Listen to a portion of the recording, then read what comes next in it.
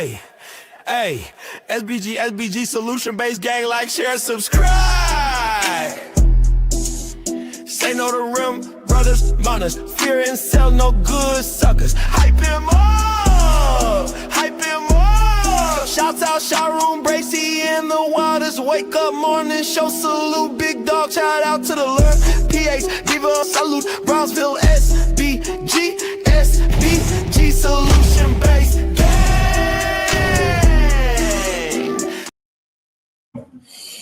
Bah! Let's go! Get that energy up. Good day to y'all, man. It's a beautiful day. It's hump day. Shout out to a random independent. Good day to you, sir. And you know, like how we like to start our day or our afternoon. When I say good day to you, make sure you say it back because I can feel that great productive energy. I can feel it. I can feel it coming through the screen, goddamn.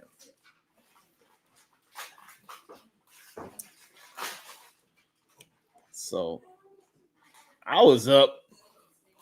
What's up, Miss J? Boricua Preciosa. Good day to you. Thank you. I can feel it. Yeah, I can feel it. I can feel it. I can feel it. Yeah, these YouTube streets are wilding. Yeah, man. Good day to you, Marvelous. And I turned on my YouTube for a little bit before I go to sleep. I said, let me see what's going on. I haven't been able to touch my phone all day. And I opened it up, and to my surprise, I see angry man out there windmilling. Windmilling for who, you might ask? He is windmilling for Miss Pearly Things. And I was shocked.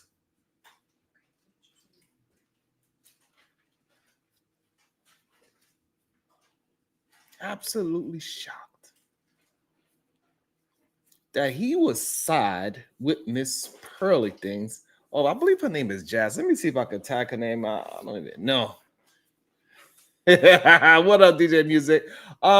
If he would like to have a conversation about his point of view and why he think Miss Pearly Things was justified for what she was saying and how she was not intending to be race bait in the young lady, I would drop the link for the man, but I know he has a problem with coming here. He believes that everybody over here is out to get him. But we are not. I am not. If he wants to have a conversation, he could drop out the class and say, yo, I'm here. Drop the link, Sharon. I'll have a conversation with you. I have no problem with it. What? The what woman? Feed the angry man. That's crazy.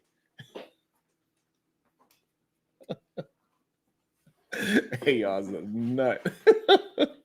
But yeah, and I thought it was wild and crazy with his talking points, and I just couldn't believe how far of a reach he was going to make it seem like this young lady by the name of Jazz was in the wrong, and she was the one pushing the race baiting situation. And I also want to just shout out to Fatty and Ilkan Lee.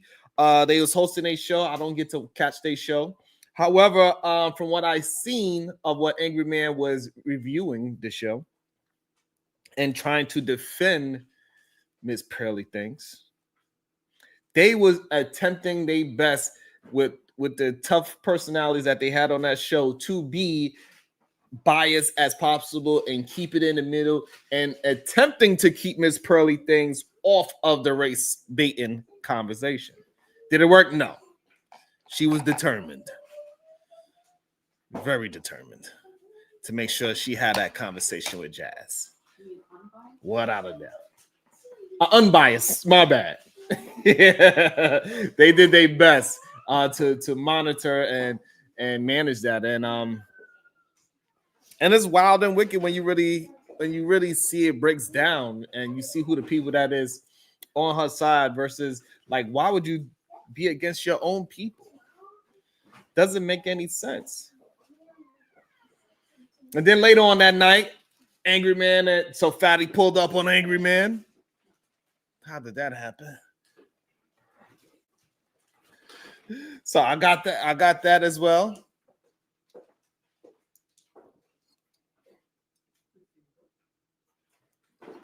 That's weird.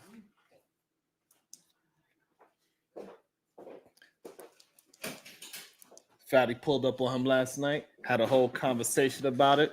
Angry Man was explaining to Fatty why he was crying. Don't worry, I'm going to play it. I'm going to play it. Good day. Make sure y'all hitting that like and that share button. I really appreciate it. Goddamn, Kim. And Angry Man was confessing why he was so angry at Fatty. And it's a wild reason. I couldn't believe it, but we're going to play it too because we got that as well. Also, so, Angry Man confessed why he was so angry at the Untouchables and Team Fatty. Hey, it's like we went back a few years, you know what I'm saying? Angry Man was acting like a child in that moment. He was not being mature. What's up, Joe Cool? So, that was just interesting, And then later on, Cellulite Podcast, Will, he got up there. He wanted to defend the love of his woman. And he got up there, started screaming and yelling at Fatty, and then Fatty went at it with him. And then Raw B hopped up on there as well. And she started beefing with Fatty too and saying, hey, you sweating me. Get off of my boop. I got it all. We got all of the videotape. It was on Angry Man Show. We're going to be reviewing it. We're going to play the part of the Angry Man and Fatty. We're going to play the part of Cellulite and Fatty. Fatty and and Raw G. It wasn't fake. I don't know why y'all think it's fake.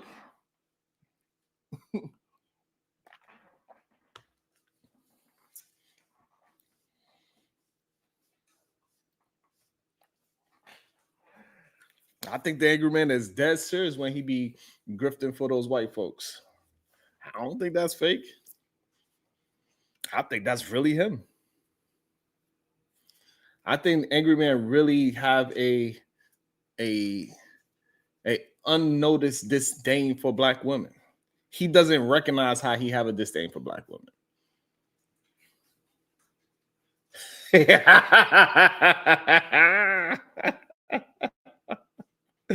Yo, let's go. Shout out to Kim West. She said, let's get the ball rolling, God damn it. Tired of dog. We don't want to hear you talk no more. We want to hear the messy, wild, weird video. Shout out to the real PhD with Andre, the Acapulco. Let's go. It is. Thank you so much, Kim West, being the first one to show some love and support today. Yeah. Hey, hey, hey.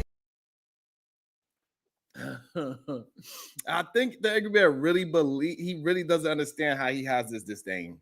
You know what I'm saying? And we're going to talk about the manosphere. Absolutely. How specifically the Angry Man, right?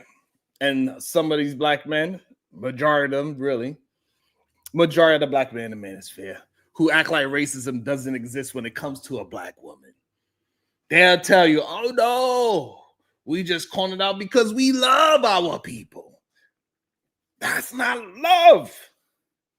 That's just recycling every stereotype racist folks been saying for 400 years and putting it into a goddamn podcast. That's it.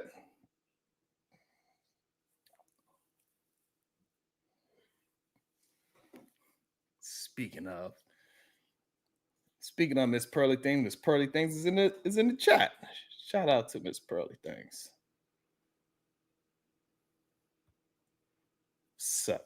What's up, young lady? How you doing?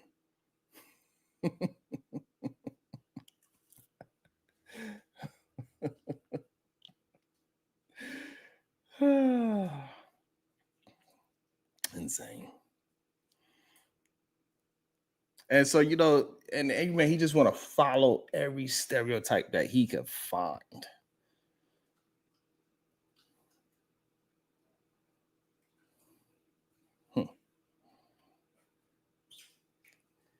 Let me see.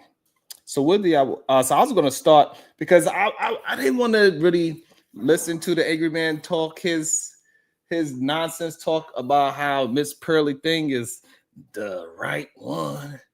And I don't know if y'all wanna watch. We could watch that too. We could go find Fatty's new channel because I think he had to start a new channel. So I'll have to go find his new channel and pull it up. I'm not sure if he got it on members only or not. He probably does. Or we could just go to the Angry Man's channel and watch him review it. I don't have no timestamps, man. I just got in the house. Hit that like and that share button. Y'all know how y'all do me. Y'all like to, you know how it is. Majority of people like to support the goddamn degenerates. It is what it is. So I'm just going to have to accept it for the time being until I get back into the proper algorithm. It is what it is. I don't know why anybody listens to him. I don't know why anybody listens to Pearl. But Angry Man listens to Pearl. As long as it's not a black woman, the angry man will listen. And I don't know what it is about men that think like him and that Republican, red pill, manosphere, incel, manosphere, no good sucker. I don't know what it is about that. I really don't know. They'll say black women are loud, angry, difficult, like they discovered something new. Like racist people been saying that since Reconstruction. So you didn't invent that critique. You just put it on YouTube with a thumbnail of you pointing at the camera. And then they'll say, we're just being honest. Honest is telling your barber you don't like your haircut. Honest is telling your barber you don't want to put mascara in your beard. Being honest is telling your barber don't spray that hair enhancement on my goddamn head because it rubs off on my damn pillow.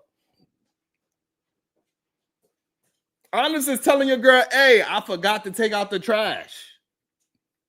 Honest ain't repeating Jim Crow propaganda with a fresh goddamn fade. Nah, it's not that.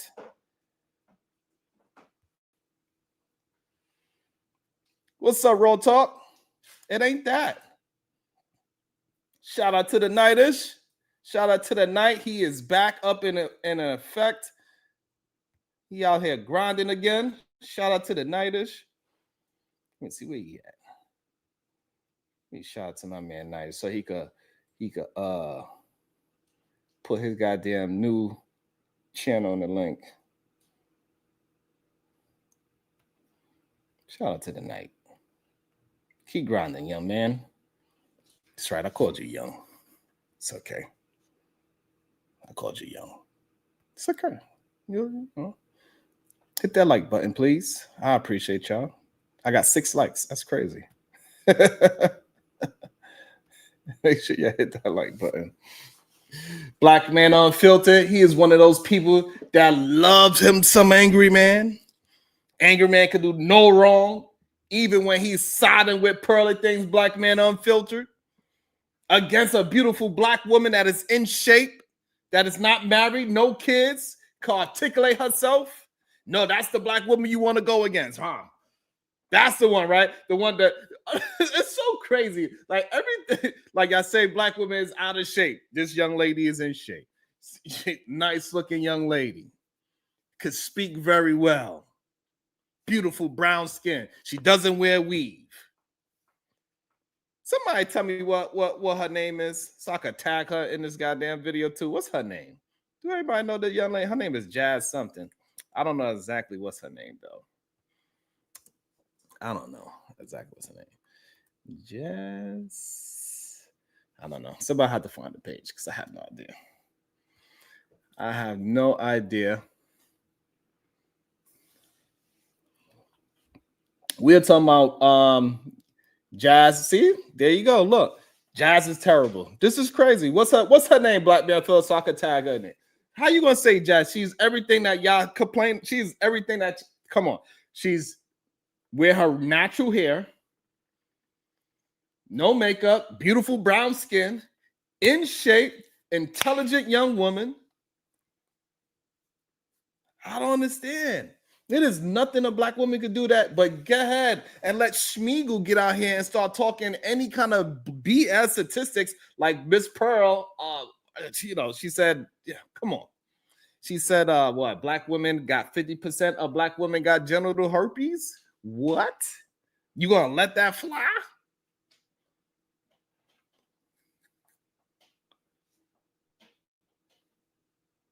This is crazy to me.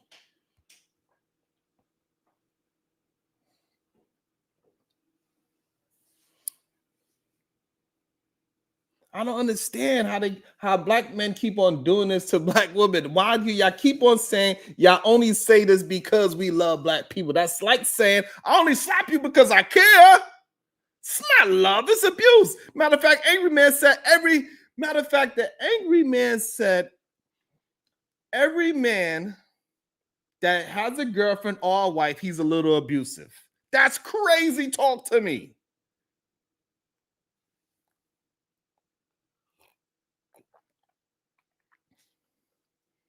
That's crazy talk. This right here sounds insane to me, Black Man Unfiltered. I'm sorry. Miss Pearl thinks it's loud and all that too. Shout out to Otis Who with the 2 boy says. Gave most of my daily allowance to CT. Thank you so much. I appreciate you, Otis Who. Thank you so much, Otis Who Network. Shout out to my mans and Thank you so much. I really appreciate it. I do not understand that, Black Man. He's saying that Jazz is on all these platforms. Loud, too much mouth. Ask Anton and Alan Q. They had to check her regularly. I don't understand. What is she supposed to be quiet? Even when a young lady is quiet, if she was quiet and all that, y'all would say something about that. Y'all say, oh, they only have her on the platforms because she's cute and quiet. If a woman is talking and speaking her mind, she's too loud and obnoxious. Y'all cannot be. I don't understand it. I don't understand it. What can a black woman do when she wear her natural hair, no makeup, no children, not out there slinging, not out there with her pee popping on the pan stand, and y'all still have a problem with her just because she speak her mind in a way that you don't like? It's abuse. If you love black women, you don't drag them in front of strangers for clout. You protect them. You uplift them. You don't turn them into hashtags for a goddamn podcast algorithm. It's not love. That's monetization. And here's the wild part. These dudes would say, we want strong families. We want strong communities. But then spend hours a night telling the world black women ain't good enough.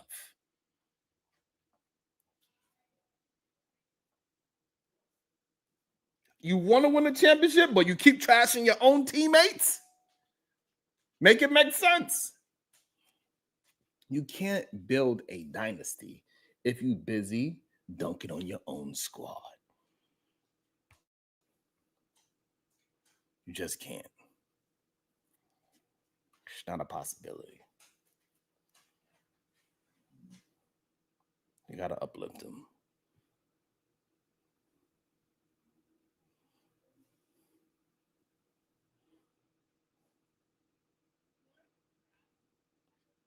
I don't get it. It's crazy to me. And for some reason, they act as if racism don't exist. Like somehow black women just woke up one day and decided to make life harder for themselves. Racism is the backdrop. It's the stage. It's the whole goddamn theater. And these dudes are acting like they're performing in some kind of vacuum. They'll say, it's not racism, it's just choices. Choices? You think redlining was a choice? You think wage gaps are a choice? The only choice here is whether you're going to be honest about the system or keep pretending you the first one to know this black woman got an attitude. So what? We all NWA. We all N-words with attitude. How did we get the attitude? Why we had the attitude? It's the real question. Half the time, these dudes are projecting. They say black women don't respect us. Meanwhile, they don't respect themselves. You see how crazy they look? Fat, out of shape, dyeing a beard, wearing hats, jewelry, looking like a 15-year-old. Weak as hell. They mad at women for being strong. But they're the ones who can't handle strength. That's why they always tone police a woman than somebody, but nobody could tone police them. It's insane. It's like blaming the gym for being heavy. Bro, you're supposed to lift. You can't yell at the weights. Got to do something about it. And the craziest part is that the audience eats it up. You got dudes in the comments like, facts, bro, facts. It's not facts, it's just trauma bonding. Just a bunch of dudes who got curved in high school now forming a support group called The Truth, called The Red Pill. The truth is you still mad she didn't go to prom with you.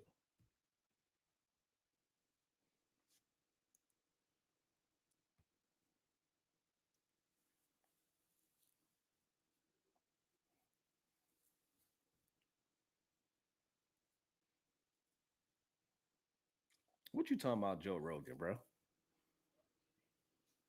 you mean? Somebody fact check that about Joe Rogan.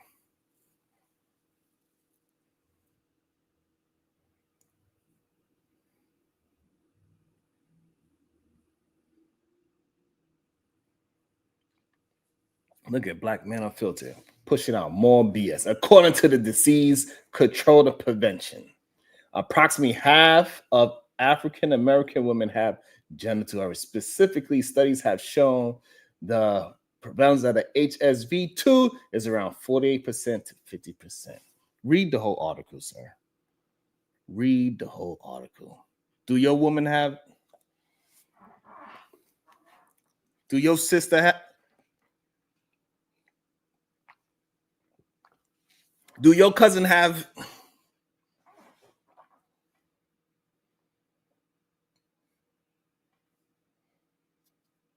Read the study. Don't just chat GPT it. Read the study that chat GPT is citing. And then when you read that, and then now you can see where's the study is. How many people did they do? What city was it in? Is that true for all of America? God damn it. This is insane. It's crazy. You went straight to what source you went to, Tony? You did not go no 3 layers deep. You ain't never go no layer deep in anything. Talking about you 3 layers deep. Okay, thank you, Jay. Thank you, Miss Jayla. I knew that was kind of crazy. You know what I'm saying, Tony? You ain't go no layers deep in nothing. Shut your ass up. So yeah, they got black men in the manosphere act like racism doesn't exist. When it comes to black women, they push every stereotype. They call it love. But here's the wake-up call. Love doesn't sound like hate. Love does not look like exploitation. If you really love your people, you don't tear them down for likes. You build them up even when it's hard. That's what real love look like.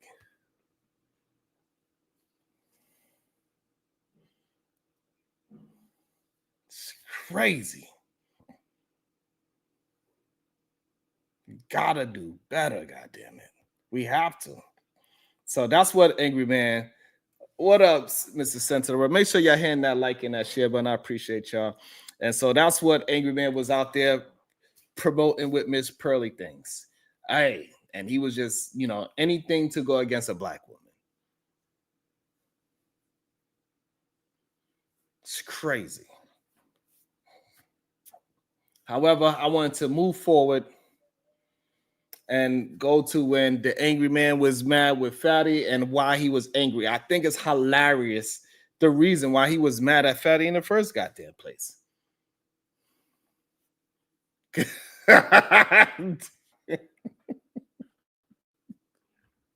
just be mad. I don't believe you. I do not believe you. I don't. I ain't gonna lie to you. I don't believe you, bro. I don't believe you.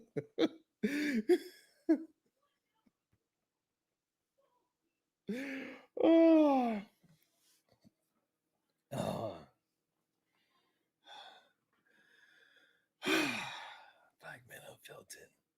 I can't believe it. Was Angry Man he lying though? Yes. The Angry Man was absolutely lying, G Money. He was acting as if Miss Pearly Things was not trying to race bait Jazz. Like her intentions were so pure and golden and great, and she was just trying to have a conversation. Thank you, studio. It is not no 50 to 48%. That's the problem that we have, is that he automatically he want to act as if Jazz is the one that is trying to be dishonest and talk about race. No, she was talking about race. I mean, we could pull it up so we could show how he's lying on the goddamn girl and how he is just promoting Miss Pearly Things. For what reason, I have no idea. The same way how Black Man Filter is trying to die on this hill. Why would you choose a hill of herpes? I don't understand. Why do you want to stand on the hill of herpes? It's crazy. Insanity, Black Man Unfiltered.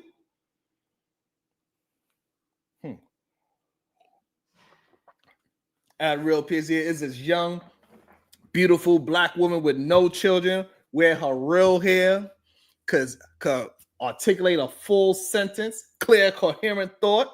That's who Jazz is. Beautiful brown skin. In shape. You could see her collarbones and everything, like how they, you know how the man's fair talk. But for some reason, maybe I should play that first and then play Angry Man getting cooked up by Fatty, and Fatty cooking up Cellulite, and then Robbie, and it is a. I don't believe that, G Money. I don't believe that, G Money. I don't know if anybody is. What's up, Voice of Venus? Good to see you, beautiful. What's up, Tato? Ronnie, he talking about Jazz is bad. Give me one reason why Jazz is bad. Hey, Voice of Venus, what's Jazz's tags? How can I find her on YouTube so Diva and us could review some of the things she's saying? Ronnie, what has she did that was bad besides speak her mind? For some reason, it's okay for Miss Pearl to speak her mind and say a whole bunch of nonsense. Y'all don't see her as masculine. Y'all see her as a good thing. All these black men built up Miss Pearl. It's crazy. That's right, Ken West. They die on the hill of herpes. Oh, bad meaning fine. All right, well, you better be clear about what you're saying, goddammit. I thought you was on that goddamn hill of herpes with Black Men Unfiltered.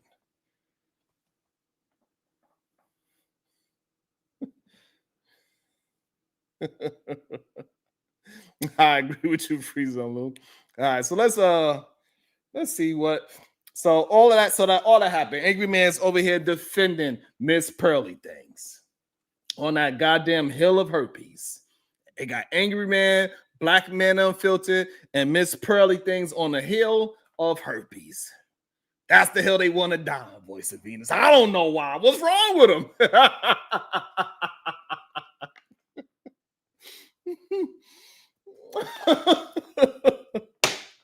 I'll be killed.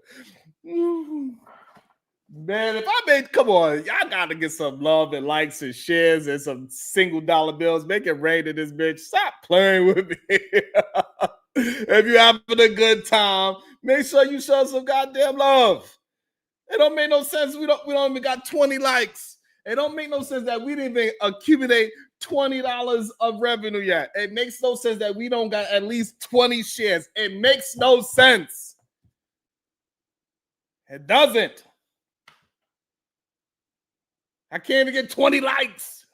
That's crazy. Like, what the hell? Let me be on here and talk. Hey, we got to get comfortable with supporting the righteous day too. We cannot keep allowing the people that do the right things, talk the right things. Those are the ones we don't support. Like, it got to stop eventually. Thank you, beautiful. I appreciate you. Thank you, love.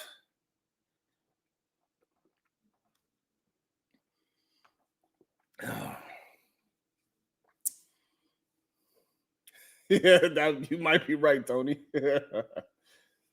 You might be. So we're gonna start the show right here. So this is after Eggman was doing his review of Pearl, caping for Miss Pearly things, caping for her rhetoric about down on this hill of herpes, saying that black women love the criminal, is what Miss Pearl was saying. Miss Pearl was telling Jazz that, hey, listen, black women, they only date men with F's on their record because they don't have no other choice. Because 60-70% of men has F's on their record. So black women have no choice but to date criminals. That's what she was saying. And Eggman's like, you know what? She's right. Because most women want a violent man. Most women want a man that has a little abuse in him. Every man, this is what this man is saying. He said, where the hell is G Money? G Money, do you agree that every married man or man with a girlfriend, he has to be a little bit abusive to keep his girl? That's what he said. This is insane. A lot of men think like this. This is the problem. This is why the day market is so trash, because men want to be just abusive for no reason. They think this is the way. They believe in this man. Even though his wife will come out busting the door. Boom! You making all that goddamn noise in his house. Don't you know I gotta go to work tomorrow? Shut this damn thing down. That's what his wife would do. That's why he be outside in the goddamn backyard. G Money talking about, yes. Ain't that a...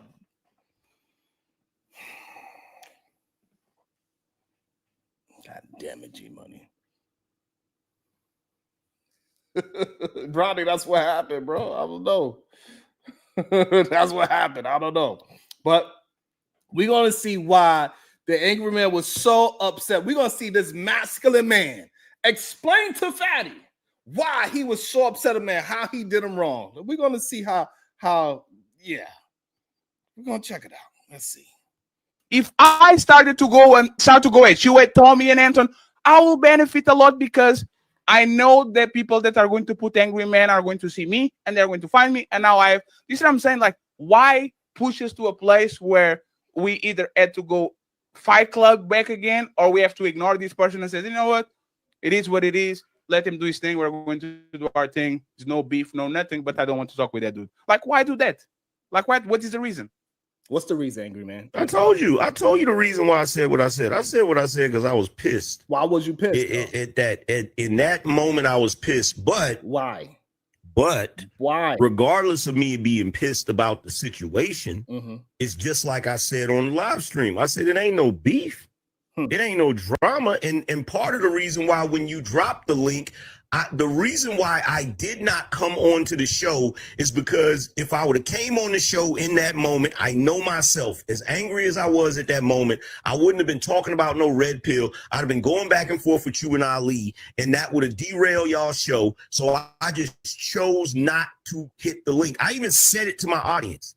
I said, bro, I'm sitting here debating whether I should hit the link or not. I said, but I'm not going to hit the link because if I hit the link, I'm going to go nuclear. I said, look, and these are supposed to be the men that are stoic and hold their composure. If he would have hit a link about them talking about the red pill because he loves his men so much,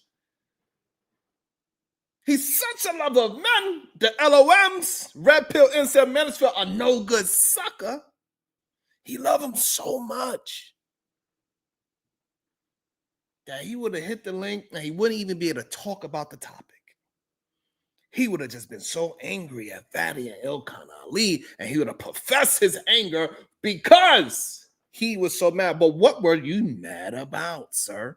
Please let us know. You still didn't tell us yet. Instead, what I'm gonna do is I'm gonna just go do my review about Andrew Wilson versus Coach Greg Adams, and that's exactly what I did. Sure. So my question is, why can't we, Jazz, or anybody on the panel, get triggered by a white woman that is clearly trying to trigger us, but you can? Why can Angry Man get? Very good question. Why is it okay for Angry Man to get triggered by anything he gets triggered? He screams and yells as much as he can. He feels the emotion, he lets it out. He can do that. But anybody else, Jazz, a beautiful black woman, she can't do that. Why? What's up, dog? You know I am. Why, Angry Get triggered by not being invited to a panel when he never accepts my invites, and you go ahead and you do a show. I'm angry. No people. Why can you get triggered every time you have something that people either think we disrespect you or something? But Jazz, that is probably one of the most volatile people on this place, can be triggered when a white woman is saying 50% of black women have herpes. How crazy is this, BATL? Good day to you. That we got Fatty just killing them with bars right now. That they want Jazz to not be able to be offended. Shout out to Team Fatty for keeping it down the middle and being honest. God damn it. A broke clock is right twice. I don't know how many times a day, right? That's what they say. Twice a day. Hey, this is first one. Why is it okay for you, Angry Man, to be triggered, but it's not okay for this young lady to be triggered? You want to know why? Because he want to be that, is what they call it, vagina what? I forgot what they call it. It's vagina, it starts with an E. I can't think of the, can somebody help me out? It's called vagina what? I believe the words start N, vagina, like, can y'all help me? Maybe I'll figure it out. Thank you so much for vagina envy. Maybe that's what it is. He want to be the one to get triggered, and he don't want the woman to, steal his thunder. Like, what the fuck is, like, what is Why? this? I'm gonna tell you the reason why. Yeah, why? I'm gonna tell you the reason why. I can get triggered about what y'all do because we all black. Y'all getting triggered about a white woman is a bad look.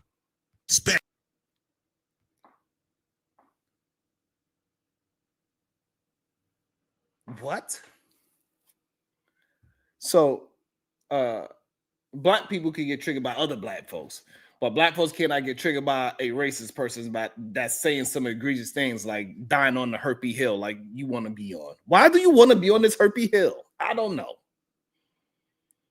Heard of bumpy hills. That maybe it's the same thing. Venus, he will. Yes, he will. Oh God, crazy. You let me know, Venus. I could Instagram it to you if you want. This shit is crazy. Especially Pearly. It's a bad look. That's a wild answer. That is a wild because the reason why you make it the face, it's true, Fatty. You know good and well that if you get triggered, if Jazz or any one of y'all on that panel has her on there and she's saying statistics and whatever, I want to know, why do y'all think Say Like podcast over there? He is steaming right now. He is having the patience of a monk, but he is steaming. I can see the smoke coming out of Cellulite Podcast ears. What are you doing up there, sir? Why are you so angry? Thank you, Voice of Venus. I just, because I know you don't mind coming up when everybody else don't have the link. I know because they be trying to stalk my baby girl. So I just want to extend it just in case. Why is it? Why say like? Why is your ear steaming right now? What are they talking about? Voice of Venus. I'll give you a quick synopsis. Angry Man is over here defending Pearly Things because Pearly Things was race baiting Jazz to get into a heated race argument, even though the conversation wasn't really about any kind of race. They were just talking about dating, and Pearly Thing was forcing the issue about it being a race thing by saying black women, they date criminals. Black women, 50% of them got genital herpes. Black woman has attitude problems. A black woman has a whole bunch of children. The black woman has, she was just gutting. And Angry Man was like, yep, she's telling the truth. He said, that white woman is pure as snow. Pure truth teller. That's what Angry Man said. And Angry Man, if you up in the clouds, let me know. I'll drop the link for you too.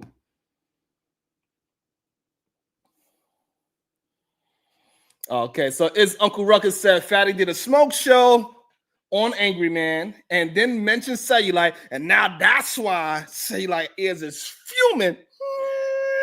I can hear the horn. We're gonna see what happens. Pure snow. If you laugh today, make sure you hit the like and the share. But let me see where we at, man.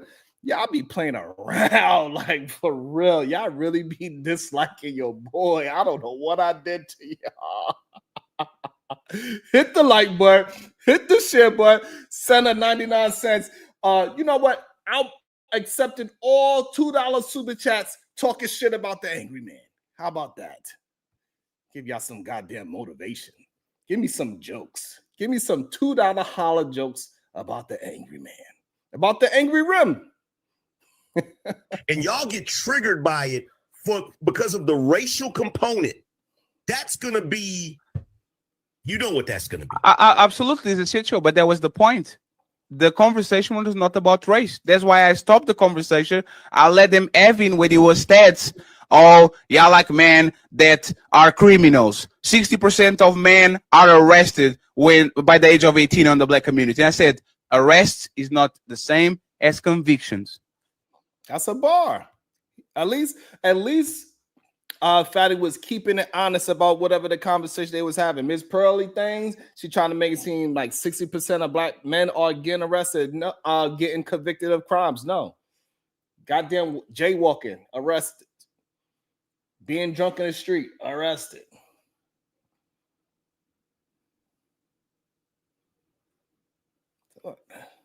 It's not the same. You get arrested for multiple things. It's plenty of people that went to a goddamn jail and spent the night because they was drunk. That's not a criminal.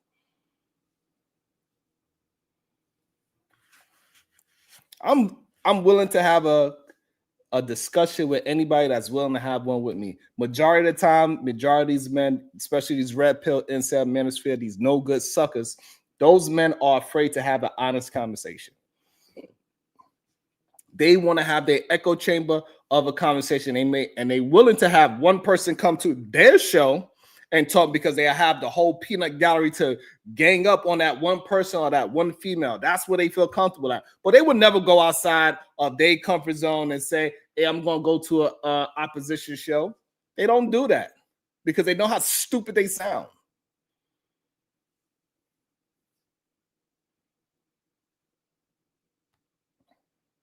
And even convictions, somebody just stole some chips on the regular shop. That's not a criminal. That's not a lifetime criminal or a violent crime. There's a person that went to jail once, or you have a speeding ticket, you're driving too fast. Like this is like she is trying to misrepresent the black community.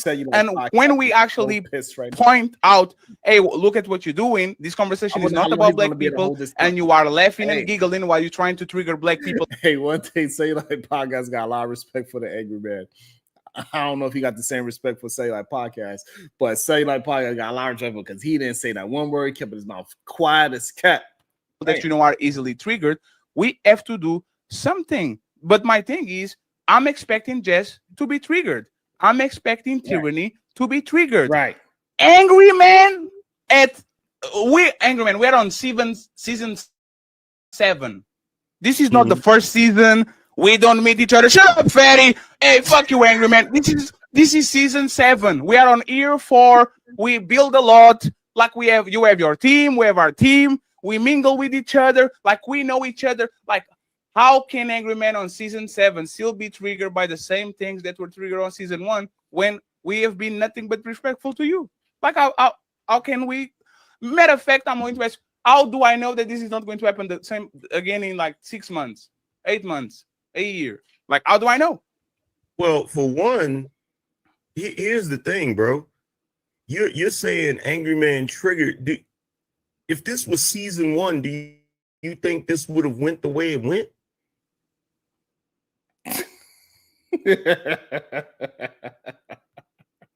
About to be a situation. Hey, hey, hey.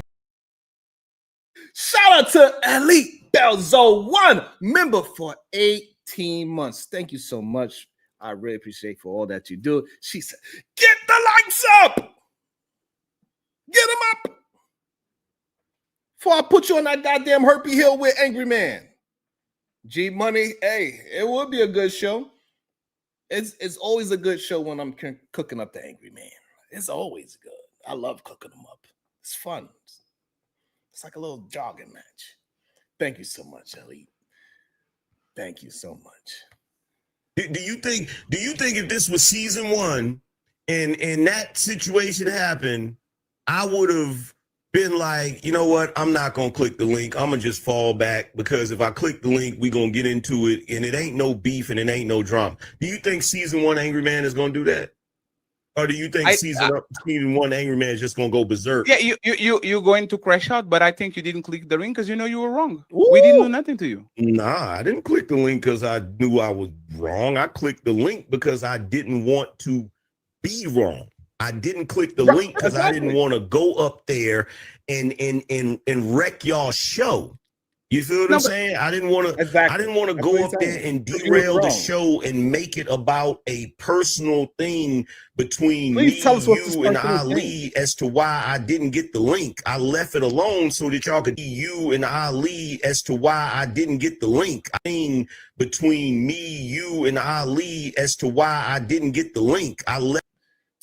So his whole anger at Team Fatty and Ilkhan Ali, and the reason why he wanted to go up there, but he didn't, because he don't want to make himself look like the unstable creature that he was at the time, is because he didn't get a StreamYard link. And this is y'all king. This is the Manosphere king. This is what he's mad at with another man over a link. Left it alone so that y'all could do y'all show. Absolutely, but Angry Man, this is the level of respect that we have for you, right? I still remember when Andrew pulled up and you asked for the link to Ali to pull up. Like, we gave you the link immediately. That show was derailed completely because there were so many heavy hitters on the panel that there's no way is Angry Man, Pearly, Andrew Wilson, Tommy Sotomayor, public offender, we knew that by sending out the email, we were going to lose the show completely, because there's no way y'all respect us like that. It's literally, is the Rick James, I'm stepping on your couch, bitch. What you going to do? Right? That's what was going to happen. I didn't participate. You were not a part of it. I get it. But this situation with Pearl only happened, and we were only prepared because she have done this before. It was Andrew that come on our show. His respect was before the show. And then when he was having the conversation with Pretty, because he wanted to get an emotional a racial trigger from the black people, he started to say, fubu, chicken, watermelon. Like, this motherfucker doesn't talk like this with when he's talking with white people. It, right? So you come in on the black space doing this shit because you want to bait us. And it's crazy. It is just wild to me to see that American man like the Angry Man is that he doesn't recognize these things and he want to just side with white people for no damn reason. It's okay if a person is being a degenerate, that person is being a degenerate. That's it. It's ridiculous. Charger? It's not plugged in, by the way. You need it? Yeah. It is plugged in. Oh, it is plugged in. There's one in the wall, by the way. It's all over the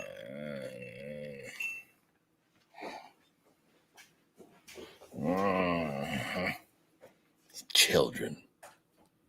That's what the angry man is. I can have that conversation with ask you a Pearl. little bit. If the Pearl says, "Hey, Ali and Fatty, I want a show with black people at 7 p.m. on Friday," and now I can invite Anton, and now I can invite Tommy, and now I can invite Angry Man, and now I can invite people that I know are going to maintain their composure while they're talking about race. I can have Tyranny and Jazz on the panel, and Melanin is waiting to chop their heads off, and CJ is on the panel chopping. Like, I can have a panel about race with people that I don't trust that are going to keep with decorum and you're having the conversation. So, again, I'm expecting more from you that I don't expect from Jazz or Tyranny. They are who they are. Damn. You throw something at them, they're going to spit back at you. The Angry Man, 800,000 subscribers, Right. not expecting that for you, and we did nothing wrong to you. And if we did, you can tell me right now, what did Ferry and Ali do to you for you to throw that massive, in my opinion, tantrum that you I had by told not you. being invited? I told you what y'all did. What you say? Y'all made me wait for that link. That's How what y'all did. Like, Can you put it in minutes? Can you put it in minutes? How many times you? How many minutes you waited? Look, you could say that I'm wrong. You could say that I'm dead wrong. I'm being honest. This is the only reason. The reason is y'all made me wait for that link, bro. I'm glad y'all see who y'all leader is, man. I'm glad the Mansfield finally see who they lead. This is a man that got mad at a group of men because he didn't get their link in a speedy time. This is what it is. He was so angry that he did a show cursing Fatty and Ali out because he didn't get the link in a timely fashion. And that's why he's over there windmilling for Miss Pearly things on the Herpy Hill. That's why he's sitting up on the Herpy Hill. This is crazy to me. That is very childish, man. Immature and entitled. This is crazy. But this is the man of the space. Oh, yeah. You heard the hill right. You heard the hill right.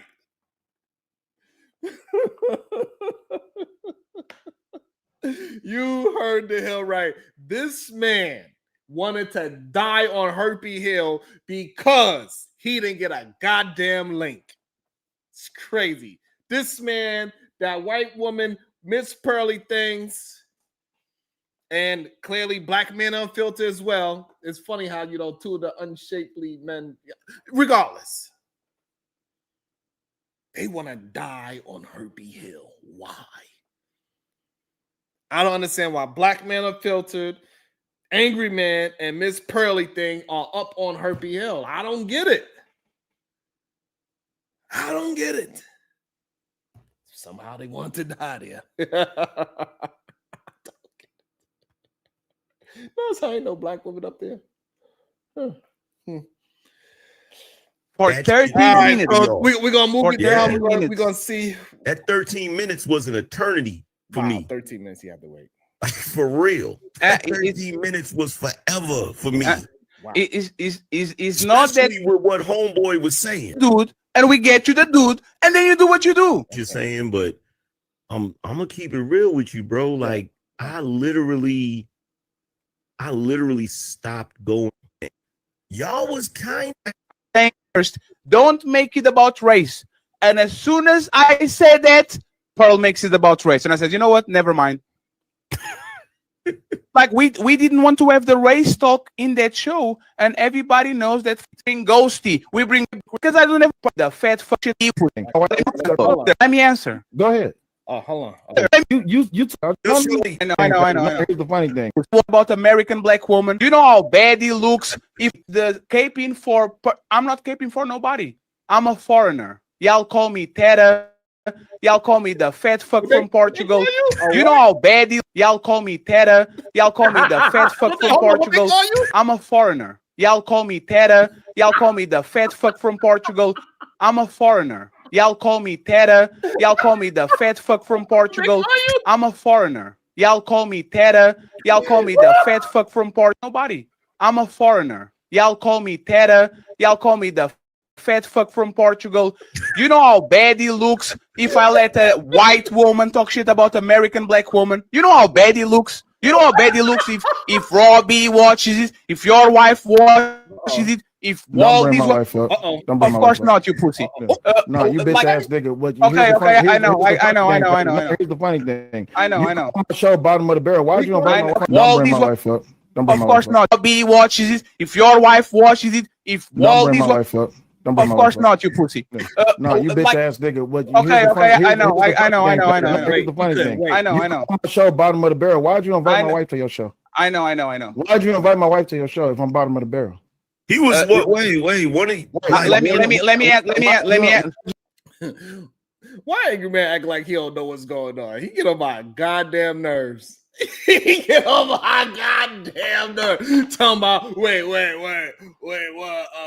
Now he trying to act all confused, huh? What's going on? I don't know. I don't even be knowing all this. Shut your, if you don't sit your goofy ass down, know damn well what happened. You hang out with those two all the time. All is that? Oh wait, hold. Oh wait, hold. What happened? Huh? All this is happening. I'm trying to figure it out. Boy, you don't sit your goofy ass down. These dudes are children. Let me answer. Wait, your show was one of the shows. Let me answer. Wait, bitch, nigga, wait, because I didn't even come up here to cuss at you. I just Let came up me here to have a answer. conversation. You can Let me answer after I get done. You can't have to get done. So Let me answer. You took all this time. to Let talk me all answer, this shit. Buffalo. Hold on, wait, time out. You Hold asked on, me a bitch, question. Let me answer. You asked me a question. Let me answer why I invited her. Let me answer. Let me answer. Let me answer. Let me answer. Why did you invite her? Let me answer. Go ahead. He got Tourette's. It was a mistake because he was on What a the chain. fuck Well, is- let me finish. Let me finish, please. Let me my sister. Let me What you finish. talking about? Let me My finish. nigga, like this is the shit I be Let talking me about. finish. Let me You finish. didn't invite your sister? Let me. Maybe he just kissed his wife or something, but why is his lips so goddamn red? Maybe he just kissed his wife. He probably just kissed his wife or something. I don't know. I don't understand why that man's lips is so damn red.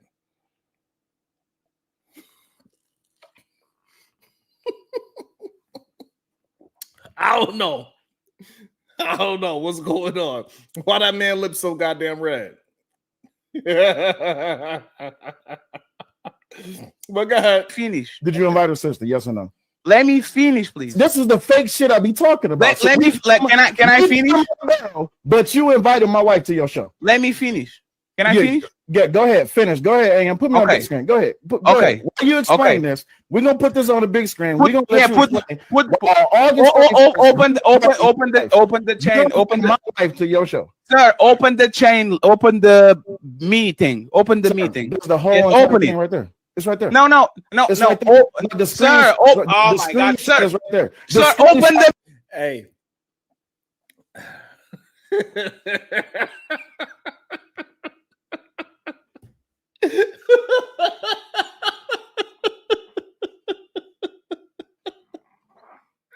That's how you get a goddamn Kool-Aid.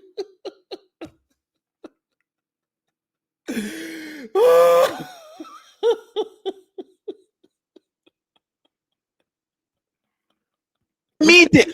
The Sir. screenshot is right there. Sir, I know. Sir, I know. Oh my God. Mother Barrel, you shouldn't I have know. No, nothing no. to do with Hey, us, though, right? one second. I actually You showed don't have you. nothing No, to do with us, right? one second. You shouldn't Actually, even want to talk about us. You shouldn't want to talk to us. I One see your second. chat. Wait, I find it funny that you went live even before you came over here. I find it funny that everybody in your chat is talking shit, but at the same time, you was dick sucking on August 31st when you sent my wife an invite. So, God damn. It's getting spicy. It's good. Hey, what's up, beautiful? Oh my, I didn't see my baby girl in so long. This is how much I miss my baby girl. Here you go. Let me make sure she get it all. Let me make sure she good.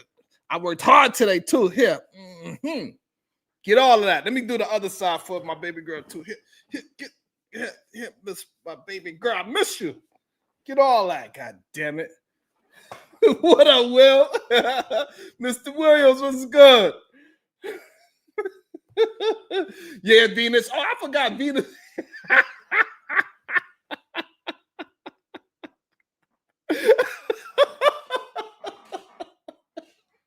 That's your welcome back, baby girl. Get all that good smelling. Let's get back to it. please explain. Let to me everybody tell me the how we title. are Let bottom me. of the barrel. Can I talk? Yeah, when I get done. So how we are bottom of the barrel. Yeah, you invited my wife to your show. Yeah. What is the title of that show? Can you send me? Can you tell me what it is? This is your show. You should know. I know. Tell me the title. Tell me the title.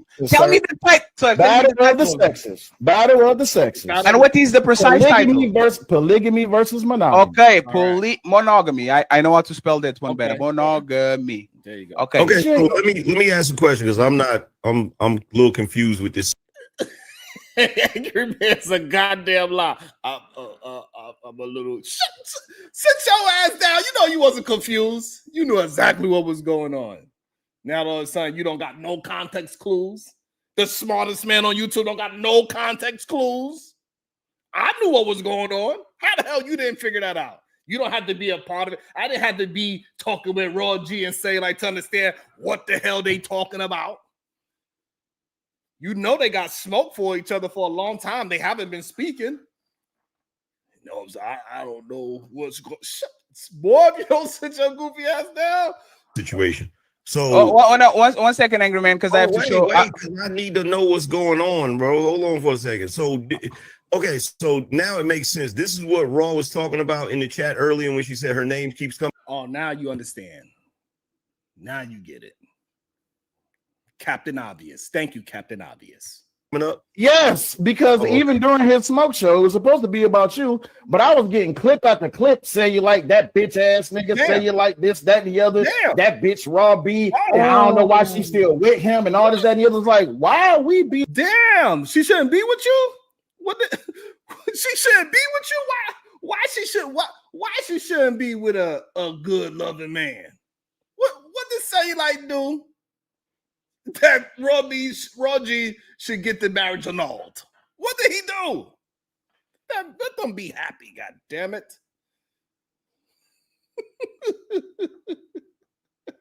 You welcome, Mari. I'm just doing my best. Make sure y'all all send it 99 cents and hit the goddamn like button. Cause I don't know what's wrong with y'all. I don't even got 50 likes. Y'all are doing me so dirty. It's not even funny. I ain't even make $10 today. God damn, y'all ain't shit. You're featured in your show. That's supposed to be about. I didn't see the. You didn't see shit. Okay. I didn't Hey, see Angry Man, can you share my screen, please? Hold on. Now you didn't see nothing. Now you blind. Take this one. I'm trying to understand. I'm on the. I'll explain to you. You got it. I thought Say Like wear the glasses, not you, Angry Man. Now you can't see shit. I will explain. You got it. I will explain. I will explain. Sir, go down. You're too excited. I'm calm, fatty. Sir, you are too excited. You are too excited. Okay. Are you ready now? Yeah. Are you ready now? Yes, we ready. Are you ready now? Yes. God damn it. This show Uh-huh. was sent on a chain link Right. for 32 people. How many people? And on a chain link for 32 Yes. people. Mhm. And by mistake, because I've been sending emails to your wife to actually get on the show before, because she been on debates, she been on panels. I put her name on the link by mistake. Did she got more? Did she got more invites than that one in a year? Oh. Okay, now let me ask you a question. No, you are not. No, stop there. You are not. So I guess, hey, do we believe that was it an honest mistake? You know, he have a problem with those H's. He has a problem with saying anything that has an H in it. Shout out to About to be a situation. Hey, hey, hey. Shout out to the Mind Chaos Brew. They always had me on a mind. LOL. It's quite interesting. I agree. It is. Thank you so much. I finally made $10 today. Thank you so much.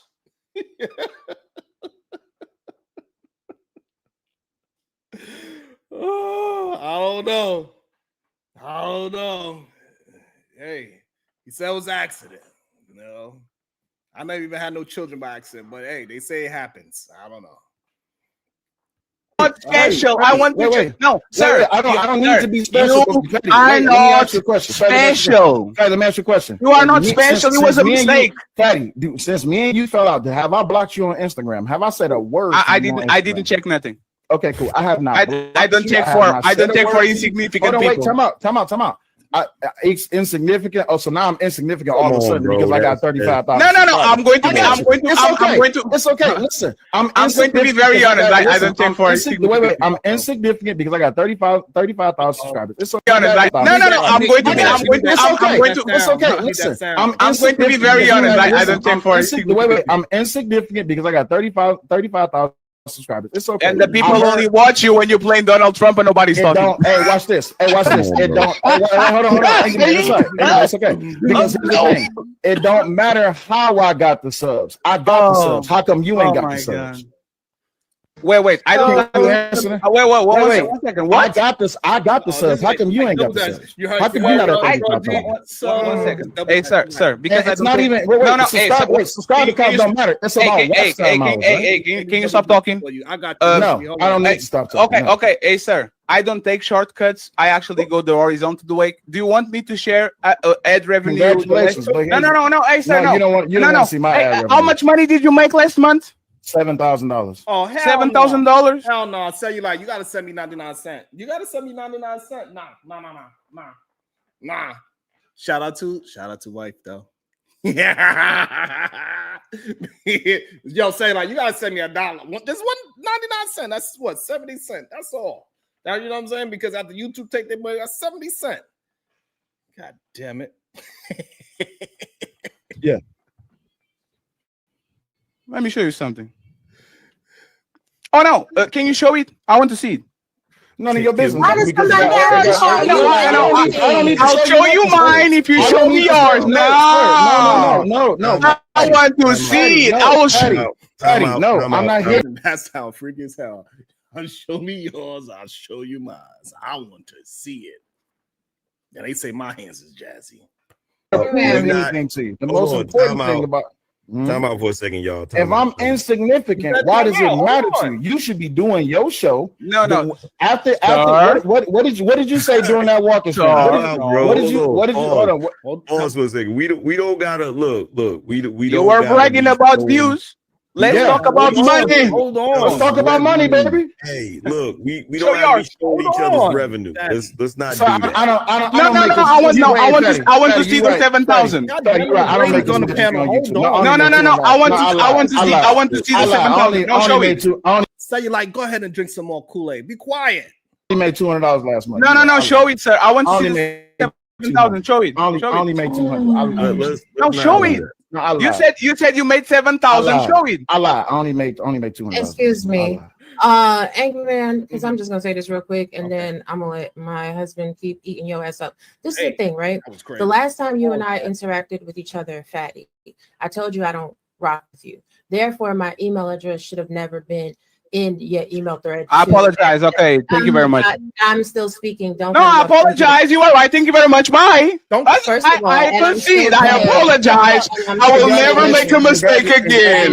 Bye. Bye. I apologize. I take accountability. Good morning. Keep Hello. performing for your chat. That's okay. We You understand. want to sit We get it. there and you want to yell because you need people to be reactive to you, so that you can have something to talk about. No. If I Like you I to be was reactive, saying, I will be domestic knocking up your motherfucking. But I'm even not. more so. Even more so. How That was a low blow, sir. That was a goddamn low blow, sir. Shout out to DJ Music.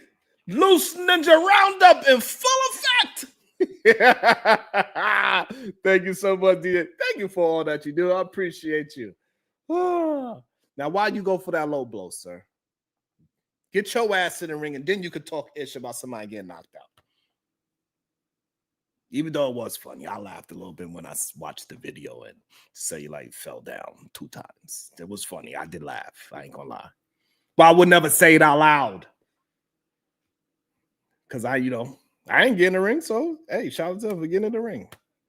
Knocking up your motherfucking bed. You want to yell because you need people to be reactive to you, so that you can have something to talk about. No. If I want you to be reactive, I will be talking about fantastic knocking up your motherfucking bitch ass boyfriend. But if I'm not. Even more so. I'm not. Why your channel down? Hey, Fatty, why your channel down? Hey, Fatty, why your channel down?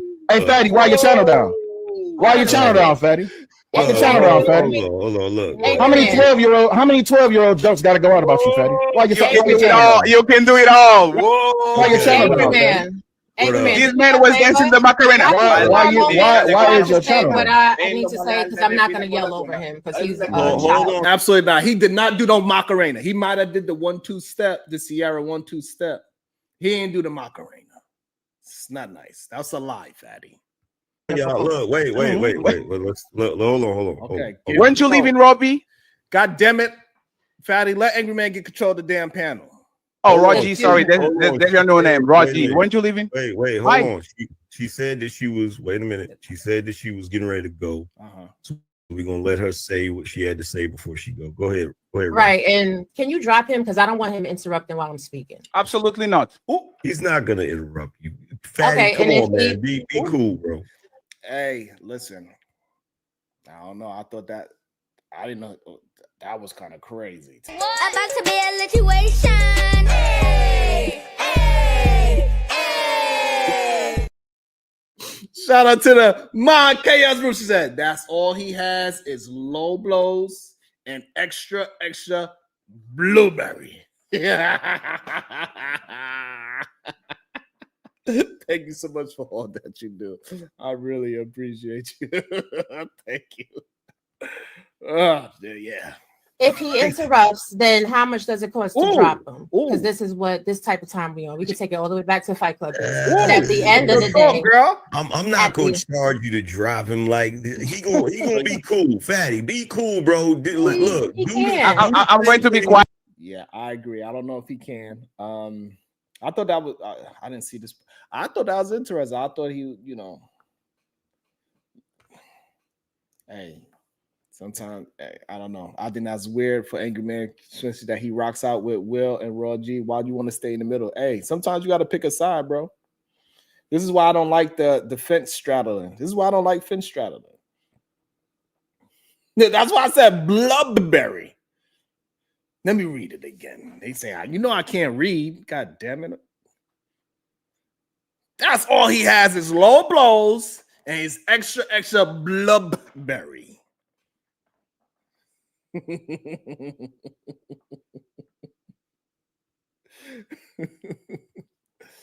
I think Angry Man should have chosen a side there, but hey, maybe it's just business. It's because I want her to have money for diapers, so I'm going to be quiet. Oh, come on, I don't want her to spend the rent money. I'm sorry. I'm sorry. I don't want her to spend rent money. I got you, Angry Man. I'll be quiet. The rent money is not like I want them to pay the life bill. Come on, bro. You still throwing shots. Hold on. Yeah. Go talk ahead, about bro. rent money, but 800 Oh, moves in this is 15 minutes. hold on, babe. I got it. Here's the thing. Right before he sent me that email, him and Ali was begging Miss Oshun. Say what? Right before he sent me that email, him and Ali was begging I Miss didn't hear you. Oshun. Right before he Okay. sent me that email, him and Ali was begging Can you say Miss one more time? Oshun. Right before he sent me that email, him and Ali was begging Miss Oshun to be on the show. And I told Miss Oshun not to go. Damn. As soon as Miss Oshun told them no, then all of a sudden, accidentally, I got an email. Say what? Miss Oshun told them no. Then all of a sudden, accidentally, I got an email. Damn. And here's the thing. What's the while thing? y'all niggas Shit. overseas with the dry dicks, that what? While y'all niggas overseas with the dry dicks, damn, that can't have no kids. Damn. I got grown kids. We don't wear diapers over here, beloved. You're worried about me and mine. We're not worried about you. Woo. Whatever I got going on, whatever Cellulite got going on. Why y'all watching? We don't fuck with you. Damn. We don't be over there like, oh, what's Fatty and them doing? Damn. Because nobody gives a shit. And that's really what your problem is. Nobody gives a shit. Damn. And everybody that you think that you're networking with that got big numbers, all of a sudden stops fucking with you. Oh, shit. And you look like a whole fucking fool. Damn. And just pearly things just embarrassed you today. Like Angry Man didn't like a whole fucking fool. And just pearly things just embarrassed you today. Damn. Like Angry Man embarrassed you, like Tommy embarrassed you. Damn. And the only thing you want to talk about is, oh, fantastic. Guess what? He lost the fight and he's still getting fucked every night while you're still out. Like Angry Man embarrassed you, like Tommy embarrassed you. Right. And the only thing you want to talk about is, oh, fantastic. Guess what? He lost the fight and he's still getting fucked every night while you're still beating off your dick, nigga. Damn. Let's be fucking for real. You ain't never had a woman in your whole entire life. So you can call me whatever you want to. I don't give a fuck. I don't be in the spaces that you be in and nobody hears you. Stop worrying about my relationships. Or is it because you wanted to holler and you could never get my fucking attention? Damn. Pussy. Okay. One thing for sure. Our rants are gold. Clear, concise. Sheesh.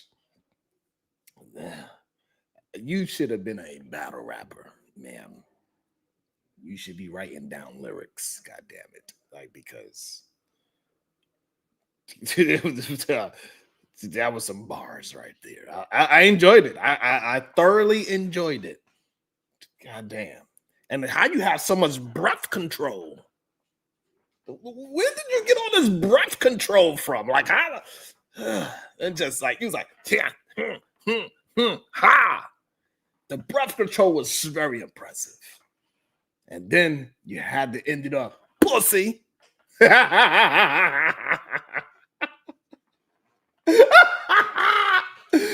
dicks, don't get mad at me. I'm just reporting. I'm being biased. I'm in the middle. I was joking on Sal. I joked. What? I'm being in the middle. What? Damn, Davey. God damn, Davey Dix. What's wrong with him? I ain't gonna lie, the picture in the background is kind of funny. Let me reply, please. Let me reply. I will say one thing. I will say one thing, and then you got it. I'll say one thing, and then you. I will say one thing, and then you got it. I will say one thing. I will say one thing, and then you got it. I don't have none. Okay. Damn, that's fucked up. How many views you got? How long you been on YouTube? 7. You got 7? Yes, that's crazy. Yes. Okay. That's amazing. Yo, I want to say to Robbie, I apologize for sending her an email, but I will never be interested in somebody. I want to say to Robbie, I apologize for sending her an email, but I will never be interested in somebody. That's good. He apologized. So, you know, that's pretty good. I was surprised that we got it. I thought he was gonna go like even lower and say something even more like reckless and crazy. But at least he apologized, I guess. Let me see. You know. I want to say to Robbie, I apologize for sending her an email, but I will never be interested in somebody that showed their pussy to J Prince. Thank you. I should have known better. I should have known effing better.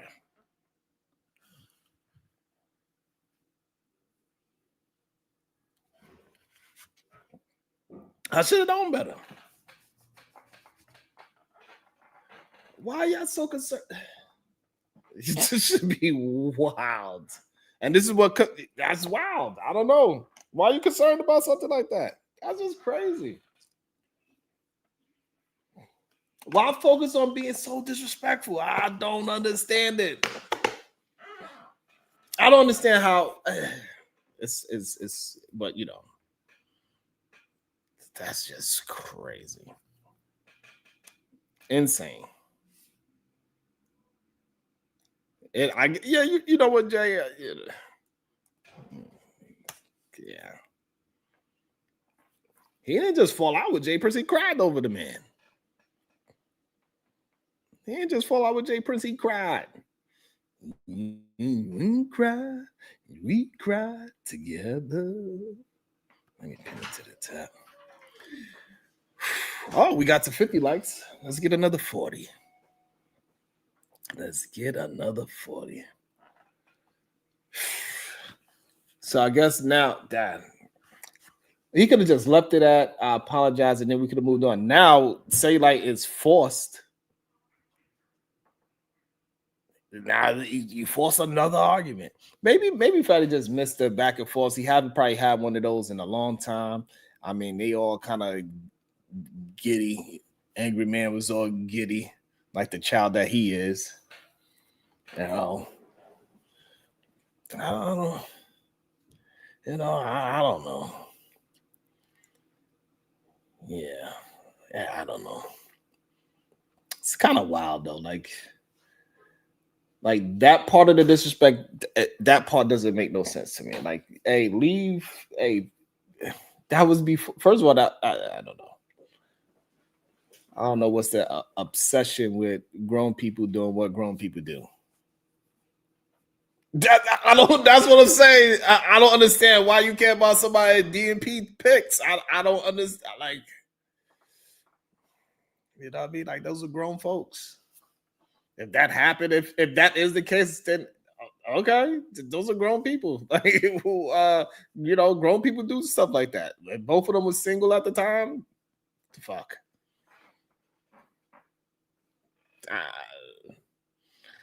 I don't understand why that would be a diss.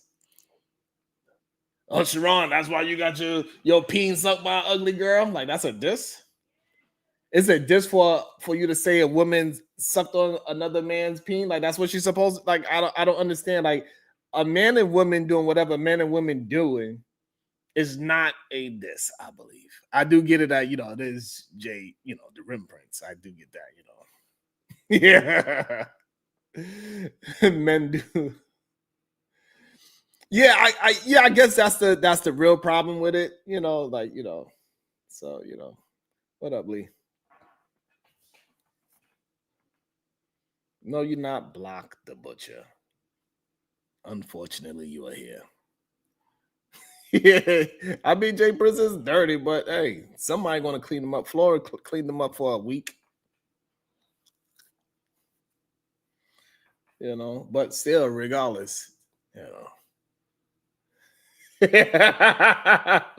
You ain't shit, Black and Brown. You ain't shit. But I just his name is Jay Piss now. My bad. Jay Piss should never be allowed to say he has new picks. Yeah. You know, but let's play a little more. Let's see if there's any more. Cause what? I fell asleep. This was on late at night, so it was on. And you know, anyone has more questions? Listen, Fatty, it's all good because I find it funny that everybody that's separated from you, the only reason they did so is because that 12-year-old. Hey, he went low, Cell went to hell. Fatty went low, he went even lower. Maybe we should say that's a cheap shop, or maybe even cheaper. Ah, god damn.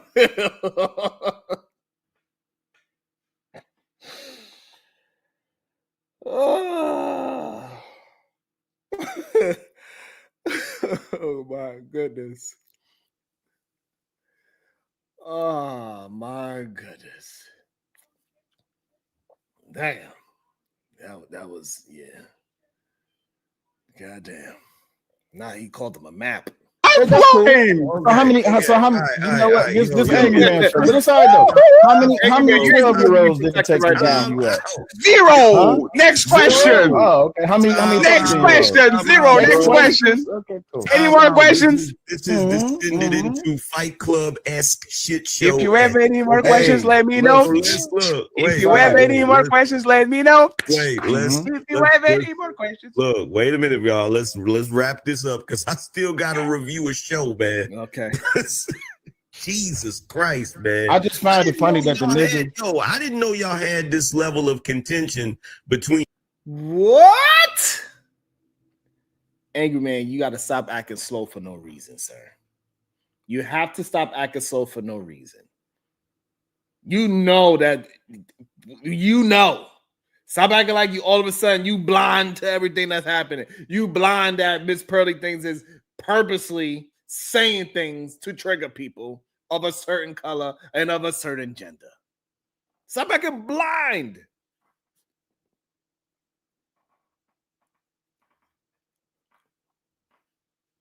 You be on Fatty show, you be on Sal show. You know Sal and Raw G for a long time. Don't act like you don't know.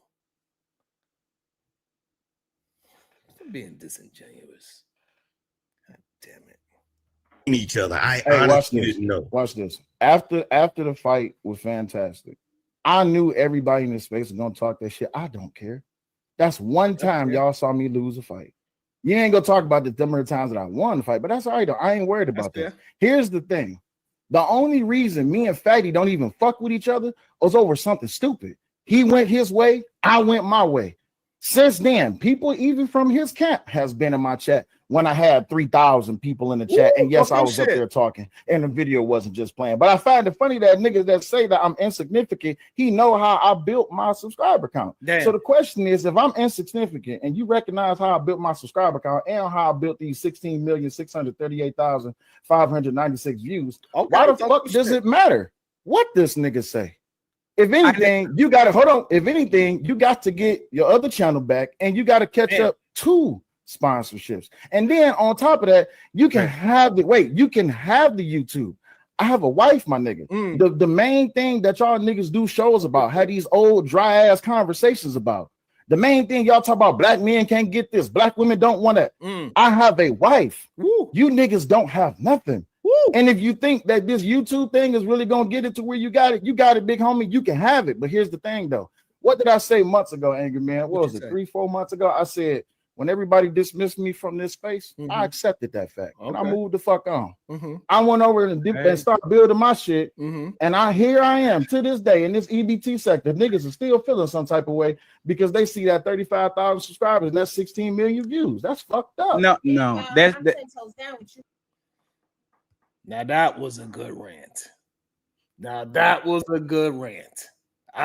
I like that rant right there. That was a good one. Is that my baby? Is that my New York brethren? Yeah. Welcome to the show, Raw G. How you doing today? Is the microphone working? Microphone. Hello? There you go. Yes. Okay. Yes, I had myself muted a little bit. Child, honey, how you doing, Sharon? Oh, good. You got some of the best rants of all time. Thanks. That wasn't even a full rant. Nobody's ever really seen me pissed on this app. But here's the gag of it all, right? Let's talk about Fatty and Jay Prince and why they really fell out. When Fatty was hacking Jay Prince stuff, me and Jay Prince were having conversations on Instagram because I was helping him with a lot of different little things. And I knew that Fatty was all up in Jay Prince's Instagram.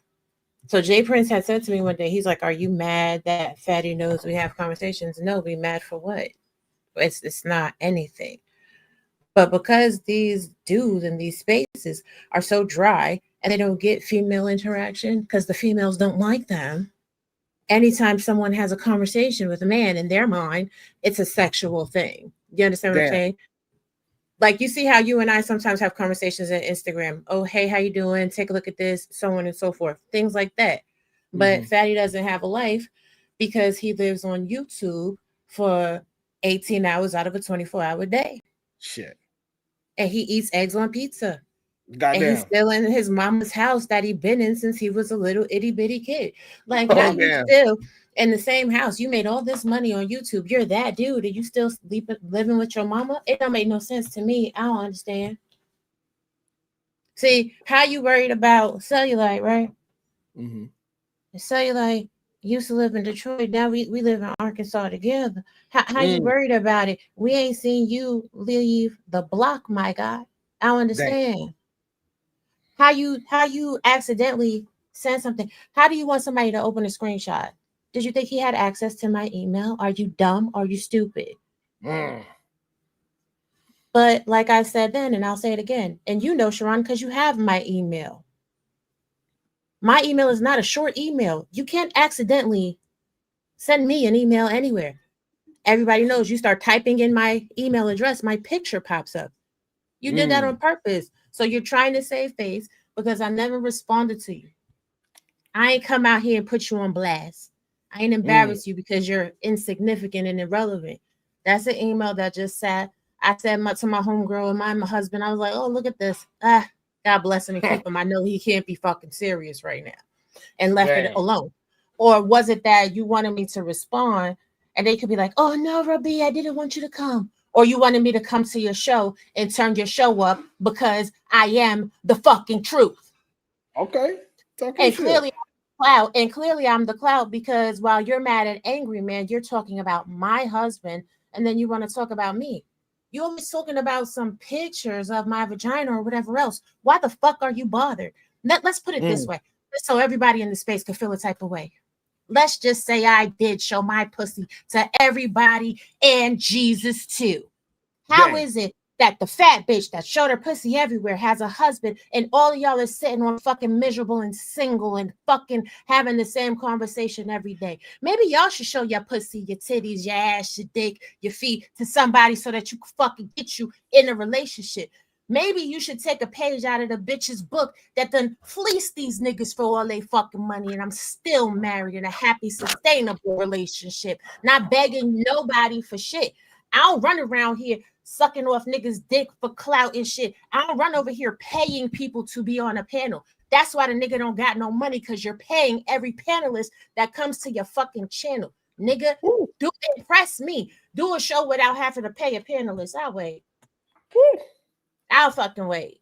Like, and people want people to be upset and like arguing with them and whatever else. Like, who got time for that? People be making money around here. Money. If you ain't making money, what we doing it for? And I'm not talking about begging your followers. Oh, well, we need 20 subscribers today. We need 20 memberships, y'all. We need a super chat and a cash app so then we can order Uber Eats. What the fuck are you talking about, nigga? What are we talking about for real? How your whole entire everything in your studio came from your fucking audience? That means you didn't even come to the motherfucking platform prepared, nigga.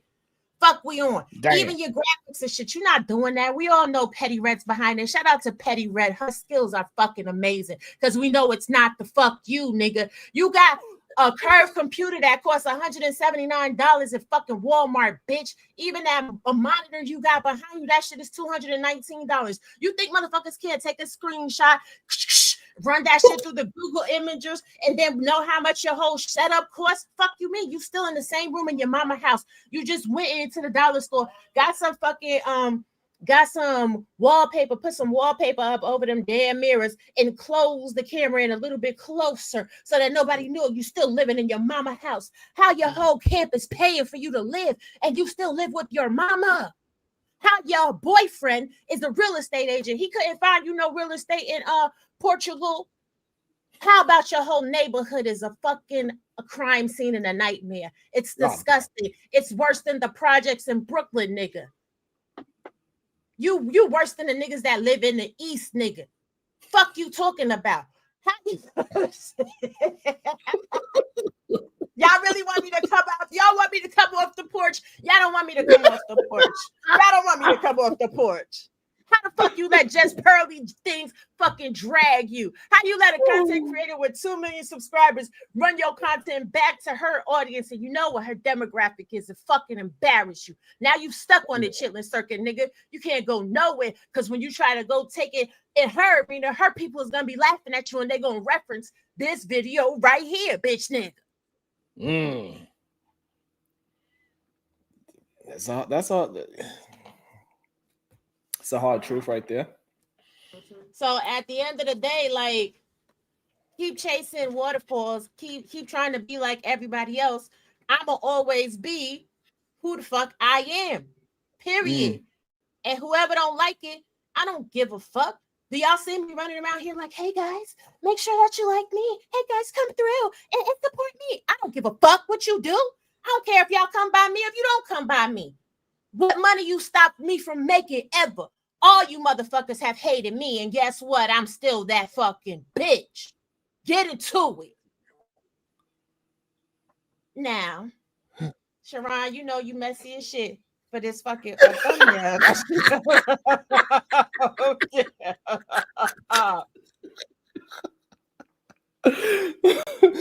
I was just, I know it, but I was just, and this is your fault because it's your fault that me and Fatty fell out in the first place. But I ain't mad at you. You pulled that nigga whole card. You pulled that nigga whole card. So I ain't mad at it. But you know, this is what I was telling so last night. You are funny because people could disagree with you, and it's jokes and it's laughs and it's a kiki, and the conversation can still move forward.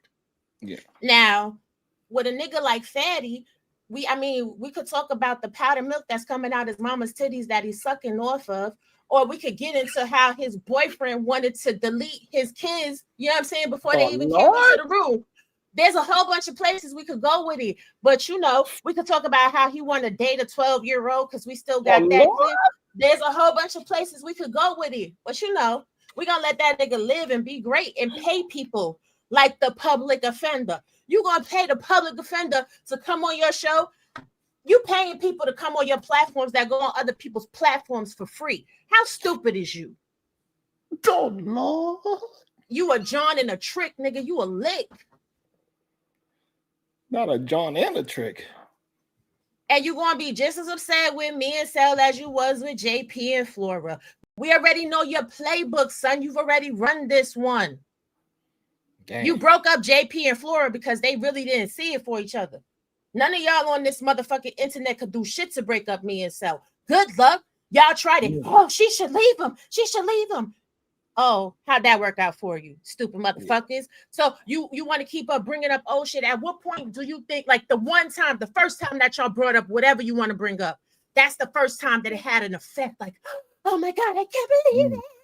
After that, it's just like, oh, nigga, come up with something new. Stop talking about shit from 2022, nigga. We going on 2026. Talk to me about something new.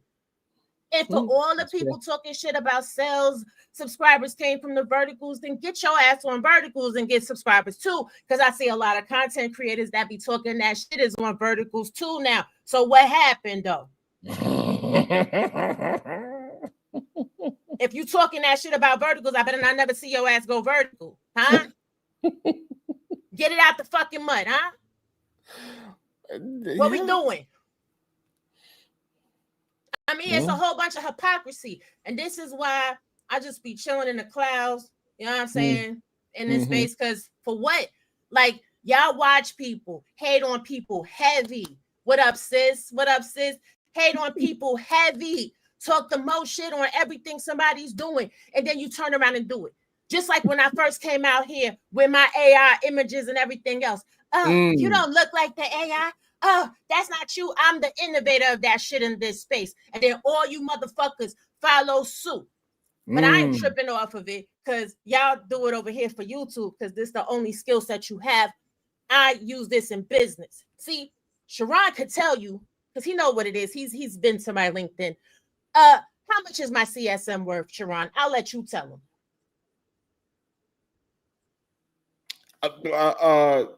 You want me to remember numbers? Is crazy.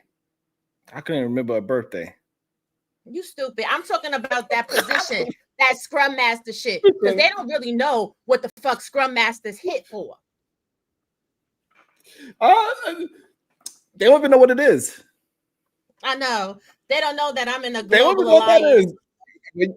When you said CSM, that's a whole foreign language to them.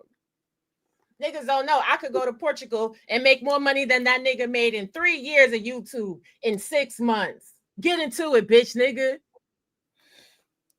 Don't let the hood somebody did recently try to recruit me for $65 an hour, so that's roughly around the price range. Don't tell them. Don't tell them. I gotta put you up on some. I gotta send you some shits in LinkedIn because I'm gonna hit up some stuff. 165,000 a year. You know what I'm saying? You know what I mean? But these are all 6-figure dudes. So that's like what, 130, I think. Yeah, I put you on. It's in the same price range. It's around there. It's around there. I'll let you know. But you know, these people think they doing something because they made $80,000 off of the blood, sweat, and tears off of other people, of their subscribers, because they're not getting it off of sponsors. They ain't getting it off of ad revenue because don't nobody come back and replay the videos.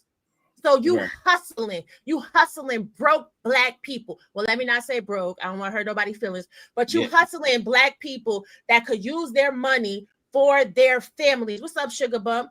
You hustling the Black people that support you. So that you could buy $179.99 curved monitor. Damn. What are we on? It's a messed up economy. I appreciate everybody that sends a Cash App or a Super Chat. Absolutely. I'll never ask nobody to do it. It's a mess. We just had people right now preparing to steal groceries out of stores. Absolutely. And y'all out here begging people to sign up for memberships and send Super Chats and Cash Apps. That means that you cannot exist without their money. We just had federal employees, military soldiers, air traffic controllers working without getting paid money. And y'all out here talking about how boss and balling y'all are. Boss and balling is going and taking money and going and taking food and donating to these people that need it. But that nigga don't give a fuck because he's in Portugal, where it costs piss all to have a fucking a place to stay. All right, yeah. Stop me when I'm lying. It costs a cup of piss to have a place to rest your head in Portugal. You're not from here, right? You ain't from here. You better talk to these people about that bitch that had you fucked up with that baby. That's why you had that vasectomy, right? So you ain't never gonna have no kids. That's why you really love on all these kids, because them the kids you ain't never gonna give birth to. Huh? You're a good stepmom, fatty. You're a good stepmom, fatty. Oh, God. Fuck is we talking about? And let's talk about Flora too. Let's tell the people why you were so obsessed with Flora, because you wanted to fuck Flora and you felt the type of way because y'all both from Angola and she didn't want to fuck with you like that and she went to fuck with Jay Prince. That's two chicks that you wanted to have attention with that wouldn't have no conversation with you, but had conversations with Jay Prince. That's why you really hate Jay Prince. Let's tell the whole story. Let's rip the Band-Aid off. Shit. Now, let me be great. Let me be in my little, you know what I'm saying? Let me be in my little corner with my no views and my, you know what I'm saying? My little subscriber count or whatever I got going on over there. However I got it, wherever I got it, whatever. I asked near not a one of you motherfuckers to do a goddamn thing for me. Still ain't asked near none of you motherfuckers to do a goddamn thing for him. So if you fuck with the lights, then come fuck with the lights. And if you don't fuck with the lights, that's cool too. I'm not even going to say fuck you. It's cool. You don't have to. It's your choice. There's a million ways to get it. But stop fucking hating. We irrelevant. Let us be irrelevant and mind your fucking business. We ain't been over here in about a good year. So we should definitely not be part of the conversation. Just saying real quick. Am I lying? Not yet. I just want to know real quick. Anyway, y'all could kiss. Those of you that don't like me, y'all know my statement. Kiss the pinkest part of my ass. Okay? Okay? Anyway, Sharon, thanks for having me. I got homework to do for my advanced degree. And I'm gonna let these niggas advanced degree be YouTube. How your fucking biggest elevation in life is to be a YouTuber? I'm gonna be a YouTuber. I'm in the highest, I'm the big dog in the smallest pond ever. I'm a YouTuber. I make less than most professionals make as a salaried employee, but it doesn't matter because I'm a YouTuber. Oh shit. Anytime you gotta sit somewhere for more than 2 hours, you better be getting some benefits, bitch. You better have a 401k. You better have some insurance. You better have some PTO, some holidays. Something, but doing it for the free and begging, I'll slice my own throat before I beg anybody for shit. Oh man. Can I enjoy reviewing the rest of that show? Because you about to see the part where we just, all these people that be talking this money shit. This is chump change. This is chump change.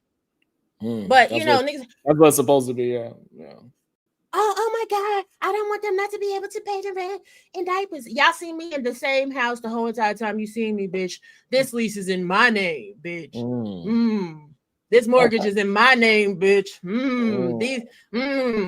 What we talking? Y'all ain't never seen me with my lights off. I'm just saying, y'all always seen the elevation. I'm just saying real quick. Y'all ain't never seen me with my internet on the motherfucking struggle, bitch. You ain't never seen me struggle stream not one time. You ain't never seen me in a dimly lit motherfucking space because I gotta light a candle so you could see me just a little bit hiding behind avatars and shit. Motherfuckers going live like this. Every time you go away live like this. This shit right here costs money, bitch. Bye, y'all. Bye. Because I'm cutting up. Bye. Shicey Avenger Ashton. Raw B and Sharon. Fire! See, even though she was talking extra about East New York. Shicey Avengers. Fight club. Fight club. Fight club. Shout out to you, Shicey. Shicey Avenger Ashton. I know I can't afford advice from Raw B. You can. You just got to do the right thing.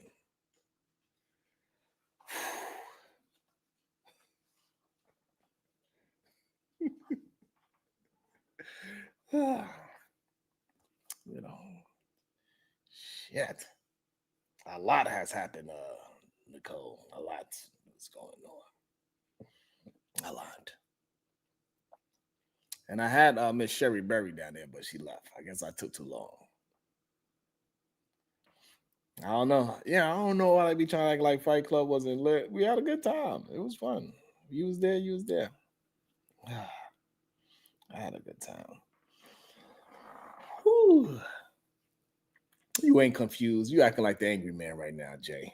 Talking about you, John. I don't know what's really going on. You know what the hell's going on. That's why I ain't say nothing. I let it go because, she got, I don't know how she got that breath control. That is awesome. That Sugar Bum acting like Sugar Bum acting like the angry man too. I don't know what happened. What happened? I'm trying to figure out what happened. They was wilding. That's what happened. Shit. Damn.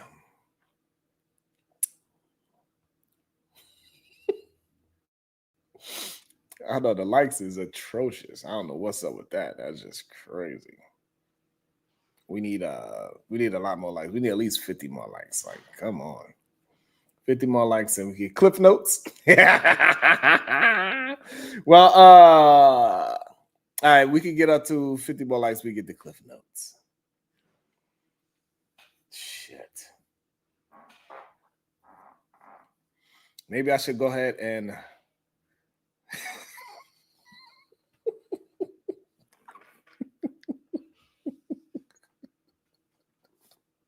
I get like you don't know what's going on.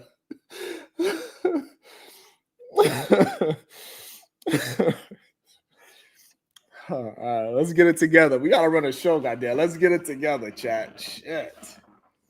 There we go. Thank you, Kim. That's what we got right there. Pearly attacked black woman, and black woman responded. Angry man said, what did he say? It was inappropriate. Fatty said she should be able to say what she wants. You know I can't read. I'm writing these goddamn.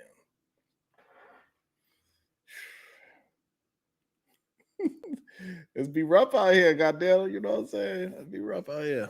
Again, I'm gonna be fully Santa probably by next year. I'll probably be full Santa, full white beard. Oh shit. All right, let's see. I could just go and find the other part of what was said. Let's see. We're gonna go. I'm gonna try to go forward a little bit more. Because I think their argument is done. She said, let's try to go a little bit more forward. Their argument should be done. Maybe not. Damn. They still going? All right, let's see. They still going at it. For inviting her for the show. It was a mistake. I apologize once again. We have enough fat people on the panel. I should know better. You got the fuck. Hey, you know the crazy part is you know what? Fatty is absolutely right. He know more about these stupid ass rehash old school 2019, 2015, 2010 conversations because you know what? A nigga who doesn't have a relationship needs to sit around and talk about a relationship. Damn. I let these niggas have that broke ass conversation. Y'all need to sit around and talk about why y'all ain't getting no pussy and why the women won't give y'all no pussy. Damn. That's something that y'all need to do.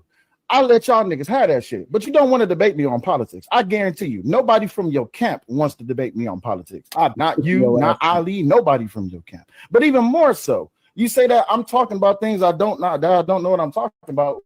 Why the fuck I don't understand why the fuck I don't got these low subscriber count and why my watch hours are so goddamn high. It's almost like losing that fight with Fantastic didn't mean shit. It sounds like you care about more about me losing the fight than it is about me losing the fight. Damn. It sounds more like you are my biggest fan. You say you don't watch me, but you do. Damn. Didn't you say on your show, you know, you got fake motherfuckers who putting up 5,000 subscribers, 10,000 subscribers, 15,000 subscribers, 20,000 subscribers, 25,000 subscribers? Ain't that what you said, Vet? It's a yes or no question, by the way. Don't Is that remember. not what you said? You don't remember? I got the clip. Don't worry about it. Okay. So, if I'm not mistaken, Fatty, even you hit 15,000, 20,000 subscribers before I did. Damn. Right? Yes. Even when Angry Man came on my panel, he said, man, I think Fatty gonna be at 100 subs for the end of the year. I said, yes, man, he is. I left it at that. But even more so. What's the point? When you my point is this: you pay more attention to me than I do to you. You just said that you recorded me saying something. You need to record me. That's not what I'll be quiet, but I just pointed out to the crowd. You are legally recording my show while saying I cared about you. Did I say I sent it or I recorded clip? This man was like, that's what we can run it back. I said I was sent the clip, multiple clips. How do you have the clip? Instagram. So you're recording shit, right? No, someone sent me the nigga. Somebody sent me the clip. So you're talking about me on the back. Yeah, I don't talk about you. No, you are irrelevant. No. Who are you? You say you don't talk about me. You sure about that? How safe? No, sir. I actually thought 1 second. I actually let me Let me correct what I talk shit about. I talk shit about you. I'll give you. I know you do, but here's the thing, Fatty. That was you said. What was the point of all of this? Exactly what you just said. You talk shit about me. You're irrelevant to me. Okay.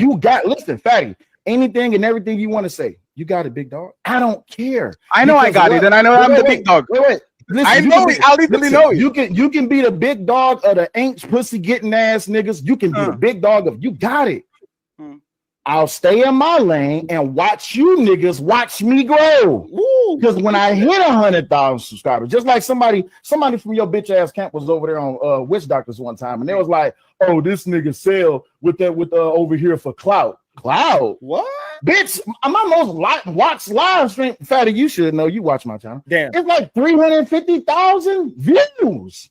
And wait. Let me ask you something. Let me ask you something. I want to learn. Like if you actually were a professional YouTuber, no, let me right. like Why is one my second, nigga please. Stat in my chat? That nigga got over 100.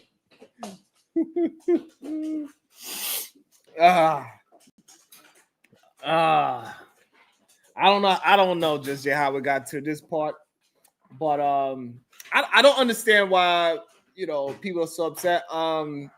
It's pretty much one of like for them to talk ish about the vertical part. You also talking ish about Angry Man. Angry Man is somebody that really was able to take advantage of the vertical situation. It's like one of the first, especially in our space.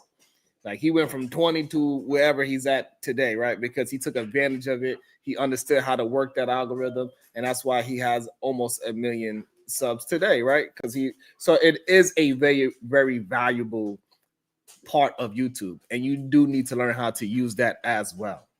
And it's time consuming. You still have to edit and do other things, right? So to act as if the vertical doesn't mean anything, I think that's a little disingenuous. I understand that until you start getting big numbers, most people don't want to do it because the money is not there, so to speak. But if you could convert them into your horizontal, you learn. It is what it is. And you can't get mad at people grinding the way how they grind. Hey, that's how they get there. That's how they get there. Yeah. So Nicole, they got a vertical version of YouTube, and they got this version, the horizontal version of YouTube. The vertical version of YouTube is where people go to see the shorts. Yes, YouTube shorts. Yeah. So now you can do lives in the YouTube vertical, which is putting you in the shorts algorithm. And so now people that's watching for 10, 20 seconds, you get that. I think it's up to like 5 seconds. If somebody watching for like 5 to 3 seconds, that looks like a view. So therefore, you get more people to interact with you and see who you are, and you get more subscribers that way. And that's just what it is. You get more people to check you out, more people to talk to, more people to know who your name is. 6 seconds, my bad. See, look, he's teaching right there, fatty.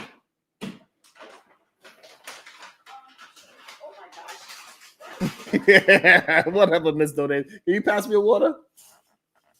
I think anybody that is dealing with whoever they want to deal with as grown people, hey, it is what it is. Grown folks could be able to be with grown folks. I don't understand why people get so up in arms about what grown folks is doing in private. Yeah, somebody play themselves and put that private information outside to the public. However, those are grown people. It's one thing if it's on some Pat Poose and Remy Ma's situation, then hey, maybe you got an argument there. If your wife is doing it, hey, yeah,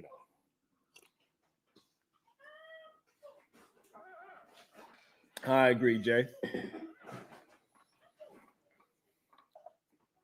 And I think it's also interesting that a lot of people that do not do content creation are also think they understand how to do content creation. Hey, look. I was a broken dusty at one point too. Goddamn it! I only, you know what I'm saying? Like, hey, we can all grow up eventually. Okay, And you know what's crazy about the Jay Prince thing? I think a lot of people use him because he's an easy target. Nobody's gonna really argue. Nobody can really argue about Jay Prince, right? You know what I'm saying? Anytime somebody says something bad about the man, it's kind of hard to defend it because that man just says some of the most egregious things. He knows exactly what to say to get the people going. You goddamn right, Myri.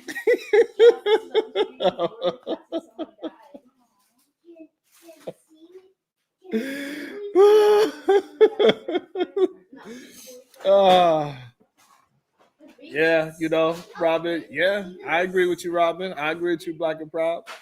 You know what I mean? And that's the truth of the matter. And we know how we like to tell them over here, you need to walk 15 minutes this way and 15 minutes that way. And do at least 2 push-ups a day. That keep the estrogen away, fellas.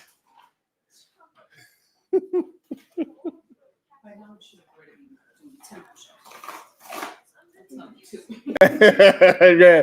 By now, y'all should be up to 10 push-ups by now. If we was doing 2 and we add 1 every day. Sheesh. You know what I'm saying? So Where we at? Do we get to 100 likes yet so we can get back to the video? Can we get to 100 likes so we can get back to the video and break it down? Like, goddamn, do I gotta play some music for y'all to hit the like button? Like, what the hell? What the hell? Why I can't get no goddamn likes? Goddamn. Hold on. Did I think I'm not seeing stuff properly. Okay, there we go. No, it's crazy. I didn't even realize I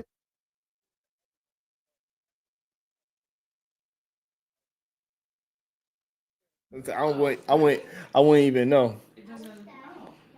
That's kind of crazy when I really think of it. The same way like when you simulcast. So no, it's a little different.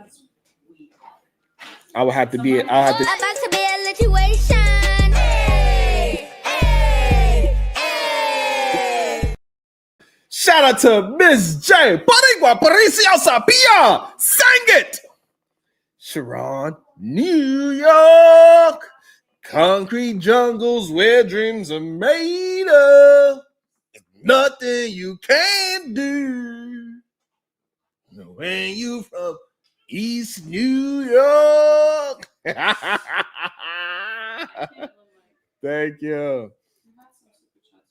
On the vertical?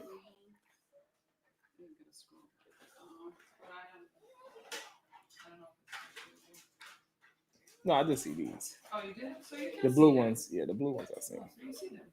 Yeah. What about these? Thank you so much. I appreciate you. Huh? Oh, man.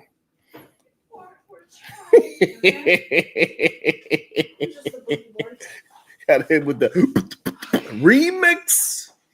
The link is dropped for anybody. I do want to come and join and have a conversation about Miss Pearly thing, talking about our beautiful black woman, which is just absolutely crazy. Damn. Can I leave? All right. Since y'all struggling to get to 100 likes, get to 80 likes, which is only 11 likes away. Let's get to 80 likes. 80.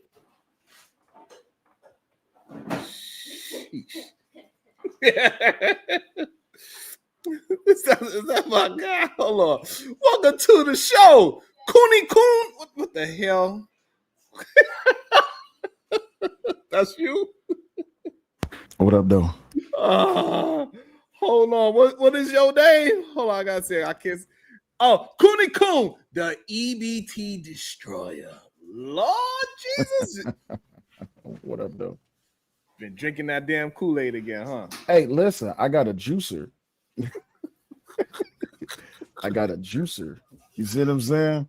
And I love it. That shit's amazing, bro. I ain't even gotta do like, Kool-Aid like the broke folks. I got a juicer. You see what I'm saying? So it's an amazing thing. What the hell your ass over here doing? I'm over here having a good time, to be honest with you. I'm having a good time. This was an interesting thing to review. I haven't did a review in a long time, so that was fun as well, because it's been a long time since I ever actually did a review. It was interesting. I think it's also interesting. What did you feel about? I don't know. Did you see anything about this whole Pearl version? Did you see what Angry Man said? How he agreed with Pearl against Jazz? What was your thoughts on that? Miss Pearl talking about black folks feel entitled to argue with white folks. That's crazy. Talk to me. Did it get the reaction that she was going for? Yeah, she definitely got the reaction she was looking for sure. There you go. That's why she. But what does that mean? So if somebody come up to me and at time they want me to punch them in the face, and I punch them in the face, that don't make the person that's antagonized me any, better. But if you don't behave that way and you only do it for YouTube and it generated content, then you do it for content, right? So this has been my position on Pearl since forever. Pearl is an antagonistic person. She knows what she's doing. She a white woman overseas, specifically talking shit about black people, and black people is mad. Rightfully so. They should be mad, but at the same time, if you want me to ask from the position of a content creator, it makes people watch. So guess what? Do it.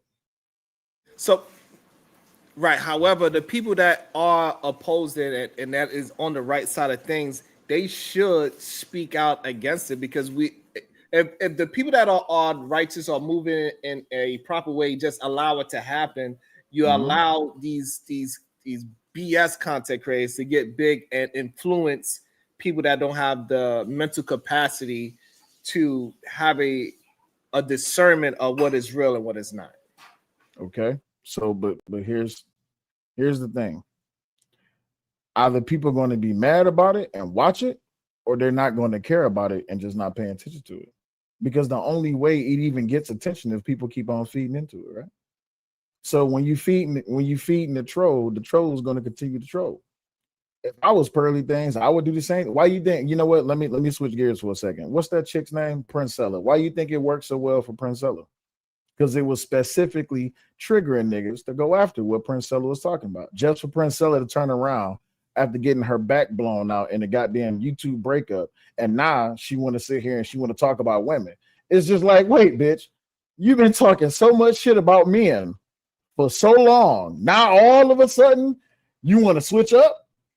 It's all for content. It's even like last night. I don't take this shit serious, bro. This shit is all for. I don't truly believe Pearly believe in the shit she believe in because she used to date a black nigga. Like, what the fuck we talking about? Why are we worried? He was a criminal. I'm gonna tell you why it's important to work. I'm gonna tell you why it's important to work. Shout out to Juju with the 99-cent super sticker. Thank you so much, Juju.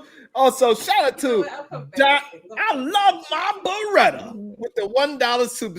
Thank you so much. I really appreciate y'all for all that you do. Hey, don't touch my juicer. Do not touch my juicer. It's still in the pack. Don't touch my juicer. The reason why it is important, and we cannot act as if we don't pay it attention and not speak out about it, that they're not going to get the views regardless. So they do have a bunch of people that's on their side that is just willing to ride with anything racist, and we know that they have a mental problem, and if it doesn't get the proper pushback and a proper attention, it could blow up into something very dangerous. Like, this is why a lot of these Christian nationalists, right, the extreme right versions of it, right, they are the ones that's talking about repealing some goddamn amendments and all these things. So we got to put some kind of stamp on things so we could nip it in the bud, so they understand it's going to have proper pushback, and you can't just do whatever and say whatever. You got to have some kind of consequence. Got you. But here's the thing. If attacking Pearl for her talking points not working, why not just have better talking points? Because now the question is, if Pearl is being antagonistic and she's growing, you got two options. You can be antagonistic and you can grow, or you can be antagonistic and not grow. And so far, Pearl has got how many subscribers now? 2 million subscribers? Cool.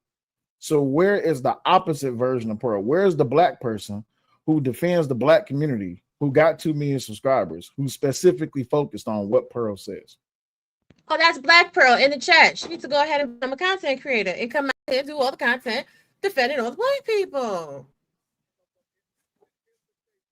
You muted, Sharon. You muted like a motherfucker. You double Sharon, muted, you Sharon. You muted. You cook it with grease. With grease. Damn.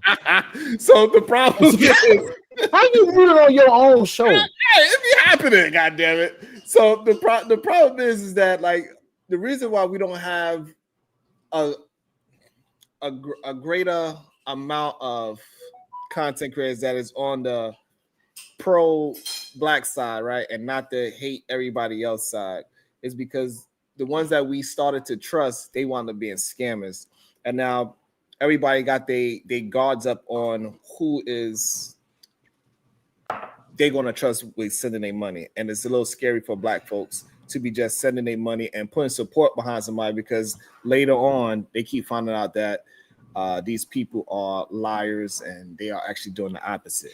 Oh, so black people, wait, hold on. Wait. Let me get something straight. So black people be scamming? Absolutely, yeah. So let me ask you a question, Sharon. You as a black man, you just said that black people be scamming. But if Pearl says it, it's a problem.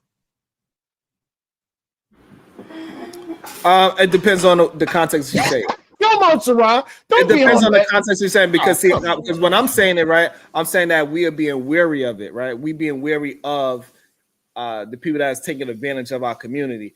And so, and the difference between them, right, is that they don't care if somebody takes advantage of their community. They're still going to back the next white person. But it's so, YouTube. and that's the real difference that we don't have. We feel that a little bit stronger when we get fooled by our own kind.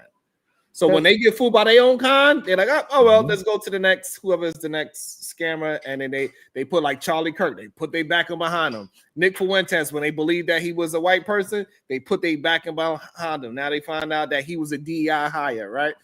So, you know, he's a DEI hire now. Nick Fuentes, a DEI hire? Yeah. Lord, crash the world. Listen, this is the thing. Bro, Gino, he a DEI hired. They hired a Mexican to be the leader of a white nationalist group. That is the definition of DEI. Don't tell him he Mexican. Don't tell him that they listen, but this is the thing. Black people that have money and come out here, they're told they don't really have money. They're told that they're broke. They're told that they need to go get a job. And this, that, and the third. Like, black people don't believe that black people have money. Black people like to get scammed. Black people like for people to piss in their face and tell them it's raining. Because when people tell them what it really is, they got all these problems, because looking at a white person that's successful, it's like, well, you got white privilege. Looking at a black person that's successful, it becomes, oh, you think you're better than me. Or it becomes a measuring rod. Shit, if you're black and you can be successful and you can do this and you can do that, then is it really systemic racism that's oppressing me? Or is it that I'm not pushing myself to my highest potential? Like, you could say, look at me. I'll use myself as an example. The whole entire time you know me, people always trying to tell you I'm broken, what I need to do and what I don't need to do. Yeah, and still, have you ever seen me broke? And have you ever seen me begging? Have you ever seen me needing a damn thing? But people have their perceptions because of the color of your skin. Just like they see Sel on a live stream. So they assume that he needs to get a job. He needs to go vertical, don't go vertical, go get a job. How you know he don't have a job? How do y'all know that while he's at his content play, he's not working his job? But because these people don't have any vision, any creativity or anything else, they make assumptions. When you make an assumption, you make an ass out of yourself. Stupid. So I do get that, and that's definitely a case, and it happens. The issue is that the white folks, they willing to push BS quick, fast, in a hurry, and that's an issue that we don't do. Because white people not competing with each other, black people competing with each other. Exactly. So here's the thing. Instead of being worried about what white people do in the black community, should y'all be worried about improving each other and building each other and strengthening each other and focusing on making the community stronger? But instead, we love to create content or participate in content where we destroy each other. It's like we trying to have the beef sector in the place where it don't need to be, because people want to continuously, completely destroy each other instead of just creating content. I meant every word I said last night over there on Angry Man's. When I was dismissed from the space, I said, cool, y'all got it. I went somewhere else and I start gaining traction, and people still, man, you would think that so far in the black community, y'all should be happy that a black man is stepping up in an arena where he's not welcomed and finding success. But even here on your chat, what are people continuously doing? They're hating on me, a black man, for finding success in politics. What's the problem? I'm gonna address that. That's a good conversation that we can have. Shout out to my friend, because we don't use the N-word over here. We say my friend. Brandon Dusan with the 199. Thank you so much, my friend. You so silly. And before y'all get into the conversation, this is another component that I want y'all to address. Every black person is not the same. I don't gotta be the same black as you. Just because my skin is of a similar hue, it don't mean I have had the same shared experiences as you. I may have grown up in a building where it was the projects, and then by a certain age, my mother said this is unacceptable, and then we moved to suburban culture. I may have gone to private schools, like, you know, I went to school in downtown Manhattan, 31st Street, where the money reside. So therefore, I don't know what it is to go to a project hood booger school. No shade. It just is what it is. Like, so my life experiences, the culture that I have experienced is going to shape the type of black person that I am. Don't assume that we had to have the oven on to be warm in the winter. My mama always paid her damn bills. We always had like a real heat. You understand what I'm saying? Like, I've always slept in a big bed my whole life since I was an itty bitty baby. But you know, people will assume, just like both of you is black, you and Sel, y'all is from the hood, y'all is thugs and whatever else. So you see how when you was on our show last time, they was like Dave was a jailbird. Why Dave's a jailbird? Because he black, where he could be far from it. So it's either you a hood, crap, nothing nigga, or you're a coon. You ain't no real nigga if you ain't go to jail. Well, there's a lot of black people that have never been to jail, so they're not real niggas. I'm sorry, I beg to differ. The police look at y'all all as the same type of nigga. Let me be quiet. Y'all go ahead. That was a good rant. And I think the real problem they have with you, Sel, is not because you're a black man. I think is because you allow the representation of racist. How can I put this properly? You allow the racist rhetoric to keep moving without it being checked properly, is what people feel from you. So here I'll give you a grand incident, right? Y'all know, as a black man, as a black conservative, old school conservative, not new school conservative. A lot of these people that's new school conservative are only conservative because they want to get some of that that traction that comes with the allure of supporting Trump or supporting the Republican Party or being conservative, because it's becoming a thing to do. I'm old school conservative. And old school conservative, black conservative, actually, prior to 1964, prior to the New Deal, prior to migration, I'm still stuck in those roots. So even now, when I exist within the realm of politics, I want better for the black community. But you know what I have found? That the black community does not want better for itself. So I would be coy to not call out the dysfunction within the black community from a political perspective and from a personal experience or anecdotal experience. But I'll give you a grand example of where all of this came to a head. You know what they call a real nigga wake up moment? I had a real nigga wake up moment. This was a couple of weeks ago. A fellow supporter who was also MAGA and also a conservative was on my show. He's Honduran. I'm black. This moment came when he said the Black national anthem is racist. And I said, wait, what? How can you say the Black national anthem is racist? He said, because I don't understand why there needs to be a Black national anthem when we already have a national anthem. So now I'm caught in a pathway. I'm stuck in a fork in the road. I can choose to defend the black community, or I can choose to take a shit on the black community. Either way I choose, whether I defend the black community or take a shit on the black community, guess what I'm not going to get support from? The black community. You know why? Because I'm not out here existing in emotional politics. Now, don't get me wrong, it pissed me off when he did it, because my thing was just like, damn, you specifically is targeting the Black national anthem as if it's supposed to be something racist towards Americans. That's wrong. We created a national, we have our own Black national anthem, because what the fuck is the problem with us having our own?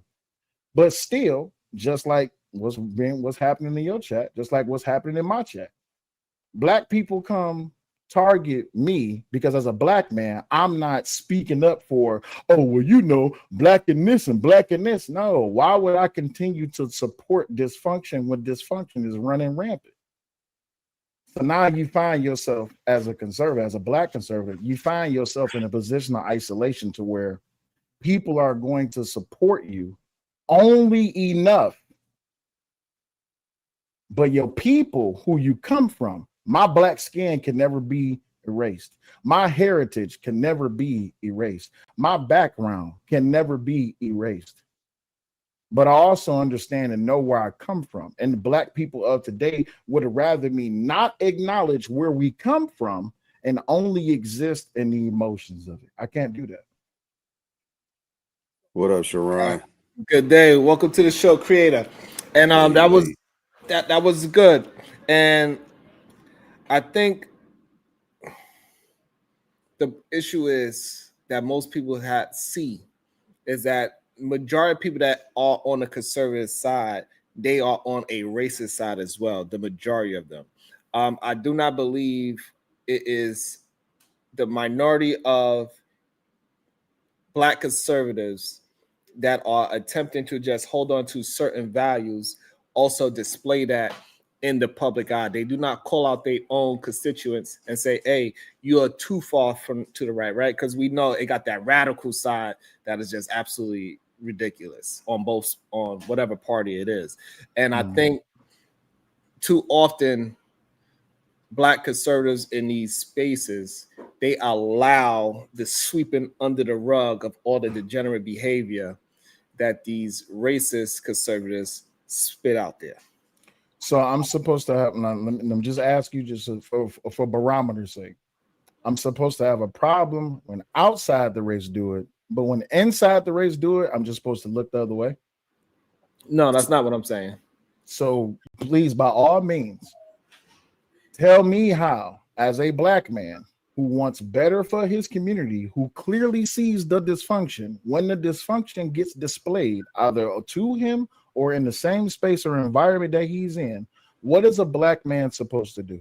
Because I'm confused. Okay, so the thing that you're supposed to do is focus on the majority of the black community.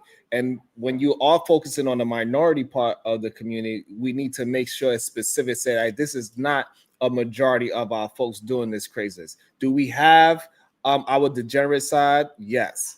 And it got to be clear that this is a minority. This is not the normal. This is not how my kids are. This is not how my immediate circle of black folks that I hang around with, that I choose to keep in my circle at. Do I have a family member that's a degenerate? Yes. However, majority of people that I'm willing to bring into my household, they ain't no criminal, they ain't no thieves, they ain't no thugs. And then people will be able to receive that, yes, you have a conservative political party ideology, but you're not racist or harmful versus your own kind, because a lot of people that's on that side, like Officer Tantrum, he is a negative, or the Carter family, they are a negative towards our culture. Got you. So we understand this simple concept. The weakest link is what breaks the chain. We understand that concept, right? So let me ask you, Sharon, when it comes to the black community, when we're talking about the chain of the black community, would you say that the minority and its dysfunction is a strong or a weak link? I'm gonna say that it's promoted, right? That dysfunction, because it is a minority, is the lowest vibration. It's the lowest, easiest hanging fruit. Look at where people are now. Look at what we're talking about. We're not talking about building, right? We can't even talk about building because we first have to talk about we have to address the degeneracy, right? We have to now spend rocket fuel instead of taking this rocket fuel, focusing it on getting to the moon, right? We now have to let basically the ship keep running. You're right, just burning rocket fuel in place so that we can sit down and coddle a percentage of our community, right? Who ultimately are adults in most cases, right? Or who've ultimately had the same opportunity, right? As those that are seeking to get to the moon. Everybody is in the race. But we have to stop and spend resources and effort and energy on the bad kids, if you will. And then that makes where the good kids kind of suffer, because one, they don't have the same attention. that's not being spent on them, right? It's taking away resources.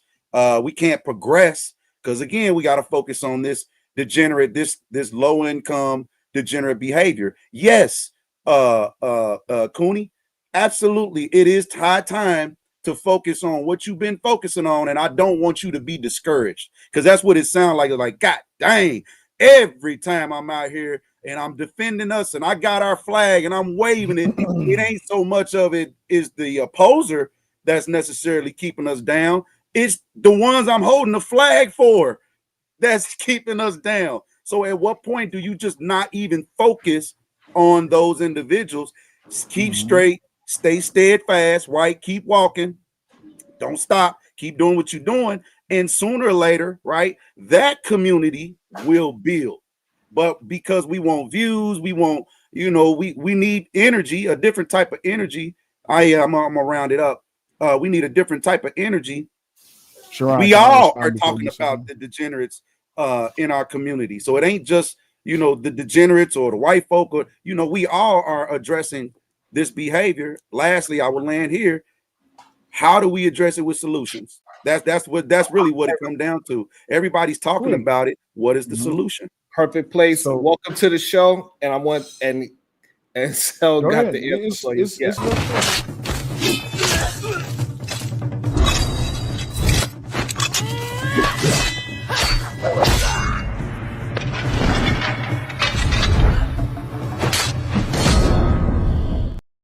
welcome to the show, Supreme Goddess, PhD. But how you doing today? Wonderful. How y'all doing? We're doing well, thank you. What up, though? Hello. So really quick, creator, and I hear what you're saying, but we're talking because it's something that you said that I caught on to, then I got distracted. I got a squirrel. I got ADHD real bad. But the biggest thing is I don't feel scorned by the black community when the black community talks shit about me for not holding the flag or holding the front line when those people come to say something about the black community. Because I do hold that flag and I do hold that line, but I'm also not going to defend what's being, that's what you said, what's being promoted on a major scale within the black community. That I can't do because that's not the way, one, I was raised. That's not the way, two, I'm leading my family. That's not the way that I'm raising my children. So even when I look back within politics, I see that black people on a major scale are trying to handle the situation with the weakest link of the black community, which would be that degeneracy. But you asked about solutions. Solutions are offered, but they're just not said in a kind way. Now I'll tell you why I don't say them in a kind way. Because when I was offering solutions in a kind way, they were either rejected, disrespected, unheard of, or passed off. So now that I'm saying it in a vehemently harsh way, it's still going to be rejected, passed over, and unheard of. So now we get to the crux of the problem. The crux of the problem is this. As a black man who comes from the black community, if I can't call out the dysfunction, if black women can't call out the dysfunction within the black community, who can call out the dysfunction within the black community? Because solutions are being offered, they're just being dismissed. All the white folk with their podcasts, all the white folk with podcasts. Because if we say anything, you understand, then we it's a all problem. kind of fooleries and buffooneries. Right. And as a black woman, when you say F it, yes, they deserve to die, and I hope they burn in hell. Stay the hell away from me. That's when people be like, oh, you think you better than, like, I'm not finna go back and forth with you. If you want to be perpetually a victim, then cool. But I know for a statement of fact that conquerors go out and they handle stuff. They're not waiting for anybody to give them anything. So when did we stop being conquerors? When did we start needing a handout? When did we start needing a hand up? This is not a system made for us to win. And operating within the system means that you either dismantle it or you destroy it. And people are doing neither. They're complacent and it's exhausting. But this was a system that we thrive. I'm sorry, go ahead. Exactly. It's really not much of a better system than what we have. And I think that's part of the problem is we really not. I talked just a couple of days with Sharon. We have to compete. And I don't think the conversation is discussed enough we with wherewithal, the conversation for those that have capacity and can compete, right? And so when I come here, I'm speaking Black patriarchy and what that looked like, right? I'm not worried about, that's what I'm saying, rocket fuel. I don't really have much time to worry about what everybody else over there doing, even the degenerate. If you want to fail, go over there and sit down. You're more than welcome to fail. If you want to win, right? We not hand holding in this day, because I don't have to I'm not behind you when you behind closed doors doing all your nefarious activities. So why I gotta hand hold you when it's time for you to get your life right, or on things that's gonna actually, get you ahead. So now, if you want this game, and it was always taught to us, especially the ones that got it, ain't nobody that you love or mentor or anybody coming to you because you so great that they want to mentor you. It don't work like that. There are examples in life that you pattern yourself by, right? And those people just keep walking. You run to catch up with those. Hey, show me what you doing. Show me. And those are the people that we focus on. The people that yearn for that knowledge, that yearn for that leadership, right? They yearn for it, but they kind of got to be in, kind of hide a little bit. It's like the nerd in school who he got to act cool, right? Because he's overwhelmed with all the hard, the raw, cool gangster guys, right? So he's got to conform. I'm hard too, guys. Yeah. Gangster, that ain't him. He playing a role because he don't want to get his ass whooped, right? He don't want to be bullied or tortured. You get what I'm saying? I got you, Sharon. He don't want to get in those situations. So our conversation now creates these spaces, right? For those individuals to say, you know what? Enough is enough. I do want better in my life. What are those strategies? Show me so I can execute them. And then when they start using them, that is the difference. So all the talk, it means nothing. My bad. Go ahead, sweetie. This is the thing, right? So even when you say destroy the system, Black people be like, shut up with that shit. Shut up with that shit. You can't destroy no system. I mean, if they would have believed that, then when Black and slavery days, we would still be in chains. If they would have believed that when we were sitting and drinking out of different faucets and sitting in the back of the bus, then we wouldn't have no civil rights. So yes, you can destroy the system. The problem is there's so many slaves that are mentally enslaved. They believe the hype that it can't happen. And if you believe that the system of oppression is white supremacy, well, hell, with all these rich Black people, why are we not just doing business within the Black community? That was destroying the white system. That's why they burned down Black Wall Street. But don't let me tell you about your history. See, there's all this Black money in the community. If you notice, you don't really see me put no money on, you know what I'm saying, pale people. It's all love. Shout out. But I put my Black dollars on my Black content creators to make sure that my dollar circulates. Where you put in your money? I own shoes. I have shoe companies for kids, men, and women. We wear my shoes around here. We can make our own clothes and everything else and wear our own stuff. But y'all worried about rocking Balenciaga, Louis Vuitton. You know what I'm saying? Y'all worried about red bottoms. Y'all worried about going to the best restaurants and everything else that's not owned in your community. Meanwhile, there are businesses within your community that are Black owned that y'all not going to support and get them bumped up so they wind up with Michelin stars. Yeah, you don't want me to really start talking to y'all the truth because y'all not really with No. Hey, Sharon, did you bring something for everyone? Hold on. But here's the thing, right? Even if we just, even to piggyback on my wife just said, even if we was to just start small, everybody that's a Black content creator should be supporting each other, right? Even by that measure alone, when your fellow Black content creator goes live, if not just support them by giving us a subscribe and a like and a share, I mean, at this point, it shouldn't even have to be said religiously every time somebody go, make sure y'all like the show, make sure y'all subscribe, make sure y'all support. If you really support them, fuck businesses. Let's just start where we actually have with a free like. A free like. And if you really support them, throw $1 at them. It don't cost much. That's my alarm going off. But the thing is, though, we don't also want to check my email. All right, baby. Let me also leave that sponsorship. Oh shit! Let me get the space for Supreme Gods and Conscious Moron to jump in there as well. Another sponsor? Go on mute. Oh my bad. I guess I'm actually sitting here because I'm trying to really get a grasp of the conversation.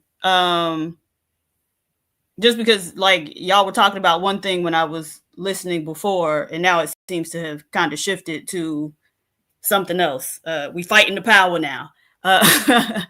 So let me listen until I really can wrap my head around what's going on. Then, of course, as I always do, I'll outside, Beaver. It was always about fighting the power. Even though it was a drag and a gag, it was still fighting the power, the system of white supremacy. Go ahead. The thing is, like, it's really when he was saying the man was up there asking about the Negro national anthem, and I did want to know. So, what did you respond to him? Because you said like he said that, and you was kind of like, damn. No, but I didn't hear because I was doing some other stuff. What did you say to him? I cussed him out because it pissed me off. Okay. I'm gonna be honest. I'm gonna be honest with you. Not only did it piss me off, not only did I cuss him out, it really just it's this article written back in 1996 or 1998, I believe it's called. I believe what year it was. It's called The Lonely Conservative. And in that moment when he did it, I'm just like, really? So I get all this flack from black people, and here you go bring yourself up here, and you gonna try to shit on black people in front of me. And it's just like, damn. So now I'm stuck at a fork in the road. Do I defend the black community? Do I not defend the black community? Do I jump on board and be like, yeah, you right? No, because at the end of the day, the truth is just this. There's absolutely nothing racist about the Black National Anthem. It's ours. As a people, we have our own stake in this motherfucking land, just like everybody else. So why can't we? Because what it did was, and it took me back to all of these FBA conversations I'll be listening to, where people talk about how it is that these tethers or these people who come from outside the country try to come into the country, trying to regulate or trying to facilitate how our black experience within this country don't mean shit. It pissed me off. But then at the same token, it's the same people that I could defend who got nothing but shit to throw on my name. You see what I'm saying? So now you at a fork in the road. Do I step up? You know what it reminded me of? Y'all remember that situation with Angry Man and Myron? When things was said to Myron and Myron repeated it, and how everybody wanted to talk shit about Angry Man because he didn't defend the black community. I did a whole show about it. Absolutely, I remember. Yeah, that's when we got into it. But my thing is this, though. So you want me to sit here and cape for a community that does not support me unless I'm existing within that victimized mindset? I can't do it. But I'm also not going to denigrate the black experience. So that's that fork in the road when it comes to the lonely conservative. But don't you think, unfortunately, I hate to say it, that black people in the conservative movement have been used to reinforce those stereotypes? No. So why wouldn't you be eaten up by that same thing? No, because black people started out as conservatives. Black people started out as Republicans. So how can black conservatives after the Civil War? You asked the question. How can black people be used in the capacity of being a conservative if that's originally where we came from? If we originally came from being conservatives and being Republicans, how the hell are we getting used? Well, you said it. I think you said that earlier, brother. The conservatism of the day is not the conservatism of today. Go ahead, my man. Yeah, that's what I was about to say. After the great Southern switch, you know that's changed. So come on, man. Yeah, go before. Even after this Reconstruction, there hasn't been a black Republican senator elected. Now, Tim Scott was appointed in 2004, but the Republicans don't really rock with black people, and we all know Democrats. That. But here's the thing: I'm not saying Democrats are better, but at least hold on, wait. No. Once you understand the history as the only reason that black people even got a shot from the Democrats is because they was bought. Black people were sold out with welfare, and they accepted. They cashed the check. When the check not cashed the check, they signed the bitch. When the check came across the black people from Lyndon B. Johnson, Black people said, we're going to accept this welfare. We're going to step away from being conservative. We're going to step away from not being involved with government. We're going to step away from people being in our business, and we're going to accept government into our life, into our household, and we're going to let them regulate how we live and raise our children. How could I accept? Hold up, stop. How could I accept that position? Yeah, but that's not accurate because Black people started moving towards the Democrat with Roosevelt and Bethune. She started working with the Negro Affairs with him, and the kind of culmination was LBJ. You always talk about LBJ. That was the end of it. But like I said, Roosevelt and Mary Bethune. What did Bethune pass for Black people? It wasn't what she passed. She was allowed to work. Okay, so what did she do? What did she do with? What did she do? It started attracting more Black people to that said party. And I want to say Roosevelt even had a nurse and a driver who were Black who went around the country and touted his programs. So like Black people started moving towards. When you say programs, what programs you talking about? It was a variety of programs, but it was the New Deal social program. That's what I said. You got to go. What was happening on the other side? That's why I said. That's why I said. Wait. Stop. That's why I said you have to go back before. That's why I said you have to go back before LBJ. You got to go to FDR. You got to talk about these social programs and how it is that Black people was accepted with these social programs. So I'm not disagreeing. I'm not disagreeing with you, but I just want you to understand the perspective that I come from being an old conservative. I don't want government in my life. I don't accept people trying to regulate how I move or how I think. And when you look at today's Democratic Party, they want every aspect of their influence in your life. Because they have that right. They have that right. Case when we almost let everybody into the tent. Y'all are the restrictive ones. Y'all don't want people in the tent. So how? Wait. I'll let you get yours off. Hold on. Go ahead. I'm saying y'all the ones who want this straight laced cookie cutter American. Well, we saying no. You can almost be anything you want as long as you don't mess with us. Y'all the party of restriction. We're not. So how could we? How is being free? How is being free being restricted? What? How is being free? Liberties. Ain't no such thing as free, but how's having liberty? Thank you, I appreciate that. How's having liberties being restricted? I'm saying y'all want a cookie cutter image of America. You have to be a Christian and all these things. No, you don't. You don't have to be. Absolutely. Who told you? Wait, okay, stop. Who told you this? How y'all view the New York City mayor? Y'all saying he gonna ruin the country? He's just a mayor. He's a socialist and he's a socialist and a. Do you see what I'm saying though? But I'm saying stop. He's a socialist and a communist who wants to bring Sharia law to New York. What are you talking about? How can you be a socialist and a communist? Because he's a piece of shit. But the most important thing you can't be both. Because but here's the thing. Black people got behind him. So let me ask you this question, and this is what we did the show about. If it's supposed to be about Black on Black and Black interests, how come Black people didn't support the Black woman in Virginia? What Black? Oh. And to be very clear, communism is in fact. Hold on, conscious moron, because communism is a form of socialism. Because both are economic and political philosophies advocating for public rather than private ownership. The government controls all means, where with socialism, the people control all of those things. No, again, what I'm sitting here and I'm trying to give you a nugget so you don't say that again and be speaking in error. Do some research on it. Communism is a form of socialism. No matter the modality of which it is rendered through, it is still a socialistic principle. Even using the government, it's using the government to be fulfilling the needs of the public sector. It wants to use private funding to do so. So when we're sitting here and people are having these conversations, they're not really looking at the whole thing. They're really not. They're not. They just want to say it's not the same thing, and they don't fully understand the principles behind it.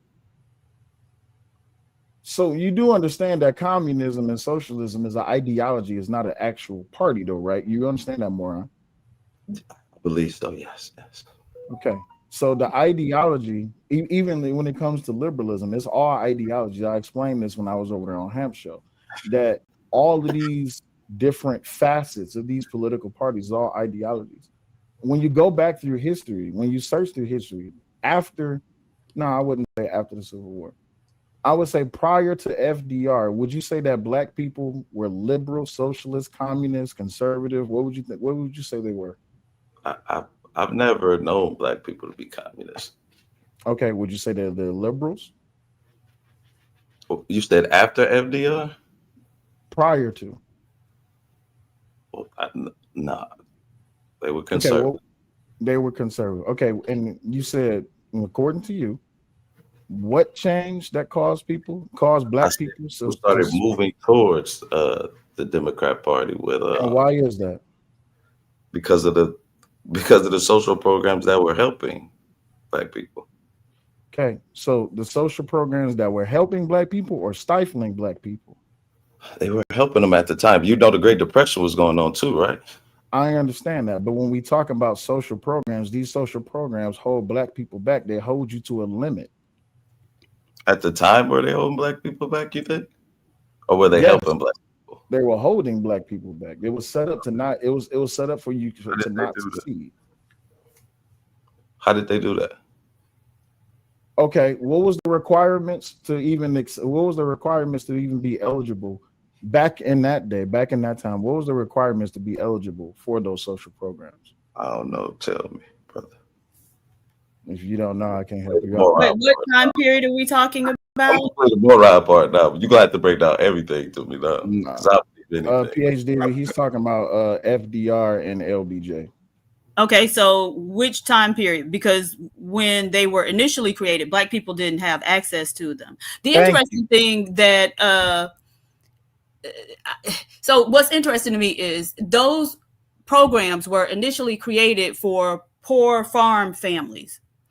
And so why didn't they break up their families? Why were those farm women and men those poor farmers able to maintain their families?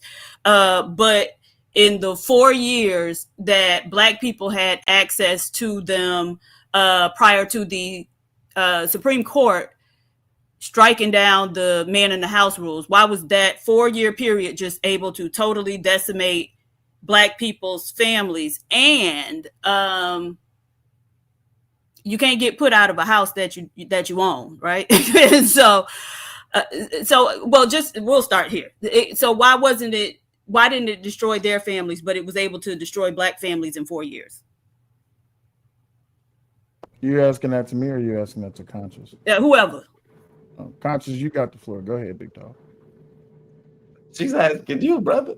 She said whoever. She actually said whoever. Go ahead, Conscious, you got it. You brought the conversation. I wasn't even listening either, but go ahead. Damn, you're not listening to what a black woman is saying? That's disrespectful. Don't do that. Don't be petty.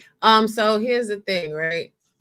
We never take into account Vietnam. We never take into account how the soldiers came back from war. No, because we're not talking about that, right? We're talking about I didn't interrupt you while you. I'm just saying I'm not talking about Vietnam. I asked about the programs. You asked a question why those programs destroyed the blac family. So there's and not the white family. It's more complex theories to that. So while I listened to your question, it would be beneficial to you to listen to the response. You don't have to agree. But I just want us to stay focused. We are staying focused. Just because you can't look at a picture outside of those programs, that may be hard for you. So I'm going to give you more perspective in context to why those. Well, I didn't ask for context. I asked because the statement was you made did ask for context. You said why. You said why. You said why did those programs devastate what was the difference the between them using it and what was the difference between us using it? And the difference is because of Vietnam. When black soldiers came back from Vietnam, they were drug addicted. There was no programs to get them off of drugs. There was no employment for them, and they did not have any family wealth. With white families, they had programs in order to help them to get off drugs. They had family members that were helping them to get employment. They had the ability to have glue and generational wealth to their families, because Black communities did not have that. That is why those programs were able to have more of an impact and a devastating effect to the Black community, because it started with the destabilization of the Black man before they instituted those programs. So again, then it wasn't the programs, it was them being on drugs and them not having jobs, right? That's basically what you just said. It wasn't those programs was not, by your own admission, Supreme Goddess, was not specifically designed for Black people. Would you agree? Correct. We were specifically explicitly excluded. Yes. Right. So when those Black men came back, their Black families was already in a distraught place because it wasn't created for them. And the only way that they was even willing to accept Black people on these programs was they had to completely disassociate the Black male figure from the home. So when we look at the scope of how it is that, and again, people might get mad, but I don't care. If your feelings is your feelings. When we look at how it is that when we call out the Black dysfunction and how matriarchy has been a problem within the Black community, we understand that that is a focal point. And so when we talk about that and we get back to saying we need to be focused on making sure that the Black family unit is going to be the strength, which is going to bring the Black community back to the forefront, and then even beyond that. Why is that such a problem to acknowledge and recognize? I don't think it is. But I think what we're not recognizing and acknowledging is we can be together, we can have families, but as long as Black men are in being subjugated by another group of men, you're gonna have the same problem, right? So employment will continue to be a problem if you're dependent on another group of men to give you jobs. All of these, and so the issue is actually Black men being subjugated and controlled by another group of men. At Apex Archetype $10, creator, I fucks with you. Keep it up. Okay, so can I disagree with you right there? Yeah, I wouldn't say that it's Black men being reprimanded or being held back or subjected to outside of the Black community's influence on the Black community. I would say is this: it was the accepting of the white man's ice as colder, and that the Black man should be disassociated from the family. It was, hold on, I'm sorry. I appreciate the angry man sent the super chat, but the thing we have to look at in the grand scope of things in the whole, even like one of the new things that I heard, I think this is like last month, and I called into question, why is Black male leadership being sought out just because Black male leaders who are conservative are not going along with the victim mentality? When it was dismissed, the dysfunction was cast because Black men was dismissed from the home. So why now do you want Black male leadership? Are you saying that the Black male leadership within the Black community that is there right now, which is not conservative, is it not good enough? And if that's the case, if we go back to FDR, if we go back to social programs, if we go back to Lyndon B. Johnson, what you're saying is that Black male leadership from the conservative perspective, or even older conservative, was never really accepted, appreciated. So now in 2025, and I hear what you're saying, PH Diva, as a Black male conservative, if I'm calling out that dysfunction, which is clearly a problem, why is that a problem? Okay. So again, I'm sorry. Did y'all want to read the super chat? Y'all want me to read it, or Robbie, did you want to read it? I don't know. It wasn't just the programs, it was numerous factors. From Angry Man, the Angry Man, with the $9.99. Shout out to Beano Nation. Appreciate you. So we talked about it. Okay, so not being just the programs, it was also the men being coming back, being addicted to drugs and not having programs to help them kick their drug addiction, and then also not having access to employment, right? And so who gave them the drugs? Oh man, that's a hell of a thing to answer. The Vietcong. No, the military gave it to him. The military gave it to him. I ain't trying to pin the blame on nobody. But no, they've admitted it. They've admitted it. That's the thing. I used to work for the military. They've admitted they were giving them the drugs, right? And so that's the white man who didn't give them programs to kick drug addiction when they came back. The white man, that's who they was apparently dependent on to do it. Who didn't give them access to jobs? The white man. So it all boils down to black men being subjugated by another group of men, because even when we had this more conservative black male leadership, so we can go back to Black Wall Streets, right? It was multiple of them. What happened to them in the end? They were all able to be destroyed because black men couldn't protect those communities. Why? Because they were subjugated by another group of men. And so until you fix that problem, all the other problems going to continue to exist. And so I just don't think, talking about welfare or maybe going to jail, but a lot of these things that we see as societal ills is we're talking about the symptoms rather than the root cause. And the root cause is and has always been that black men are subjugated by another group of men. Now, on that not point just right black men, there, but black women as well. Black but men are supposed to be the leaders. Hold on. We talk about men being leaders until I point out that black men are subjugated. Then we want to talk about people. No. Black men. Hold on. That doesn't saying that black women are subjugated by the white man. It doesn't matter. Women aren't called to be the leaders.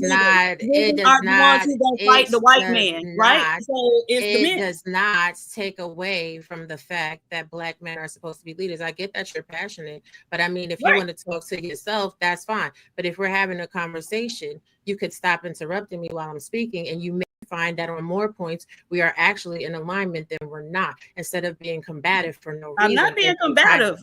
You are, because you're I don't need you. I don't need you. I don't need you to help me to stay focused. Because I make a statement does not mean that you know where the end of my statement is going to be. Come on now, you're supposed to be more intelligent. I don't, but I just want to say it doesn't matter about people. So then stop interrupting. Stop interrupting while other people are speaking so that we can have a fruitful conversation. We are. Go ahead. Thank you. Anyway, like I was saying, black people as a whole are subjugated by white people in America because we were brought here as slaves. So both sides of this argument, pushing this narrative of soft femininity, pushing this narrative about black leadership, are null and void, because neither group, male or females, can actually exhibit true leadership without conquering and, deleting the people that oppressed them and brought them here in chains.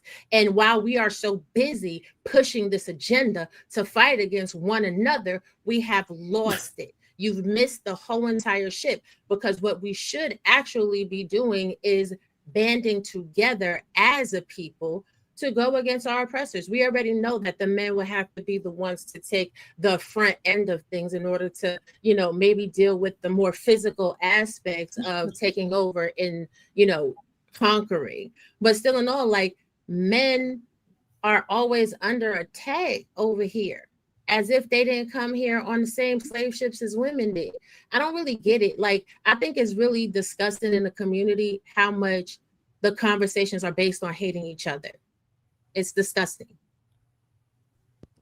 Well, really quick, what I wanted to say, PhD, real quick. In that interim where black men was off fighting in a war that we didn't have no place to be in, being forced to go into a war that we didn't have no place to be in, what were the women doing at that time? Some of them were over in war too, delivering mail. I know. But we're talking about we talking about the women here in the States. They were doing a lot of different things, right? Some of them were in college, some of them were probably doing drugs, some of them, they were doing all types of things. Okay. So with that logic, we're gonna ride on this train for just a second. Okay. The black community was served up, since we came to this country in 1619, even if you want to go back to 1508. Black people in this country have always been served a bad hand of cards. Can we all agree on that? Yes. Yeah. Yeah. Okay. Now, when we get to that Vietnam time, black men being shipped off, black women had to stay here with the children. And here come this white man. And we all know, I think it's the 8 or the 9 most deadliest words that a white man in a suit can say to you when they knock on your door. I think we should all know that by now.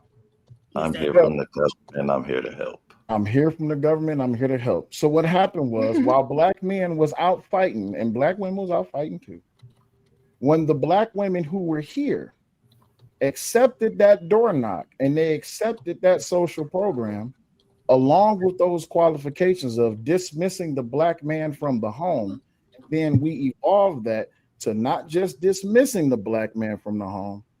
We get to the 70s, the 60s, the 70s, the 80s, the 90s, the 2000s, where there is a continuing punch down on the existence of black men.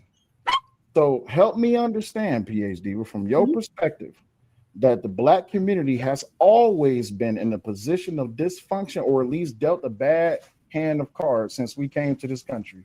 And the number one way in 2025, or even going back to the 70s, is to destroy, dismiss, and completely disassociate from the existence of black men.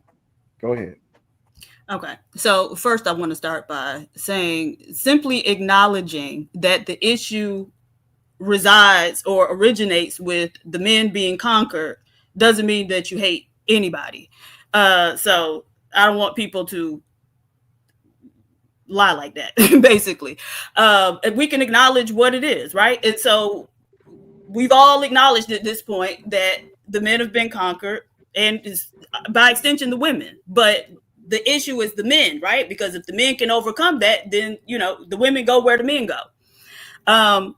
And so I hear everything you're saying, but it doesn't make sense to me that y'all come out here and say, oh, well, we need strong black male leadership, when as soon as we say, okay, but y'all conquered by these other men, then now it's all these contextual things. And so until you solve that, there's not going to be any strong black male leadership, conservative or otherwise. Mm-hmm. And again, that's where the issue originates. And so what is I just don't really even understand, a lot of what people talk about with regard to like pathologizing black people or pointing out the societal ills, because until we fix the originating problem or the root problem, all that stuff is going to continue to happen. So now here we are. We're still on this train in 2025. You have black people, male and female, preaching the gospel of getting off that victimized plantation, getting away from the mindset of black men ain't shit, black women ain't shit. We also have people who is preaching the gospel of calling out the dysfunction and the degeneracy. But, and I'm only saying this to you because you said it, but when it comes to addressing the focal point of what the problem is within the black community, by your words, black men were conquered. But if I was to say as a black man, no, it was the black women that was actually conquered during the times of slavery, that would be a gender war talking point, which in turn, yes, it would be a talking point, which in turn would then cause more discrepancy, more dysfunction, more separation of the ideals. The truth of the matter is this: in those times where black men were forced into something, once again, that they didn't ask to be in, when they just wanted to take care of their home, raise their children, and love their wives and lead their lives, black women said, we accept that notion, but at the same time, the white man's ice is colder, and y'all niggas ain't, y'all men ain't shit, because y'all conquered. Right. So the question that I have is, okay, so the women had children, right? Because that was one of the requirements to be on those programs. Y'all have said the men were on drugs and didn't have jobs. And so if the women, black women were in large part locked out of a lot of gainful employment, right? So we had a lot of black women who were washerwomen, who were domestics during that time, who was cooking food and selling plates out of their house, that type of work. And so how were the women supposed to put a roof or keep a roof over their children's head, food on the table, and clothes on their backs? I'm glad you asked that question. And the only answer that I have for you is what it is that black men have been dealing with for the longest. Put up or shut up. So what you had to do what you had to do to make sure that your kids was taken care of. But did you have to do it at the behest and at the sacrificial existence of the black man just to get it? And that answer, regardless of how you want to spin it, for the black women in the black community, will always be yes, which is exemplified even here in today in 2025, when you still have people who would shit on the existence of black man just to get a come up. But thank you. I appreciate you for participating in the conversation. No. But that's the thing. If the man is saying, do whatever you need to do and keep me here, look, I'm gonna tell you to get the fuck on too, right? Right, to have no care or concern for the fact that these are women struggling, facing racism just as the men were, and trying to raise their children at the same time. Like, if you can't contribute, then, like, you were on drugs, as y'all said, they were apparently they was all on drugs, then I mean they couldn't even stay home and watch the kids. Right. But that's the reason that Lyndon B. Johnson instituted what he instituted, because he knew that black women would react that way. That was the entire purpose. The entire purpose of him instituting that new form of welfare that had certain stipulations in it was because he knew the condition of black people, and he knew the condition of black people, and he knew that once that divide was put between them, it was going to cause a problem. But like I said in the super chat, it wasn't just the programs that caused the breakdown of the black family. There were numerous factors. If you look at the black family from Reconstruction going all the way up to the 1960s, we were excelling in every metric. We even had the highest marriage rate. So even though we had to deal with Jim Crow, we weren't dealing with a lot of dysfunction. We were actually thriving. And when you brought up Black Wall Street, it wasn't even named Black Wall Street until it was rebuilt. So it was destroyed, yes, but black people actually rebuilt it, and it continued to be what it was. That's why they called it Black Wall Street. And there were numerous ones. There was one here in Durham, North Carolina as well. So by the time you get to the 1960s, and there's a great book on this, it's called From the War on Poverty to the War on Crime, written by a sister from Princeton. It's a professor, right? Where she breaks down that you not only have those welfare programs that were changed to have certain stipulations, but just like Raw said, you also had Vietnam, but you didn't just have dudes coming back with drug addictions. You had brothers that didn't come back at all. So you had that disparity, and then you had LBJ funneling this money into this new law enforcement arm, where they basically were heavily policing urban areas. Y'all know there was a migration of black people from the South and from rural areas to cities. So you have this big concentration of black people in certain parts of the cities, and they started policing them more heavily, locking them up for all types of stuff. So you have numerous factors that removed men from the households. It wasn't just men deciding, I don't want to be here and I want to leave.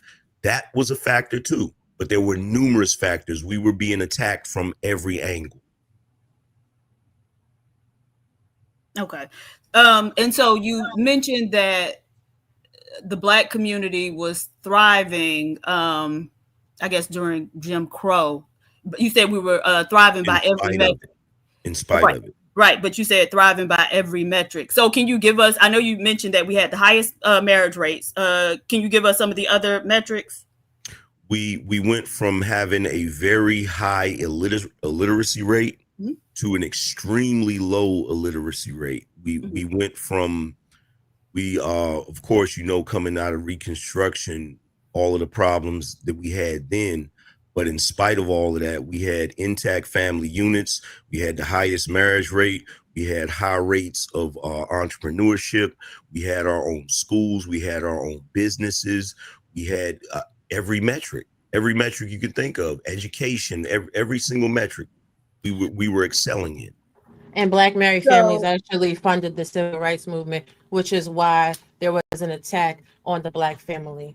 We were doing so well. We were doing so well that white people even came out with a documentary that was like an instructional video it's called How to Sell to the Negro, because Black people were making so much money that they were trying to figure out, okay, you know what? We have these Negroes, as they would put it back then, that are starting to make a lot of money. How can we sell to them? That's how well we were doing. And integration, this is why people make arguments about integration, how it was problematic. That was another factor, because the moment we integrated, we lost a lot of ownership. Right.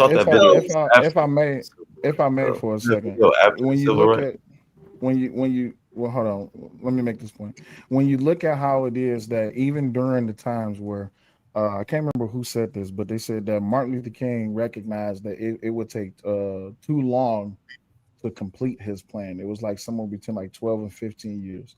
And the problem was integration hurted the Black community. Well, I use the word hurted, and that's not really a word, but I just made it up. But it is what it is. Don't, for all you sticklers for words, to hell with y'all. I don't care about Webster. But the thing was, integration didn't do anything good for the Black community. All it did was it let those outside of the Black community come to gain knowledge on how it is that we were so successful. It let them into our household so they can come up with all these different ways to not just defeat us, but to destroy us. That was a problem. This is why, from the old conservative, this is why we speak about these things. And it's a thing when people sit there and say that it's a lie, that people don't marginalize and denigrate Black men as a whole. It's not a lie, it's the absolute truth. Because when Black men are exhibiting leadership, if it's not what they think that leadership should look like, well, they ain't doing it because they should be doing this. And at the end of the day, if you don't like the way a certain man is leading or the way men are leading, then don't follow them. Do your own thing. Like that's what most people are doing anyway. They're doing their own thing. When you go above and beyond to criticize how somebody else is doing something, that is disgusting, is deplorable, and showing contempt and hate. Like we have to start actually living in reality and being aware of what it is that we're saying and we're doing. It's a bitter pill to swallow. Nobody wants to say, well, damn, I really don't like my fellow people, but you don't. And that goes for men too. Because at the end of the day, and I've been saying this for years, I'm going to keep on saying it. As a woman, if you don't deal with how a man is on his mode and his motion, be a grown woman and stay to yourself. Don't deal with him. As a man, if you don't like how a woman is acting and how she is on her mode, be a man, stay to yourself and don't deal with her. The conversations and the barbs that we throw back and forth against each other is showing hate. It's showing self-hate. Let me leave the floor before Kulu got. I see you came up mute a couple of times. Got Kulu. Yeah. What's up, panel? What's up, Angry Man, Will, Raw G? What's up, everybody? What up, PH Diva. So I've heard a lot of, conservatives and, older Black, I guess I'll say elders and OGs say that if we wouldn't have integrated, if we were doing so good before, a segregation or integration, and, if Black Wall Street wouldn't have been destroyed. Can y'all give me an example of what, if none of these things have happened, right? If we wouldn't have integrated, if Black Wall Street wouldn't have been destroyed, what, can y'all paint an image on what the Black community would be today? Because I've never heard them actually, speak about what it would be today. You know, like what country in the world today has had, you know, their own country, and then a group of people within that country build what we were building at the time. Like we don't have an example of that. So can y'all kind of give me an idea on what that would look like? No, we actually do have an example of that. When you look at certain cities, you have areas like Chinatown, you have areas like where you have people that come from other countries. They have a whole neighborhood. That's what the Black community would have been, just on a bigger scale. You would have had Black grocery stores, you would have had Black banks, you would have had a lot of different Black businesses that are detrimental, and you wouldn't have to deal with certain issues as far as prejudice, right? But my thing is, I don't think we should have forced integration. I think eventually we would have integrated organically eventually, because at some point white folks would have wanted to do business with us. We would have wanted to do business with them. The problem is the way we forced integration, it made us lose too much. We lost schools, we lost stores, we lost businesses. We lost too much integrating, and it made us dependent upon white businesses too much, which caused a myriad of problems. So it would have been, and this is coming from somebody that grew up in neighborhoods that were predominantly Black neighborhoods. I've seen what the Black community looked like. You know what I'm saying? And I'm pretty sure, Sharon, being from Brooklyn, I'm pretty sure you've seen that as well when you were young, if I'm not mistaken. So we know what it looks like. We know what it would have looked like if you know, integration wouldn't have happened. But, you know. Can I jump in on a different scale? Because we're talking about cities and countries. How about just an ideology as a community as a whole? When I say small hats, we all know who I'm referring to, right? Mm-hmm. The small hats buy into, and they sell on. They buy into themselves. They corporatize themselves within themselves. They create business within themselves. They create structure within themselves, and they stick to their heritage. They do not combat one another, and they sell to everybody else. When I talk about integration, I'm not talking about just Black people moving in with white people or existing within the same space as white people. It's just the ideology of the whole Blackity Black movement, right? The Blackity Black movement should be, we should only make money with us, but we should sell to them. That ideology is being passed over, because even within that ideology, you are keeping the most foundational thing which keeps a community together, which is heritage. And when we look within the Black community, we are participating and fighting with each other, because everyone wants to be the nigga or the dude with the number one headband, or the female with the number one headband, instead of us actually working together to strengthen our foundation. We are more than willing to sell off our goods, our resources, our knowledge, our heritage, our culture, which is a big thing, to everyone else.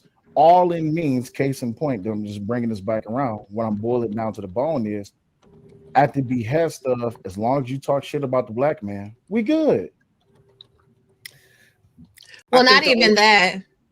What about products like Carol's Daughter? Carol's Daughter should have never been in the hands of the ops. Carol's Daughter was a business that was started by Black people, built up by Black people, perfect for Black people's hair. As soon as they sold that product to the white people for a bigger dollar, then all of a sudden that product started to be detrimental in tearing apart Black people's hair. Madam C. Walker, she was the first person to come up with relaxers and hair products and straightening combs for Black people. It was working great because in those days, Black people had the best hair ever. As soon as white people started to have an influence on it, what happened? Black women all of a sudden couldn't keep a head of hair to save their life. All of a sudden, they ain't got no edges. They got patches in their hair all dry. It's a problem. People that have 4C hair been having 4C hair since the beginning of time. Look at the pictures of your great grandmama and your auntie. Their hair ain't never looked dry, bucked up, and nothing else. Let's talk about The Banker. I know y'all all saw the movie. How many of y'all knew that Bernard Garrett and Joe Morris was actually Black entrepreneurs that defied segregation and actually bought a bank? But because Black people didn't support Black people, they had to go in front of the U.S. Supreme Court and Congress, and that was a stifler. So when we are talking about Black people getting caught up in the system, selling out, trying to lead, you know, some people, some women will say, well, he was conquered by a white man, so he wasn't no leader. Meanwhile, his whole family put their life on the line for him to be able to give loans and property and help people within his own community. You understand what I'm saying? Then they be criminals. Go ahead. Well, here's the thing. The problem is, and we're seeing it right now today. How many rappers do you see selling their catalogs? Right. Like we don't value ownership as much as we should. So you'll look at somebody like I don't know if y'all ever saw that movie about Gucci. About who? The family that owns Gucci. Oh, like they fought tooth and nail to keep that brand. You know what I'm saying? Generationally. Like they're not gonna when it comes to other people and their desire for ownership, they put that above everything. They're not selling, you know what I'm saying? And the problem is we'll sell out because we want more money, you know, because we're not looking at it in the long term. Like right now, these rappers are selling their catalogs and they don't realize that there may come a time in the future where people start listening to retro music and want to hear something. And that may be money that would be going to their grandchildren. You know what I'm saying? So we have a problem where we don't value ownership. And I noticed a comment, which is what made me come up here, was the concept of Black men being conquered. But that's an over exaggeration. And the reason why I say that is because white men conquer white men too. It's not just Black men that are conquered. If you're talking in that sense, if you look right now, it's everybody in this country. If you look at it from that aspect, is conquered by the elite, whether you Black, white, green, in between, it doesn't really matter. It is what it is. You know what I'm saying? So if you're just talking about having control, there are no men at the bottom level that have any control in this country. If you're talking about on a global scale, or if you're talking about the levers of power, that's just not what it is. Now, if you're talking about at the low level, who's in control of what, I think everybody has the ability to be in control of their household to some degree. Also, I got two people in the back. Can y'all please cam up? I would really appreciate it. That would be much appreciated. We got two people in the back. So I think on the segregation part, I don't believe that we actually seen that for real, because with the segregation or integration, however you want to call it, it's the same thing. The issue that we have with it is that we wasn't allowed to go to other places. And so while we do have little Italy's and all those things, I've never seen a place where we would have to pretty much build a country within a country, where we wasn't able to go outside those borderlines to go to these white forces and so on and so forth, right? We can't go. If we travel, we got to have a green book to know where we got to travel. So I just never seen a country within a country the way how and have it explain how it could have actually worked. I'm just not sure about that. Would you say that up before we get to 1776 and we get to the formation of America, wouldn't you say that America's unique? It is. So we're looking at something that in all honesty is an experiment. And it played out the way it played out. And some of it was really messed up. Some of it was really tragic. But I think the problem with us as a people is we focus too heavily on looking backwards. There's nothing wrong with looking backwards to learn from mistakes and try to repair whatever was damaged. But we don't look forward enough. And that's where we're lacking when it comes to other groups. Other groups, they plan out generationally. Meanwhile, with us, everybody's starting over with each generation. I think our generation is trying to change that, but prior to Gen X, every generation, in my opinion, is kind of starting over, like having to relearn this or having to rebuild this and all of that. And you can't get anywhere like that. You got people right now in this country that are living off of money from the freaking early 1900s. They're staying in places that they acquired in the early 1900s. You know what I'm saying? Mm-hmm. So we're starting over all the time. You can't get ahead like that when you have other people planning that far into the future. But we literally, Sharon, and I think that's the issue with the whole conquer part, right? So while white folks are conquering other white folks, they still allow them to, the ones that are conquered, they are also conquering black men as well. The low level of the ones that got conquered, that low level conquered white man, he was also given the rings to like, hey, but you don't let him be better than you. And they gave him free reign to play against the rules to stop somebody or to hinder them, make it very difficult for them to rise above all of the racist movements that they present, the systems. Let me ask you a question. And I'm gonna get y'all other people in there as well, y'all. So let me ask you a question. I'll hold my comment. In all honesty, right? So the other day we was having a conversation, and in that conversation, you alluded to, well, you flat out said how much money your company made last year, right? I said one of my. I'm not gonna say the amount, but I'm not gonna say the amount. I don't know why you said the amount, but anyway, are you gonna honestly tell me that with the amount of money you made, with the prosperity that you're enjoying right now, you're gonna tell me that Bad Duck down there is currently conquering you? So no, not Bad Duck, right? Because that's us moving it forward to 2025. So we move it forward to this time to correlate. Oh, so you're talking about back in the day? Yes, yeah. Oh, well, yeah, I get that. I'm talking about, when I said that, I'm talking about today.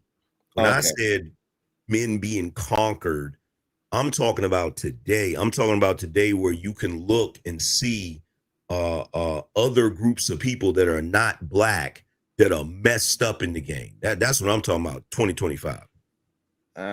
Okay. Yes. We get KT to go in there, and Bad Duck is right after KT. Salute to all y'all, first of all.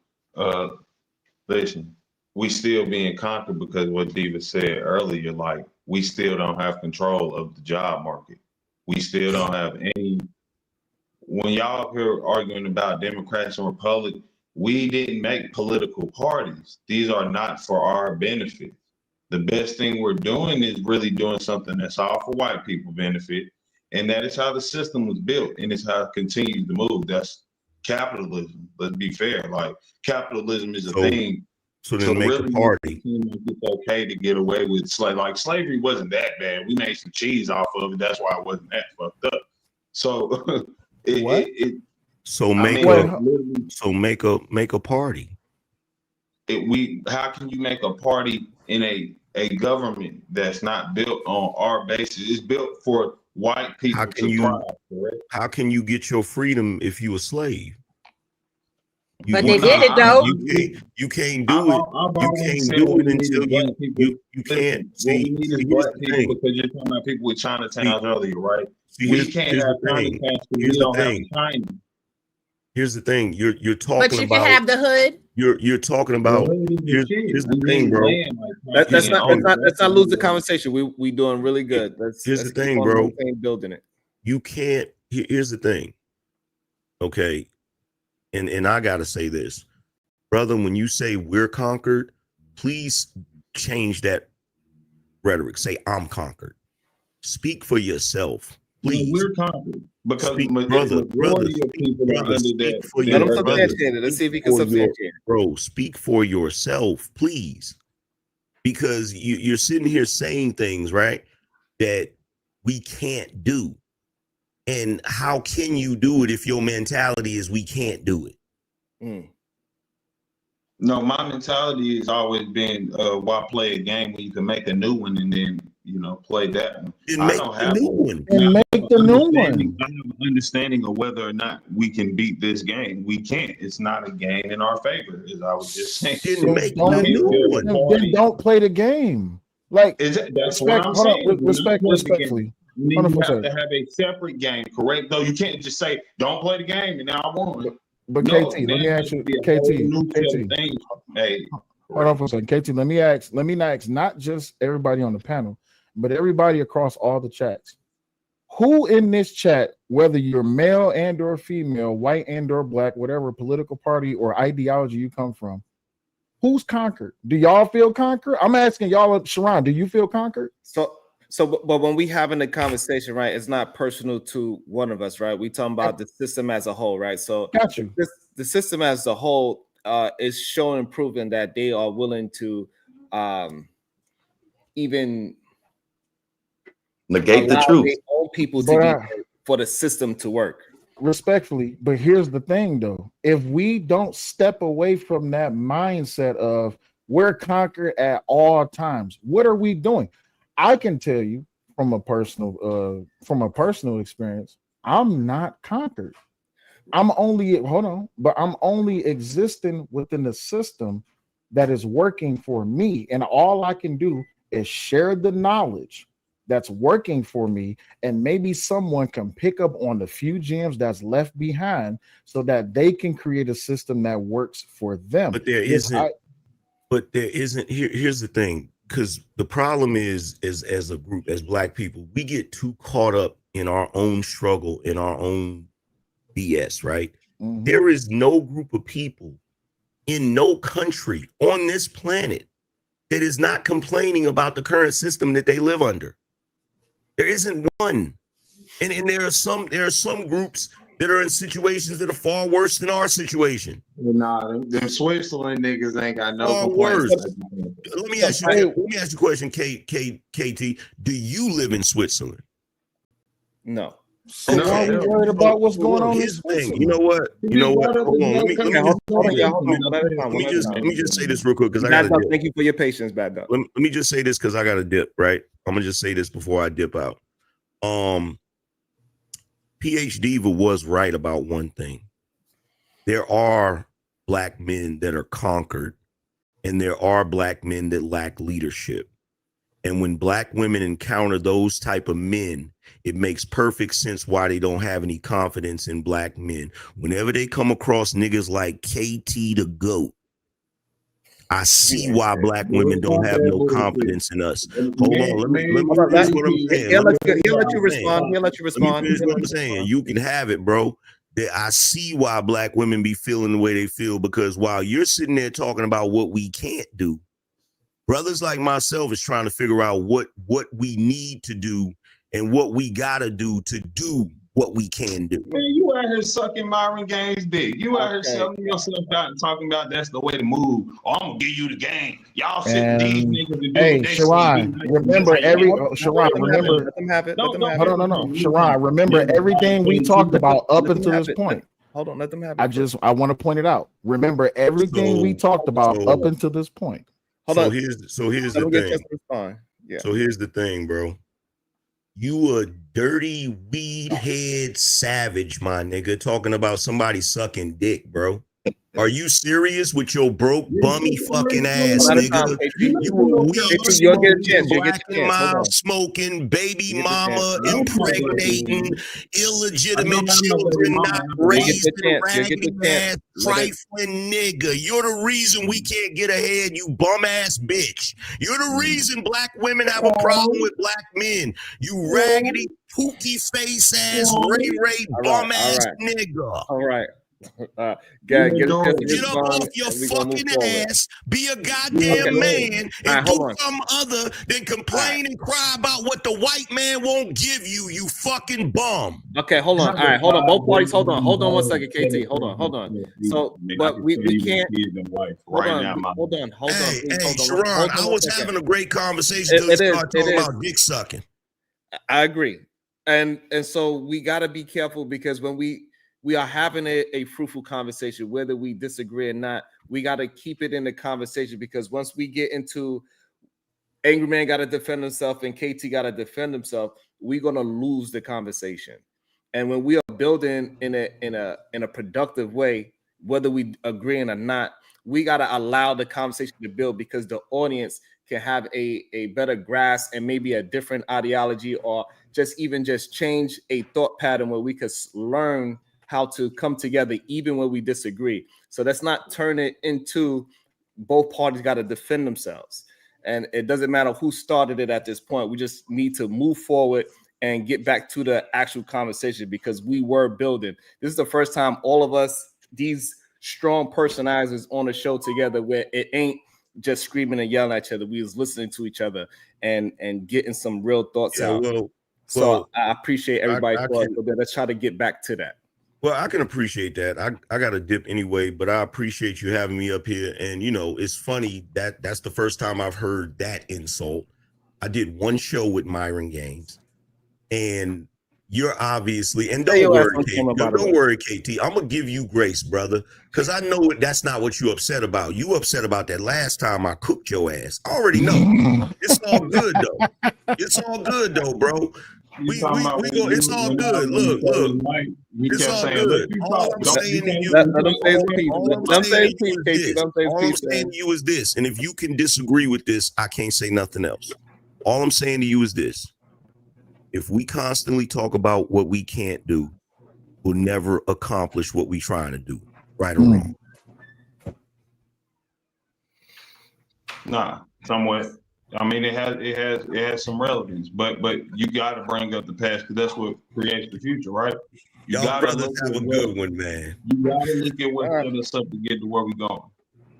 Can I refer to PhD for this one right quick, please? Yes, okay? And also I want to, I think Bad Duck is okay, because I know I was trying to give him some space. Okay, and BMU, can you please get on camera, please? Right. And thank you. So, PhD, are you there, sister?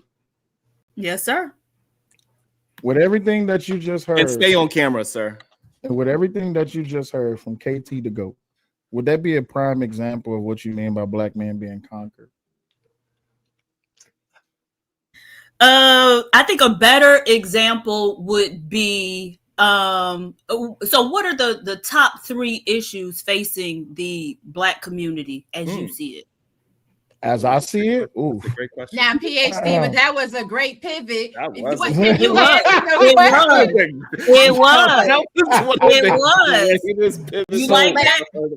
You like that? I do. That was cute. That was cute. So, what are the top 3 things from my perspective? From your perspective, the top 3 issues facing the black community that we need to overcome in order to overcome. Stop fighting with each other. Start investing in each other, and focus on building the black family unit. Okay, so interpersonal stuff with each other, basically. Interpersonal, financially, and structurally. So what's the structurally? Structurally, let me see. We start establishing foundations within our communities, within our neighborhoods, that will strengthen not just the pride of the community, but also strengthen our position within the community, and how it is that, excuse me, we're protecting our culture within our community by educating our young and showing them by way of leadership of the family unit with the mother and the father, how it is that we can work together and actually overcome these aspirations that's being faced against us for quite some time. Mm-hmm. Okay. And so, you mentioned how we relate with one another as in men and women and creating a strong family structure, correct? And so in order to do that, well, what does that consist of to you? Can we have, what does that look like to you? I guess basically. What that would look like. Why is black men unfiltered and Chicago Rilla off camera? I can't answer the questions. They come on camera. Rilla. I can't answer the question. Both of y'all need to get your asses on camera. Let's go. We are building community. Black men are filtered, and Chicago really need to have their cameras on. They gotta have their camera. If Bad Duck can be on camera, then BMU and Chicago really could be on camera. Kulu, I ain't worried about. Come on camera. Hold on. All right, cool. Pause. All right. Yeah, please pause. All right, so can you restate your question, PhD? Because I got ADHD. I get really I squirrel real bad. So I was basically just asking, what do the strong family structures look like to you? Oh man. Oof. From my personal experience? Yeah. Like, so if you could construct the Black community, what would that strong family structure look like? Can I use a personal experience? Sure. Anecdotes? Yeah. So my mother and father have been married. Well, I'm the youngest of my my group when it comes to my siblings, but my mother and father and in all of their endeavors, all the struggles that they went through, they never separated. They never went the route of attempting to destroy each other. Even when it came to speaking out against the issues within the Black community, my mother and father never said that, it's a defeatist mindset that's continually going on, because if we so stuck within what got us here, we can never move forward to where we can go. So in 2025, I would say that a strong foundation or a strong example of what a Black community can be, or where it can start from, is an example like my mother and father. I know that's kind of a personal experience of where I was born and raised, but that's the way I look at it. I mean, I'm continuing that culture and that heritage and that foundation even within my marriage right now.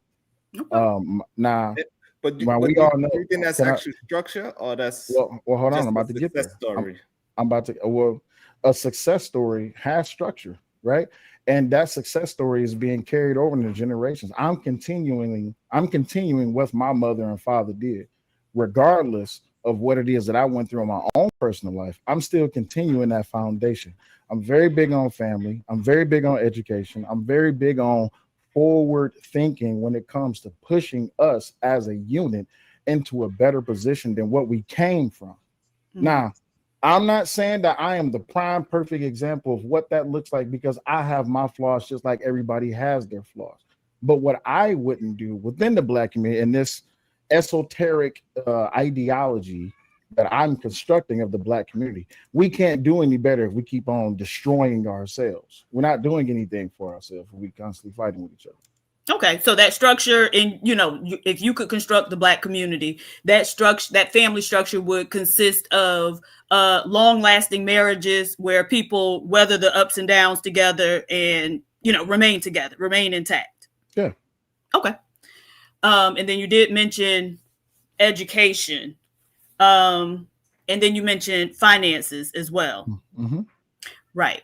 But so in each of those instances, we have to, as it stands, go through the dominant society system, right? So to get married, right, it's a legal process. You got to have that marriage license. Mm-hmm. And then even on that, so in terms of finances, being married, there are certain financial benefits, but the government, in its infinite wisdom, because they study us so much, have constructed the tax code to where it typically disadvantages us even when we are married, right? Because you get the most advantages when you have a breadwinner, meaning somebody who's making a lot more than the other one. And in our marriages, we tend to be pretty equal. Right. And so you don't get as many tax benefits in that situation as you do in the other, where you have somebody that's making a lot more than the other spouse. And so I got that from a book. God, what is it called? It's one called The Black Tax, and it's something else. I'll find it and put it in the chat. Okay. So then in terms of educating our families, and now this is one that I have, Sharon can tell you, I rail about all the times, but we are going through the dominant society system more often than not to accomplish that. And then financially, right, if we're talking about buying homes and, you know, that type of thing, getting loans, we're usually going to a white bank. There are a few black banks that you can go get financed through, but they're in certain places. And so people don't have widespread access to them. And so my point is that in terms of being conquered, if you got to always go through the dominant society system, they're always going to be able to jerk you around. So when we were talking about, you know, how well we were doing during Jim Crow, part of the reason that Black people actually pushed for integration was because, you know, for safety, right? They could just ride up into your neighborhood, set fire to your shit. You know what I'm saying? Start shooting people if they wanted to. And there was really no protection for that. The other thing is those municipal governments were practicing policies of benign neglect, urban renewal, which urban renewal was very harmful because they would go into a middle class Black community and say, we need this land to do something for the government, and all y'all got to get out of here. And Black people, you know, weren't able to move into any neighborhood at that time. And so they were often pushed into ghettos with poor Blacks, right? So that was a very detrimental policy that a lot of municipalities used to steal land from Black people. Then we had the federal government coming in with the federal highway system and putting them right smack dab through Black communities, usually through the business district, which also led to a decline. And so there were several reasons. It wasn't just trying to get up under white people. I think Black people would have been perfectly fine being in their own communities, but they weren't safe. And it wasn't like them crackers was just going to leave us alone. Gotcha. And so even fast forwarding to now, same thing. We can do things, but as long as we got to go through their systems to accomplish it, they can still do the same things to us. And a lot of times we're disoriented by it. You got to figure out what's going on first before you can formulate a response to it. And by the time we do that, they on to the next thing. Like Angry Man said, these people plan for hundreds of years in advance. And understand that all of this studying, they'll tell you the purpose of it is to be able to predict, but it's actually to be able to control. Because if you can predict what somebody gonna do under certain circumstances with a high degree of reliability, you can control what they gonna do under certain circumstances. Right, but when you depend, let me just read a couple of these super chats, y'all. Oh yeah, go ahead. All right. At 651 mid. Hey, 651 mid, where you been? $10. Good conversation, good panel, and supporting the show. Thank you, sir. Lady D, $20. We don't want no scruggs. Lady D, wow. Also, let me shout out to the Cash App. It says $1 to make them holler. Thank you. And also shout out to my guy. He says, just seeing, good show. Appreciate you, Sue. And get your ass back on camera, by the way. I believe Roy B wanted to jump in there. We can get BMU, and I believe Bad Duck is ready for. Bad Duck was first because he was here before BMU. He gave up his spot 3 times. I asked him like 3 times. So. Jesus Christ! All right, you're right. What you're talking about here, Diva, is eminent domain, right? And we could have actually brought litigation against the United States government like we did in every other instance in which we got civil rights to make sure that we were given equal and proper evaluation. In fact, there are several lawsuits that you can research even recently where eminent domain has failed and the municipality that took over the land actually short sold the owner. They do have to give you equal value for that land. And Black people are popping. We could have literally went anywhere and made it a whole thing. But people like materialism and nice things, right? As far as marriage goes, no, you don't have to go get a certificate to get married in America. That's not true. That's why we have common law marriages. If you live with the same person and the same address for a set amount of years, you are already considered legally married. Plus, there is spiritual marriages as well that have been upheld in court law to be honored as a marriage. But I agree with you on a lot of what you say, but not everything that you say, because that's just my nature to be contrarian. However, like, I think this is one of the most beneficial conversations that we've ever had in this community, because it's not focusing on the D and the P for real. It's focusing on the community as a whole. More Black people need to actually start delving into the law. And everybody on this panel that's known me forever knows I've already told y'all from the beginning. It's about property, politics, and money.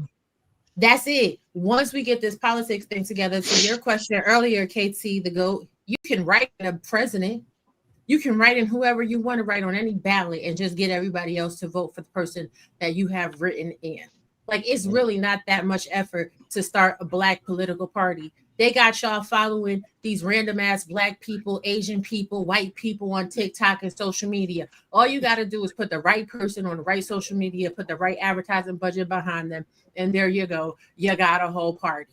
They understand the power in the Black community with politics. Why you think they came up with that stupid-ish no vote and no bucking? Get your booties to the poll. You ain't Black if you don't vote for me. They understand exactly how much power. Laugh your ass on mute. What do you got to lose? You've been voting Republican, Democrat all your life. What do you got to lose? It's so here's the thing, right? Black people have bought into not just, which is the worst liberalism, well, which is just liberalism, but Black people have bought into the worst form of liberalism, which is white liberalism. You look at all of the movements that Black people have started, which have been beneficial for Black people, but what happened was these sellouts, what they did was they absorbed and they welcomed in the white liberals who came in and told them, we can make your movement better, just get away from your movement and join our movement. You know, one of the biggest things I always talk about, everybody knows what woke is, right? We understand what woke is. We understand what a community resistance and progress was. We understand Black Wall Street. We understand all of these things. When you look at other cultures, how it is that they buy into themselves and sell to everyone else. To KT the GOAT, and PhD, I like how you dodged my question, but I'm gonna bring it back right back to you. I know you dodged it, but I ain't gonna let you get away from it though. But the thing is, when we look at how it is that within the Black community, we are not self-serving to our own community because we're more than willing to sell out to another ideology that we think is better than ours. And what we do is we dismiss, disassociate, and just destroy our original ideology. There was no reason whatsoever why no one is even speaking about how Black Lives Matter died. And Black Lives Matter started out as a great movement. But you know what it divulged into? The Rainbow Coalition and the Brigade of Gay Frauds. You see what I'm saying? No one talks about how at one point in time, recently, when Trump first got into office, how even before Trump first got into office, how Black Lives Matter, which started out as good. I was a supporter. I said, shit, this sounds like a good thing. And then it just became the wall of Black dead men, and we're going to cheer, and we're going to protest, and we're going to rant, and we want money. I'm like, okay, we kind of fluctuating a little bit. Next thing you know, here comes the re-identification of woke. And all of a sudden, Black Lives Matter is out here tearing up Black businesses in the name of gay rights. Where in the hell did we go wrong? What did we do when all of these white suburban liberals left their suburban communities to come down to the hood to rile these Negroes up to destroy our businesses? And this wasn't just recently. There's a video of an older Black gentleman out there on the street losing his ever-loving mind because Black people are standing on the sidewalk with shovels and with bats and they got bricks in their hands. And he said, why in the hell are y'all destroying my business? I'm trying to make it. I'm one of y'all. And a Black man stood on the side and said, it's for the movement. Fuck the movement. What about the culture? I, as a Black man, am trying to do what's right for my community. And you shit on my name. All because I'm not a part of your movement. And then we look at, I'm going to land my plan here. I look at what KT the GOAT just said. We are conquered. By who? I am getting destroyed by the very. My bad. I am getting I'm passionate about this. I am getting destroyed, cast aside, cast out, and disassociated with people who look like me, all because I don't believe in that victimized mentality. I'm doing everything I can to not only put my family, but my culture on the map. And because I don't want to believe that I'm a victim, that I'm conquered, you would destroy my existence. So back to you, PH Diva. What KT to go? Nope. What KT to go just said. You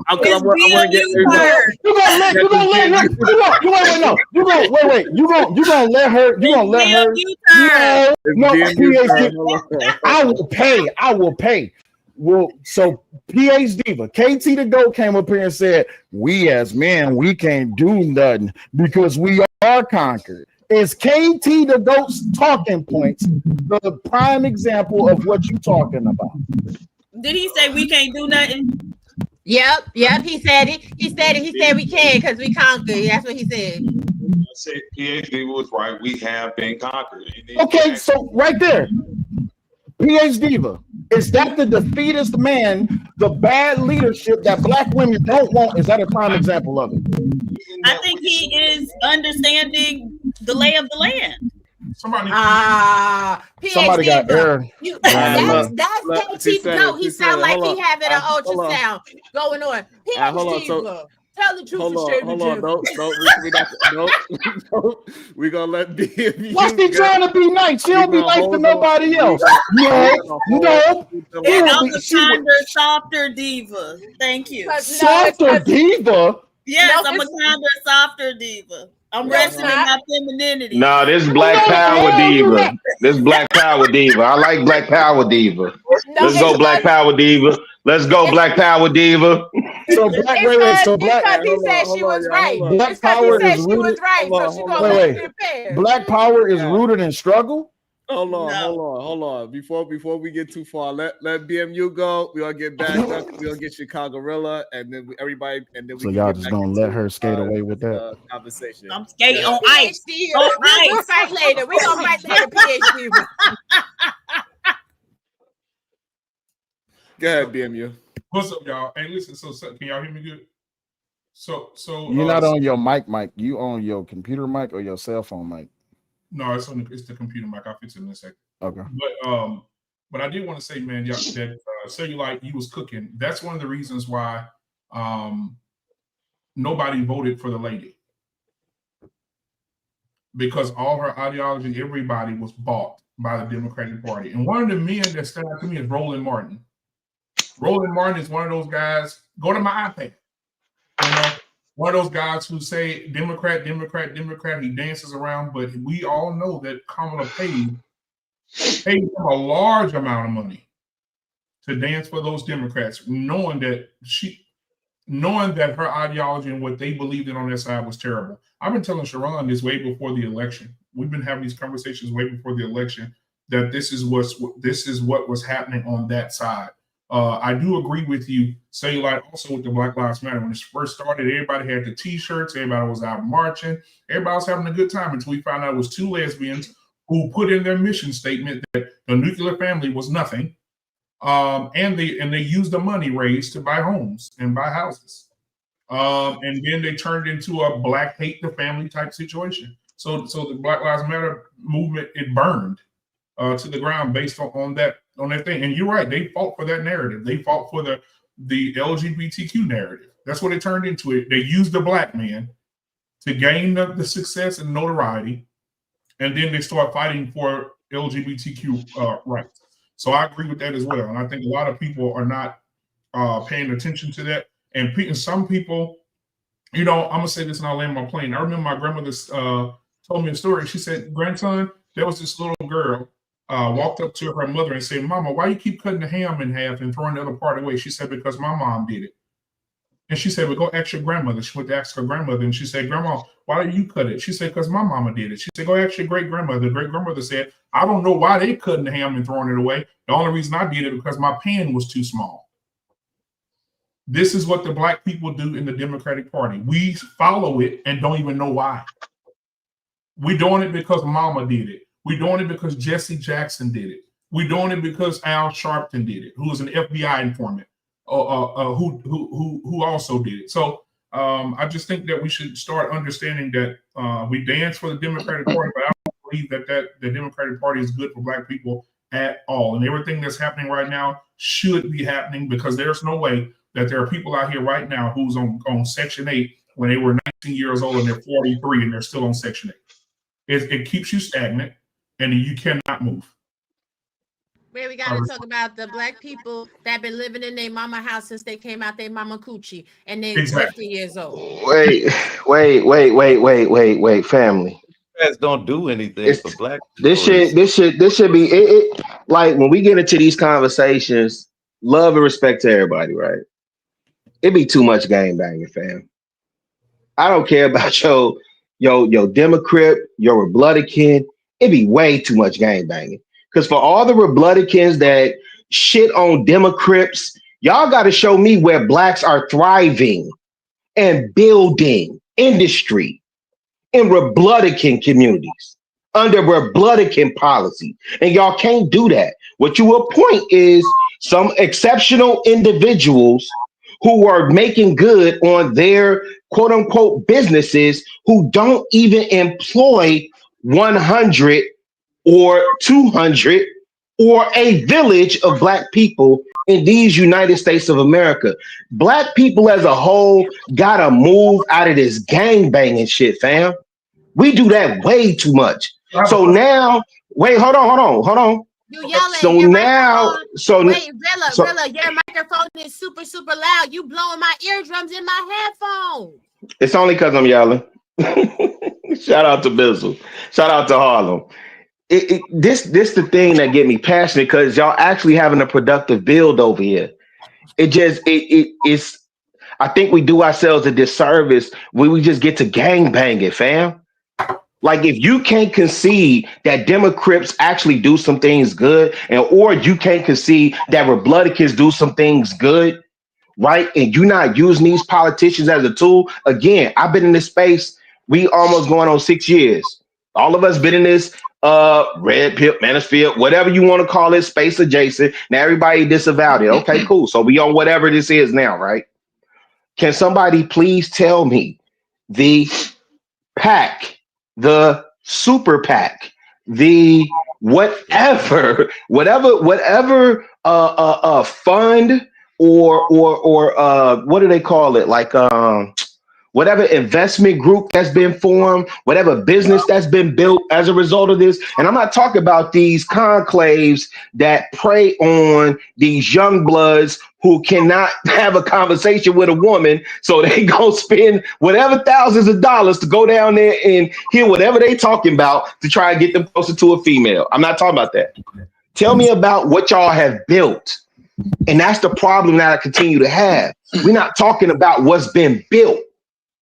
Right? So we're gonna finger point, we're gonna tell you bad, and this was good though, right? This master good. What Killer Mike say when Candace Owens and T.I. was both arguing up there on that stage? Y'all just arguing over who the better master. Y'all just arguing over which master you prefer. So there are, in fact, several political action committees that are hyper focused on the African American community. I think a lot of Black people just simply don't have enough political knowledge. There is the Empowering Black Americans PAC, a super PAC that engages in independent expenditures to support Black Americans. Black Voters Matter Action PAC, which focuses on voter engagement and mobilization within the Black community. Black America's Political Action Committee, which is focused on human rights and minority ethnic groups. The Higher Heights for America PAC, dedicated to electing more progressive Black women at the federal, state, and local levels. No, don't do that. Don't do that. I know that's your lady. Don't do that, Fred. Don't do that. You asked the question. Don't do that.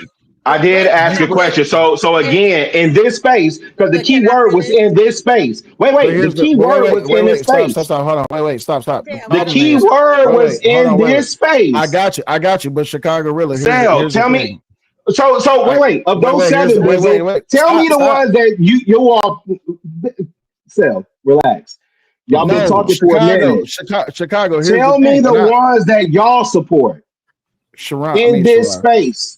Chicago. I get what you're saying, bro. Hold on, babe. I got him. Yeah, let me go. I like Bizzle. Bizzle good.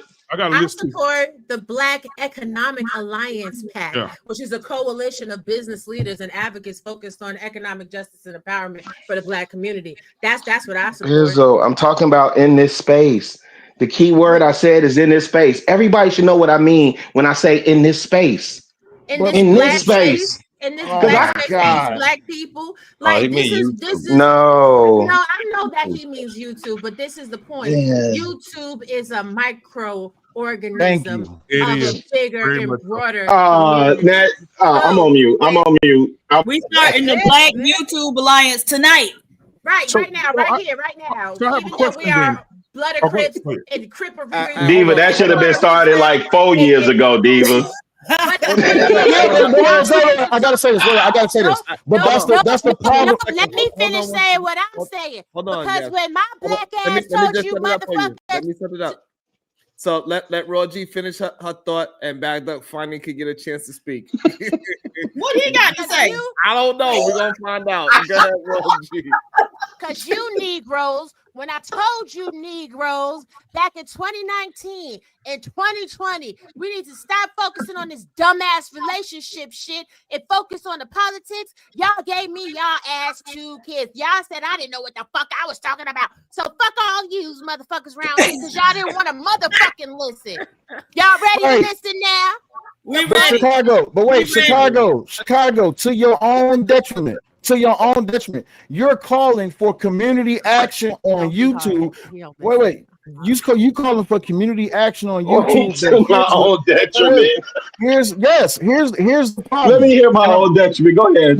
Your own detriment is that even if you want to go back 5 years, 10 years, 15 years, what have Black people been predominantly doing on YouTube to other Black people?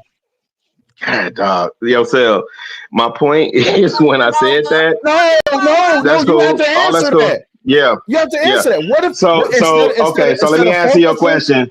No, let me give you that. Let me answer your question outright, right? So in the last, what you say, the 10, 15 years, what have Black people been doing? Coonery and buffoonery, right? Oh, so and that's my whole. Okay. Cool. If you want to say destroying each other on YouTube, cool. So define I can see. I can see. No, I can see. No, define coonery because a lot of people don't understand what you mean by the word. Going against one's own best self-interest, especially in the Black community, right? That's not coonery. Going against one's own best self-interest, especially in the coonery. That's not coonery. Like me. Tell me what coonery is, brother. Cooning is when Black people don't agree or they don't associate or don't like white people. That's what cooning is. Wait, what? Go look it up. What? Oh my fucking God. Hold on. Say, bring it down just a little bit so we can all hear you. So say it one more time. My bad. So when we understand the etymology or even the origin of what cooning is, it came from who? White people, about Black people. The definition that it was used for was Black people who were unruly and did not like white people. They called them coons. It just so happens that Black people needed a new way to disassociate themselves from other Black people. So they start calling them coons. You're not down with the blackity black. You're not down with the struggle. You're not standing 10 toes down with the Black community. It's not just coonery and fuckery within the Black community on YouTube. Since we talk about on YouTube, people have been trying to make a come up by beefing with other people, saying salacious shit, trying to be the nigga with the #1 headband because everyone wants to be I got you. They want to be the biggest, baddest. No, I got you. Define, because I missed the part where you define cooning, because you pivoted. So I just need to know, because I'm old and I'm slow. Define cooning again. Go back to the Jim Crow Museum. It tells you exactly what cooning is. Cooning is when Black people don't associate or they agree with. I'm about to Google this now. Jim Crow Museum cooning. Google it. It's right there. It's. I hear you. No. I'm just gonna Google coon. It's in the back chat. The term was popularized as a slur by the character Zip Coon in popular 19th century blackface minstrel shows. These shows and subsequent songs portrayed Black people in a derogatory and stereotypical fashion, which solidified the term in the American lexicon as an insult. Right, because they Those were wanted white to. men saying that. They wanted Now- to. They now wanted again, to. They wanted to undermine the urban slaves that were rallying against the slave masters. So white people took that energy and they turned it into a minstrel show to destabilize. I'm with that. I'm with all that. What do we mean when we say that to each other, Bizzle? I don't say What do we that to mean? Black people. We want to say No, to no, gosh. Hold on, I baby. don't even, golly, Hold on. I don't even use it. I don't even use it. but I'm you asked asking me- you you because asked y'all me- know. What do asked we mean what- as a people when we say that to each other? I don't know what Now y'all we don't mean. know. Listen to what I'm saying, because you asked me a question. I don't know what y'all mean when y'all say that to each other. Because you I read the don't make definition, Bizzle. because I don't make it a habit Now we extrapolate. to pick up All right. So let me colloquialism try to of get the it back oppressor. to. Hold on, Hold Raw. on a second, Sharon. Raw, Please Raw, I let me got finish you. saying that, because Look, people Raw. ask me questions and then I don't get Raw. to finish saying what Raw. I'm saying. Raw, but Raw. PhD, Raw, I but- understand your hold on, frustration. I can see. Hold on, but so Raw, but he was asking the question in the general, not he was asking you, but he was asking for in the general sense when people are Black folks are saying it to What y'all other mean Black when y'all folks. bullshit? Y'all mean bullshit? Y'all mean bullshit because y'all undereducated. That's what I can't stand that nigga, man. Can I give my coon confession? Yes, go ahead. No, Yes, because she about the coon. She about the big coon. I'm on me. So my question is: so Black people do not. Hold on. She about to give up. Hold on. She about to give her. I'm giving my coon confession. Hold on. Okay, cool. My Go ahead. battery died while I was at work yesterday, so I had to call roadside assistance, and they sent a guy to give me a jump, and he was like, I could sell you a battery and put it in too. So we was going to my house, which is like 5 minutes away from my job. Anyways, he ended up in front of me. And so we came to a stop sign, was coming up on the stop sign, and I always go straight home, but he went into the turning lane. And so I turned behind him thinking, oh, well, maybe he know a different way to my house. And then he came back in the lane that I always go in. And I was like, God damn it, just because he was a fucking cracker, I thought he knew some shit I didn't. I got caught cooning. I was cooning, y'all.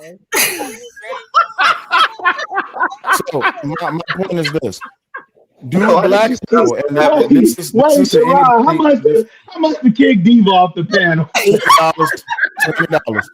Well, no, it's Diva, so you gotta pay 40 because this is their show. But my question is this: Black people have been adopting insults from white people to Black people for forever. Why do you think that we so comfortable with calling each other niggas? We understand that, but hold on. I love you, brother. What does it mean when we say coon? What does it mean when we? I don't call Black people coons. We're redefining the word. I don't either. Right? So let's get that straight. Like, I don't think nobody on this. No, you asked me and I defined it, and then you said that wasn't the definition. So what is coonery? Your definition. What is coonery? Because I asked you within the past 5 to 10 years, 15 years on this app, what you said foolery and coonery. Right. Now that was something else, right? And then you asked me to define cooning or coonery or whatever, right? And then I told you, I said somebody that's going against their own self-interest, especially in the Black community. Now everybody might not agree because I heard silence, right? And you say, no, that's not it. And then you went to read another definition, and then a bunch of us said, wait, what? So I'm asking you just for clarity. I'm not asking for no gotcha moment. Y'all know I ain't got no channel. I don't get up on YouTube for the goofy shit. I'm actually having a conversation, but Sharon is having a productive build. So I'm asking you, can you define cooning in a way that, we can land at a place we all agree on? What D was talking about ain't shit. Wait, let's have the conversation, Rilla. When Black people call each other coons, they are going against their best interests. For the sake of the conversation, I'm going to concede the point to you. It means somebody that they feel is going against their better interests because they lack insight into what is actually happening. I agree with you. I disagree vehemently because I was called a coon I was called a coon just because I don't believe in the victim mindset, and I go back to the old school ways of what made black people productive and successful. That's exactly what I just said. He I said, know, "What does but it mean?" But you but I want like to to. disagree. I want to be argumentative because what I'm understanding is that in I'm on 2025, mute. that's cool. What I'm understanding is that in 2025, it's sexy to call a black man or a black woman a coon just because they support someone that is not black. Exactly. I can agree with that sentiment because when I asked the question within the last 5 to 10 to 15 years on this here app, when you said that people are participating in foolery and coonery, how is it that we are going to move progressively forward on this app if all people see when they click on the black YouTube channel is black people destroying other black people? Please, by all means, tell me how that's coonery. How's that in black people's best interest if Wait. What? Go ahead. Let me let you land that. How is that in our best interest? And all we do on this here app is destroy each other and talk shit about each other. It's not like we already didn't pick it up for the entertainment industry. It's not like we already didn't pick it up. Right. So let me help you with that, brother. Let me say for me personally, right? This is why I remove myself from a lot of these spaces. This is why I only cam up in certain spaces when we having real conversations. Because I agree with you, right? When we going against each other and it's not a productive conversation, then yeah, I agree. Again, going against your own best self-interest, which I tend to believe that a village mindset, right, is our own best self-interest. However, when I hear people talk about community and the black woman is the issue, and I disagree with that. I think we're going against our own best self-interest. And especially in particular, when you align yourself with the dominant society talking points. I think that's me personally. Now, y'all can correct me. I think that's coonery and buffoonery.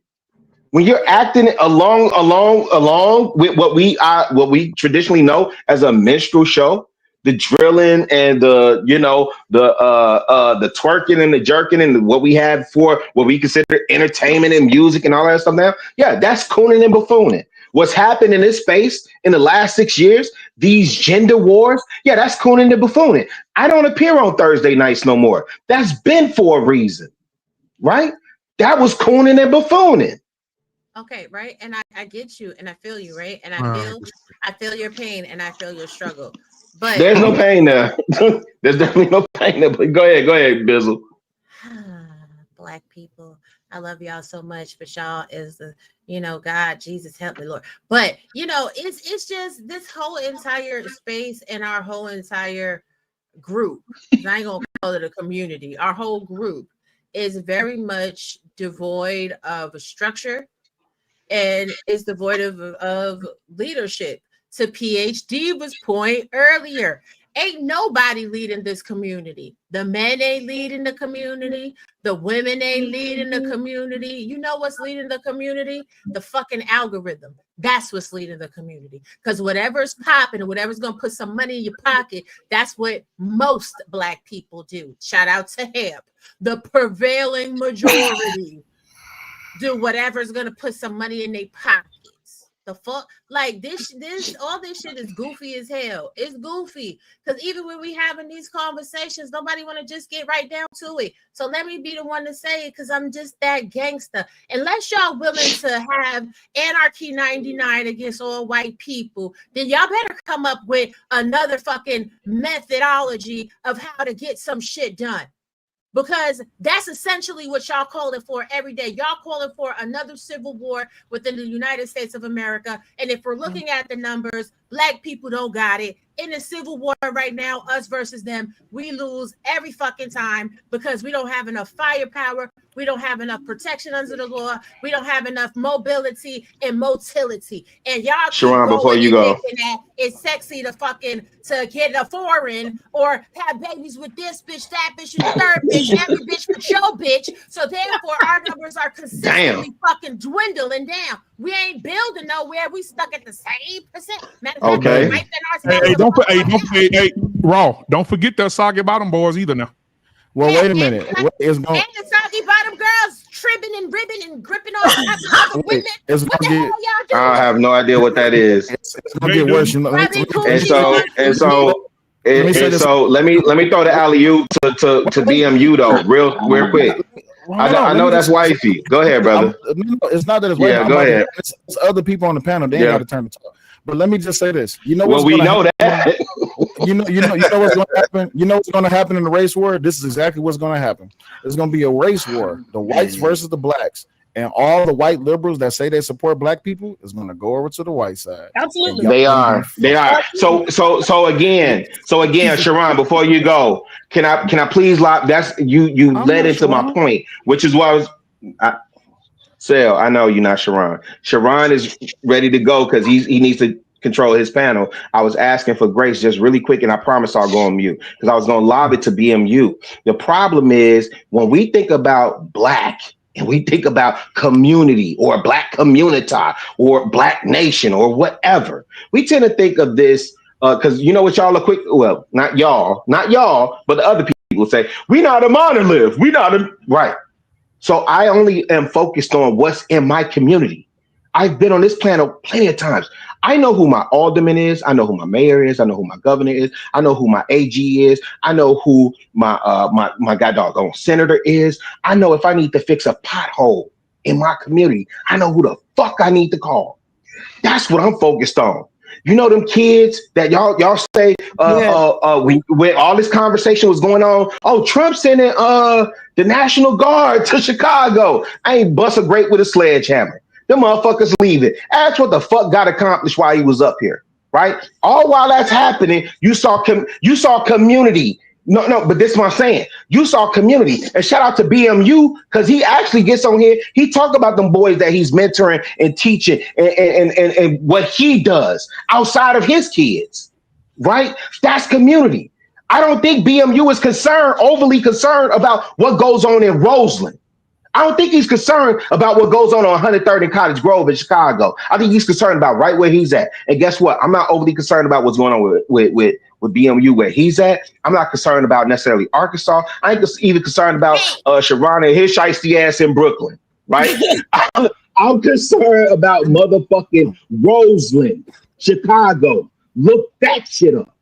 And that's how we all should have our mindset because that's how you build community and that's how you restore a village.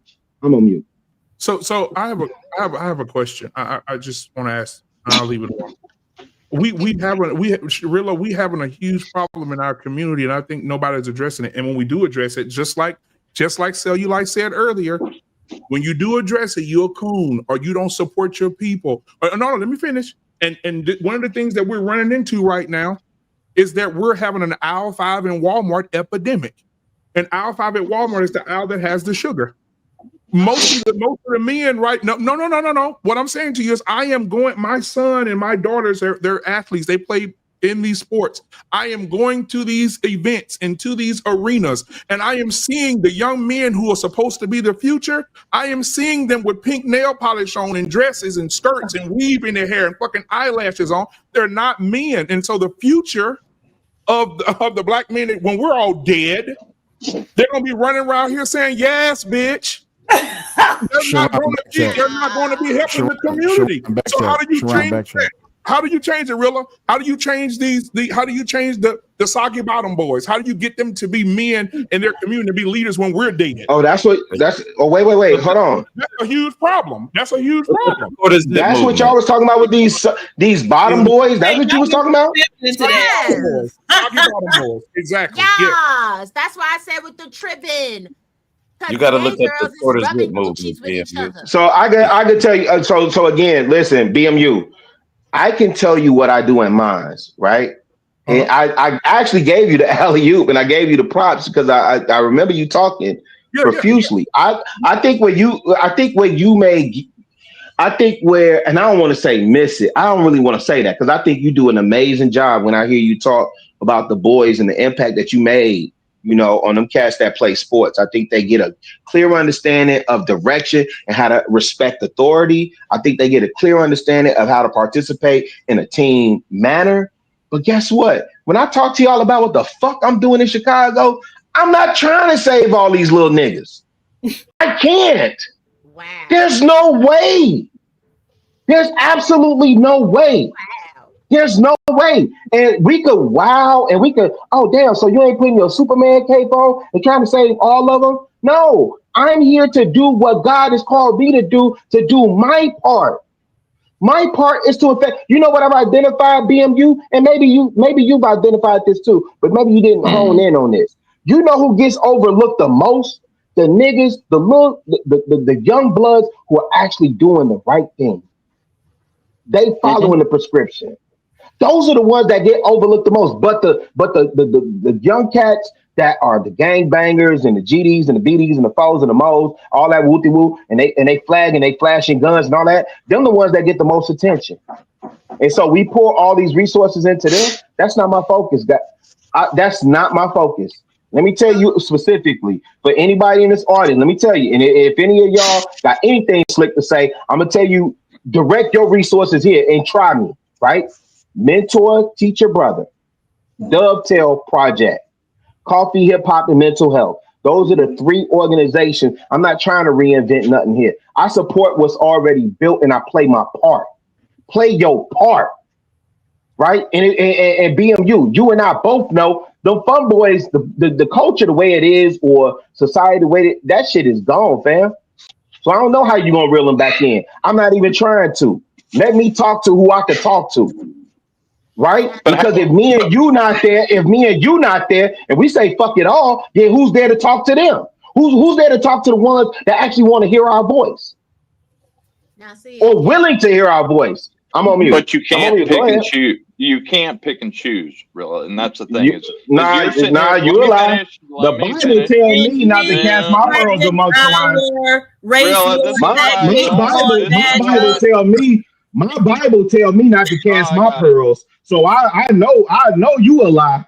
My Bible tells me not to cast pearls amongst swine. So once I figure out they not picking up what I'm putting down, then I move around. Let me finish. Yeah, but you can't tell me I can't pick and choose. I'm picking and choosing where I'm putting my energy all day. You gonna let me finish? This is why I don't like to address you most times, because you don't let anybody talk or finish what they're saying. See, there you're raging off camera. Fam, I have no idea who you are. Who are you? Who are you? I'm a human. I have no idea who you are. No, you said you don't like to address me. I don't know who you. I'm serious. I don't know who you are. You said right. So I don't know who you are. Who are you? I'm a human, just like you. His name is Okay. Bad Duck. He's a liver. I have no idea. I have no idea who Bad Duck is. I'm not trying to be funny. Cool, great. Then be quiet, and I'll address somebody else. Let's make it simple. Go, come on, sassy mama, come on. Damn, I don't dude. know why he up it. That just irks me. That's my pet peeve. We having a conversation about the black community. And here There's this black people having a conversation, but the sassy, I'm not allowed. But the sassy duck, hey, sassy duck. No. Hey, sassy duck. Wait, hold on, dude. Hey, sassy duck. Listen, yeah, I got you. I'm with you. If you will,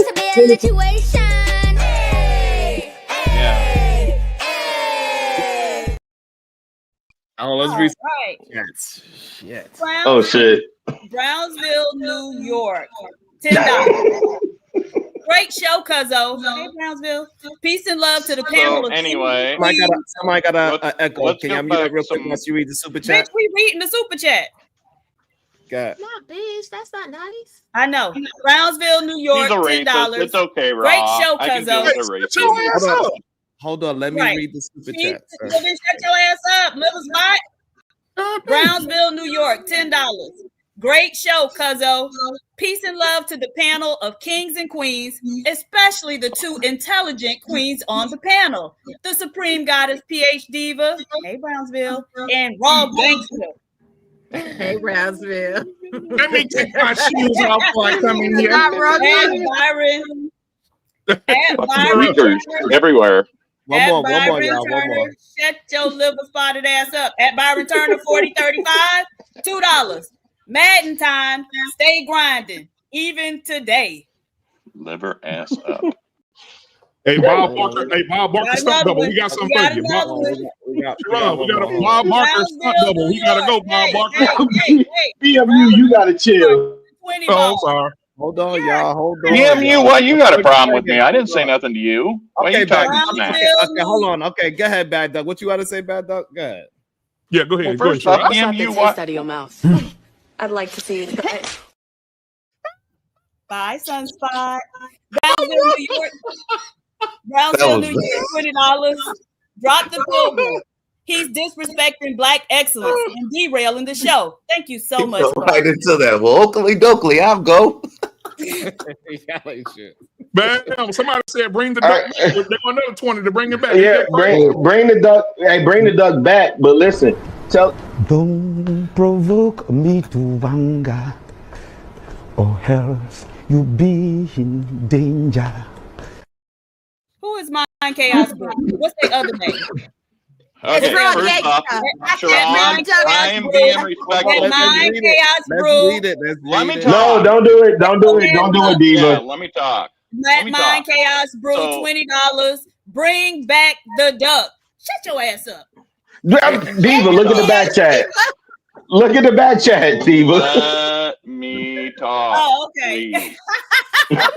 I have been respectful this whole time. Sitting here waiting. Hey, Doug, send it to my boys. Anything or said anything Send a donation to my boys. Derogatory way. It's okay, y'all. I had some questions. We've been doing good, y'all. We've been doing good. Let's keep. I want to keep it green. Why do you want to ruin a great civil discourse that we've been having with Tom Corey and Cooney no white man. Y'all better hold on towards me? Let's you and me talk. Hold on, PhD. Hold on, PhD. Hey, Bad Duck, real quick. Let me tell you something, because I heard you say something out of your mouth that was inappropriate as far as us as a Black community, and I know you're saying it, and I know you don't know me, and I know you, but I want to set the president here, okay? So you can't come in here. I have to get you back for what you just said about the whole coonery and the Black. So you was just rambling off, and I know people weren't really listening to you because you was being talked over, but I heard a few things, and so I'm asking you. Right, when you come in looking like you smell like expired body wash, you can't come in here and talk down on the Black community. So I just want to set the precedent that I'm going to be on your ass all night. Okay, Pause. that's fine, but it's okay for me to come in here and you to talk down on me. No, okay, well, if you say something else, I got another one. You attacked me first, BMU. That's why I went. Why? Why are you attacking me? Harry Potter daddy. What? I didn't say nothing to you. I just said you go ahead and say what you have to say. That was funny. Go ahead. You know what? Why don't you pull your fucking tampon out, BMU, and check for fucking the cotton being picked to see if you're pregnant? Absolutely. But guess what, though? But guess what? Maybe you. Now this is what happens when they come in our space. Yeah. Now guess that's crazy. No, it's not. It's what happens when you attack me. I got a PhD. And maybe if you didn't come on here, live from a duck stand smelling like Negro, you wouldn't have this problem. All right. So glasses look amazing. I still have some questions I would love to ask. Okay, go ahead, Bad Duck. Hold on. Go ahead, Walmart glasses look amazing. Okay, please let me and PhD have a conversation. Okay, go ahead. Can you guys have enough respect for another human being to do that for 5 years? Yeah, my dude. Brownsville, New York, with the 50 ball. Nope, I'm not Conquer. Get the pilgrim out of here. Yeah, Conquer is hilarious. Bringing those disease blankets in here.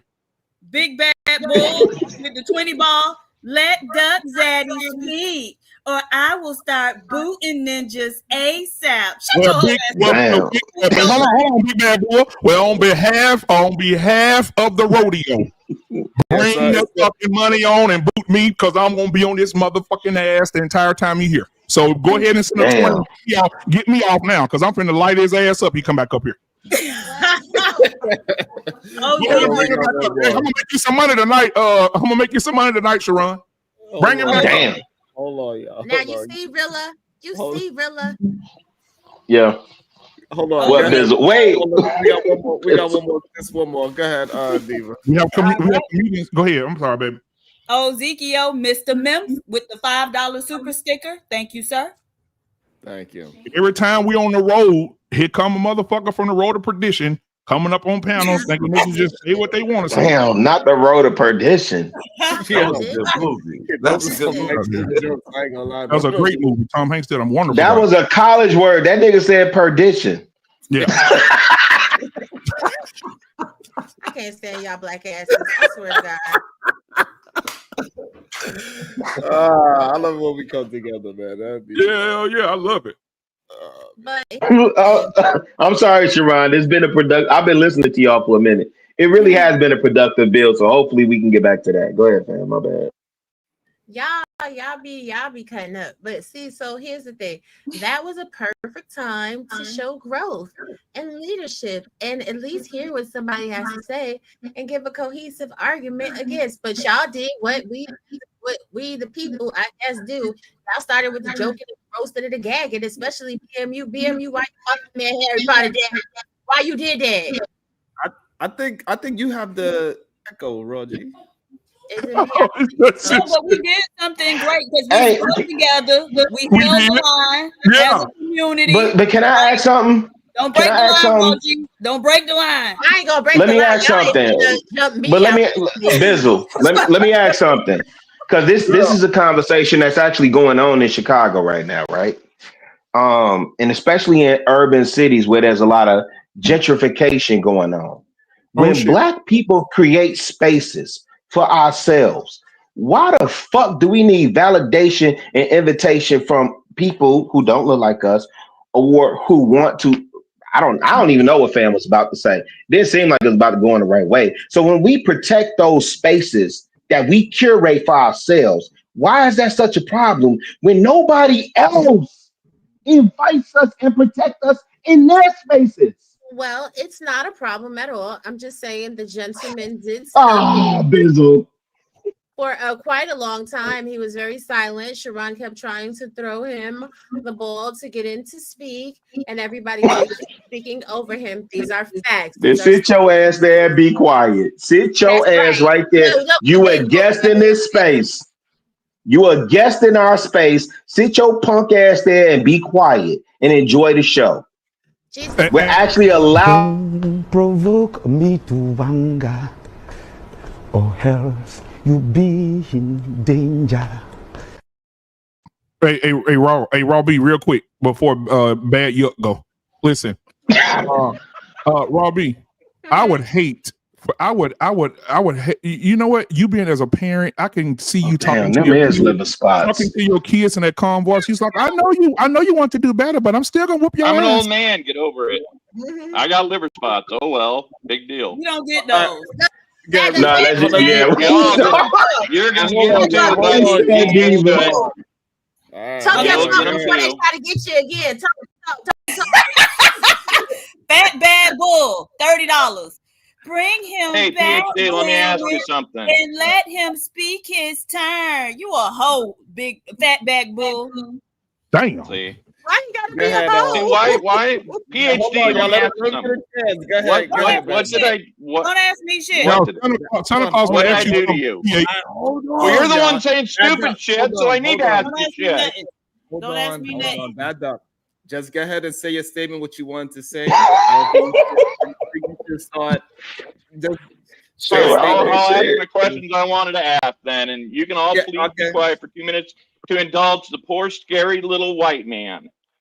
Okay, go ahead. Oh, you didn't say a nigga before. God damn. Oh shit. So, you serious? Going way back to the beginning, talking about the integration, I had a question on the differences that you felt would the way culture would be now, the Black community would be now without the integration happening. I like those. Black designer. Really? Two, everybody's all been Black fucking everything around this motherfucker. PhD. I came on here to be respectful, Sharon, and try to add something, but you're good. Keep talking. This is the problem. We talking blackness. It's why you don't get respect back. Oh, bad. I would love to have a conversation with you, and I would love to learn things from you. Bad Doug, what do you think about these? What do you think about these? This was designed by a black man. That was a really nice. It was designed by a black man from the west side of Chicago for New Balance. What do you think? That's What do you think? awesome. I think Would you that's wear fucking these? awesome. You know Would you what? wear these? Chicago-rilla. Yeah. So I Chicago-rilla. I went Okay. to Ghana and I bought a statue. I'm gonna show it to you in a Oh second. shit! I'm going to Oh Ghana. please do. I gotta get there.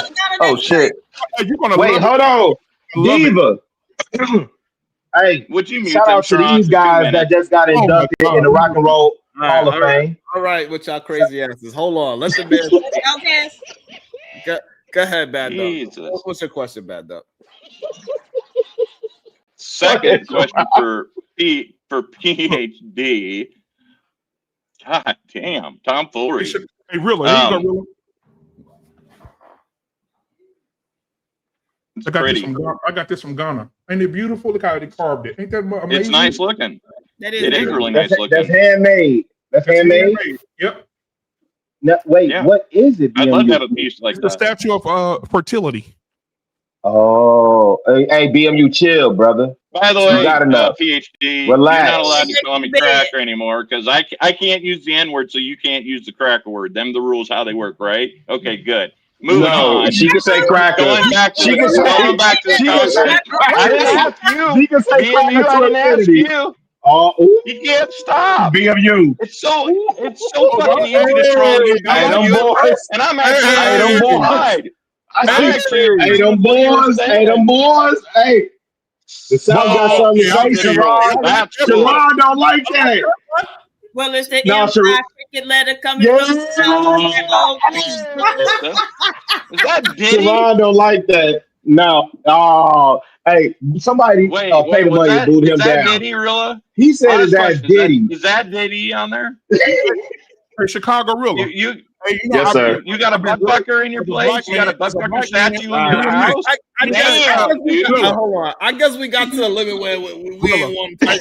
I've been really Okay, I just want to say one You thing. see what's I happening, just want to say Sharon. one thing. You know what's I happening, just want to say Sharon. one thing. Hey, Rilla, I've been really working on my. I really get I up and just try want to to say walk one every thing day over and you, work on my BMU, weight and I'll or keep whatever. doing it too You know, because I can play I've that never heard of stupid ass these. game. Yes, sir. Keeping going, Never blah seen blah these. blah blah blah blah blah blah. My They're name is all BMU, and natural. I'm They're Yes, all playing sir. down my natural feed beaker. bars or something. That might be more Sharon's speed. Yeah, see it right here. They're all natural. That might be fig Sharon. bars. You see them all natural fig bars. So I've been really trying to walk 30 minutes, like Sharon said, walk 30 Hey, minutes Sharon. every way and eat some natural fruit. Look at this natural They fruit. think Look at it bothers me. Oh, them taste good. Sharon, you eat those?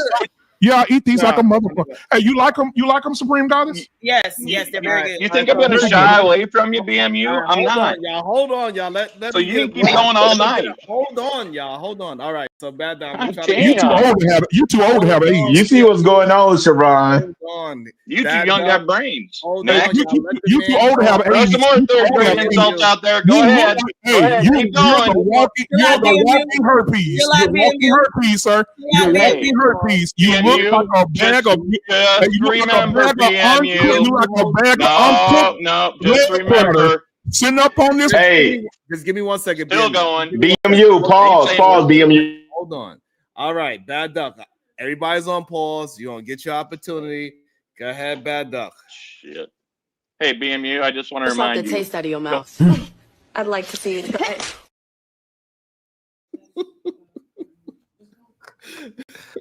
it. He's falling for it, man. That's not right. Hey, Go ahead, Diva. Brownsville. Hey, me and Brownsville No, don't go- agree on shit, but I'm feeling it today, Brownsville. No, go ahead, Diva. Go ahead, Diva. Brownsville, New York, 50 balls. The problem with the community is bootlickers who acquiesce to pilgrims. Because Yeah. Get him drop out the of here. uncooked leg quarter. Yeah, he like a damn leg quarter. Send up an uncooked leg quarter. He up here talking shit. Listen, I'm gonna be on his ass all night. I told you, come back up. I was gonna get him. Oh shit. Hey, Big Bad BMU, Bull. you Hey, ain't Big Bad shit. Bull. Send $100, Big Bad Bull, to get him back up here now. Yeah, motherfuckers don't understand. Like, I may argue with my folk, I may disagree with my folk. Yeah, we gonna be into it, motherfucker. That don't give you license to come up here and inject your motherfucking opinion. We don't care. The quickest way to We don't bring care. black people together is you come your white ass in here talking shit. Now, let me ask you a question though. Oh my God. Go ahead, sis. Shout out to Bizzle. I think the questions that he BMU was is hilarious. asking I ain't gonna lie. was very He is. He on one tonight. I don't think that he was necessarily injecting an opinion. He was asking a question. So if we're talking about repairing and restoring, I think it's interesting at least to listen to the question so that we can delve and dive and create, maybe a protocol for how we deal and how we move forward to take back, some power. But you two, if we were in the same house, it would be both of your ears because both of y'all was really. Yeah, that's cool, Bizzle. Hey, Bizzle, I got a question for you though, Bizzle. I fuck with you, you know that, right? So, can you tell me when they was zoning out and selling out and gentrifying Harlem, like did did you have a voice? Like, were you there when the white people was doing that? No. Right. So when these white boys are in their spaces complaining about their white snow bunnies and their women and how they doing the wrong, woo, you over there with them too? They give you space and Don't provoke me to anger, or else you be in danger. Well, damn. Damn, he must really love this white boy. Shit. Let me read it. It says for drop Diva, Rilla, and BMU ASAP. Oh, so it wasn't to bring you back, Bad Duck. Sorry. Bitch, I can't be dropped. Bitch, I can't be dropped. You fat hoe ass nigga. And now what? Damn.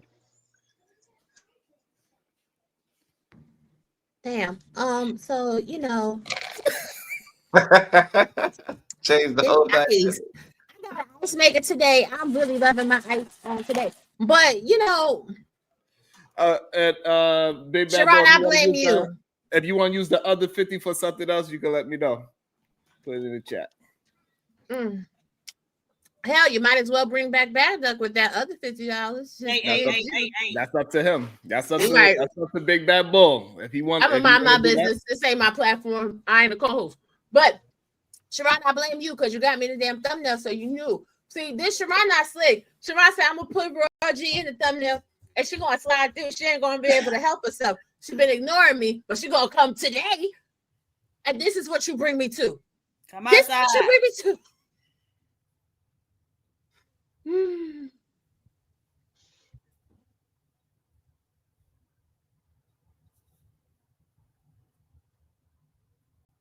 Go ahead, better make it good. No, again, I was originally asking about the question way back when we were talking about integration because I was curious as to what people thought in the Black community that the Black community would be like now if there hadn't been integration. That was one question. I had 3 different questions. Look, ask all your 3 questions. I'm gonna write them down. That way, if you get booted, I'll be able to ask them again. Go ahead. Well, and my other question had to do with the with PhD talking about being conquered, and I guess my feeling on it is that hasn't everybody at some point been conquered or be the conquerors? I mean, Hitler conquered half of Europe, and my brain just went dead. The white, I don't know if I would use the word conquered Black, but use them for slavery. So I guess you could use that term. I don't know if we're necessarily conquering the Blacks still today. The Romans conquered half the world. People moved on. The Jews moved on from Hitler. The rest of the world moved on from Hitler. The rest of the world moved on from Rome. So just as a couple of examples, conquering has happened throughout our history. Mm-hmm. But many of the societies and communities have chosen to move on and not let them hold back. Why does the Black community still feel that they need to use that as a reason to hold themselves back? So the thing 3. That, yeah, go ahead, Sean. I'd love to hear. No, go ahead. Say the third one because they gearing up to get you. Say the third one. I mean, these are our questions. I am not obviously Black. but I am trying to understand the Black community so that I can learn from this, so I can have conversations between different communities, so I can understand where you come from versus where my past is and where I come from, so that it doesn't come off in a way that you feel is racist or derogatory.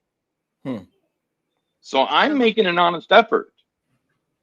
Wouldn't it be a great thing if everybody made an honest effort? Third, the thing about Diva that I was cracking about, you saying cracker, cracker, cracker all the time. You don't think that's just as derogatory as me saying the N-word, which I'm not allowed to say, obviously, because I'm white. But why is it not? Because it wasn't designed to be derogatory.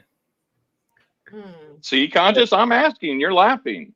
So yeah, I'm trying to have an honest conversation with you. I'm saying you can see it. There's just Cracker, hold on, so maybe just so Cracker was more like John, right? Honky. Right, and Honky John and Cracker is all in the same vein. It's not really derogatory like the way how the N-word is.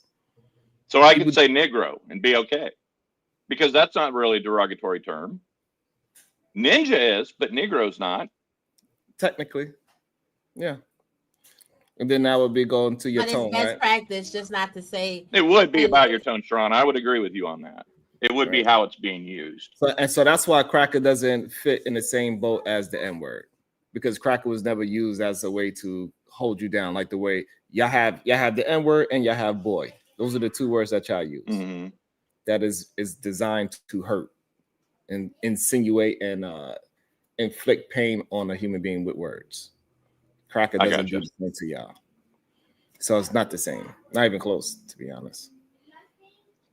Would you say, because I'm trying to build this, okay, all this. Would you say calling an Italian WAP, which is meant to hurt them? I have no idea. It's without papers.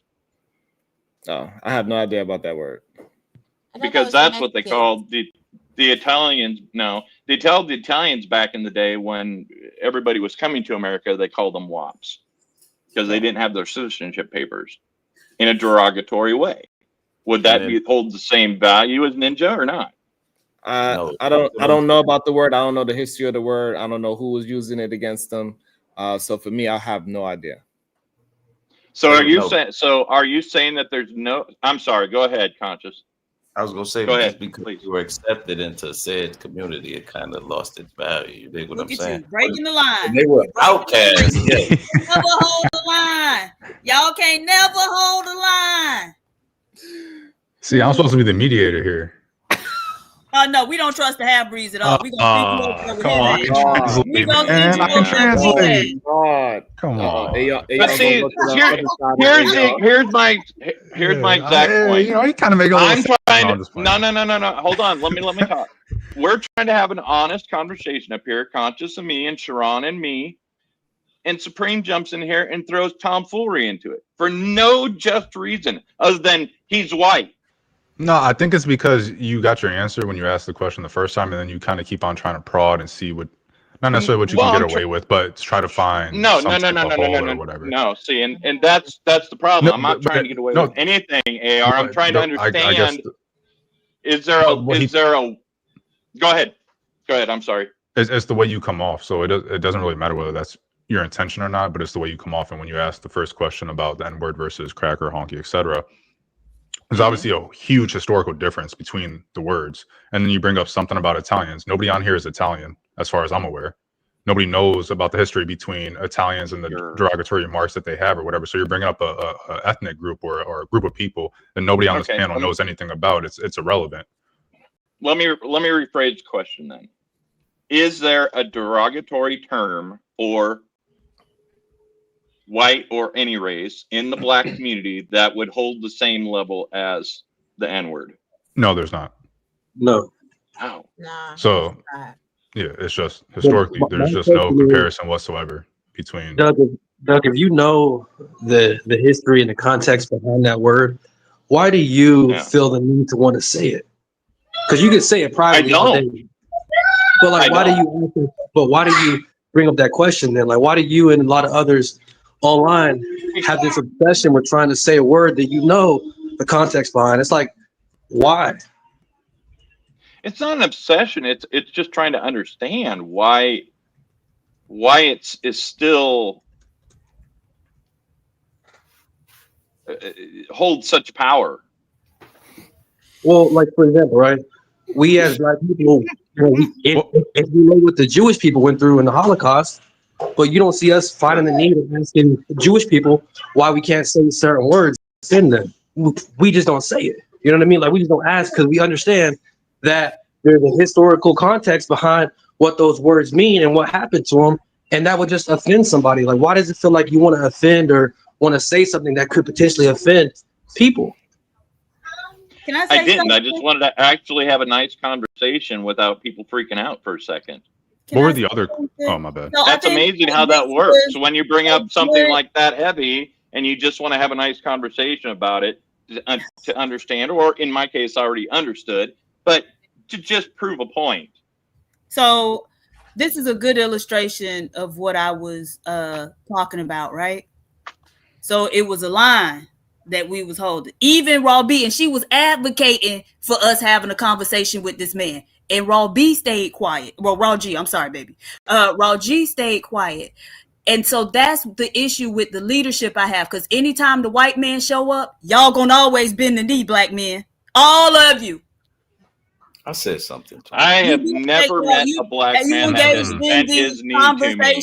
Kulu engaged in the conversation. Sharon engaged in the conversation. Can't believe you. I expect you to engage in the conversation. I appreciate it. See, I ain't innocent. I ain't innocent. Yeah. I swear in the line, I can get away with it. Y'all got to stay in line though, man. She got a point. I mean, my other comments were valid and honest questions and honest questions and talks about it. But I went into that just to prove a point that we, as a different background, past, color, race, whatever the fuck you want to call it, can have a civilized conversation where people explain things to each other. But instead, when I first came up here, it was full 100% tomfoolery. So bad though. Why you want something to explain that you already know the meaning to? No, I want to prove a point that I love to engage in conversations and learn, and I'm trying to learn more about the Black community. And I'm trying to prove a point that I can engage in a good conversation, and you can too if you choose.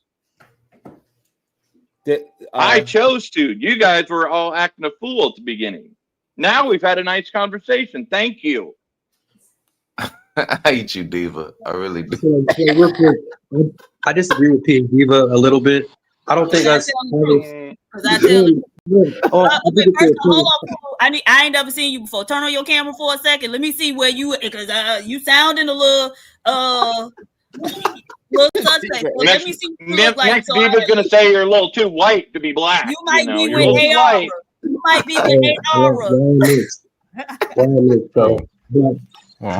Diva, just stop. You sound like you underwater. Stop. Kulu, you sound like you underwater. I mean, honest question, Diva. Why do you act this way? Hold on, Kulu, your microphone. Hold on, that Kulu fix his mic. Go ahead, Kulu. Try again. So, I mean, I see what you're saying, but I don't see by having a conversation and explaining to him the reasoning of why saying that word, is negative or is bad, or why he has an obsession with it, is like it's bending the knee. It's because he already knew that. So from it seems like the position is he already knew that. Her point is that we already know that he knows that he's feigning ignorance to get a rise or to get this conversation to try to troll. Damn. I'm not talking to you right now. Not at all. So the point is, it's trolling. It is by definition trolling if you know the definition already. Let me get an understanding. So that does. So did you or did you not know that there's no other word that could compare to the N word? I did not know that there was no other word. I'd like to see you try it.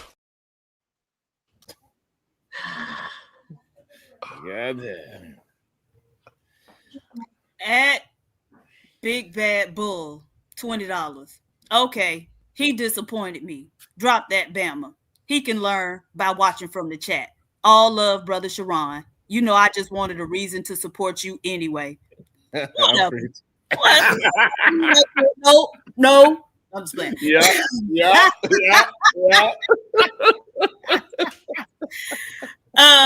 So Kulu, Yes. my brother, my capitulating brother. So you better receive Kulu. What? You better receive him. God damn it. Cool. Okay, so the thing is, these people always come into our spaces, and they always come in, I just have questions. They come in with the innocence, right? Because who gonna come in and be like, I'm here to do some malicious shit? Then you ain't gonna let them in. But the point is, y'all always get gooped by the crackers because y'all, what's the problem with having a conversation? You know what I'm saying? And then when they inch a little bit closer, you still there having the conversation. And then by the time they done turned around, pulled their pants down and showed the crack of their ass, it's too late. Y'all don't be understanding. And so again, solidarity is more important than having a conversation with a white man. I know. I can.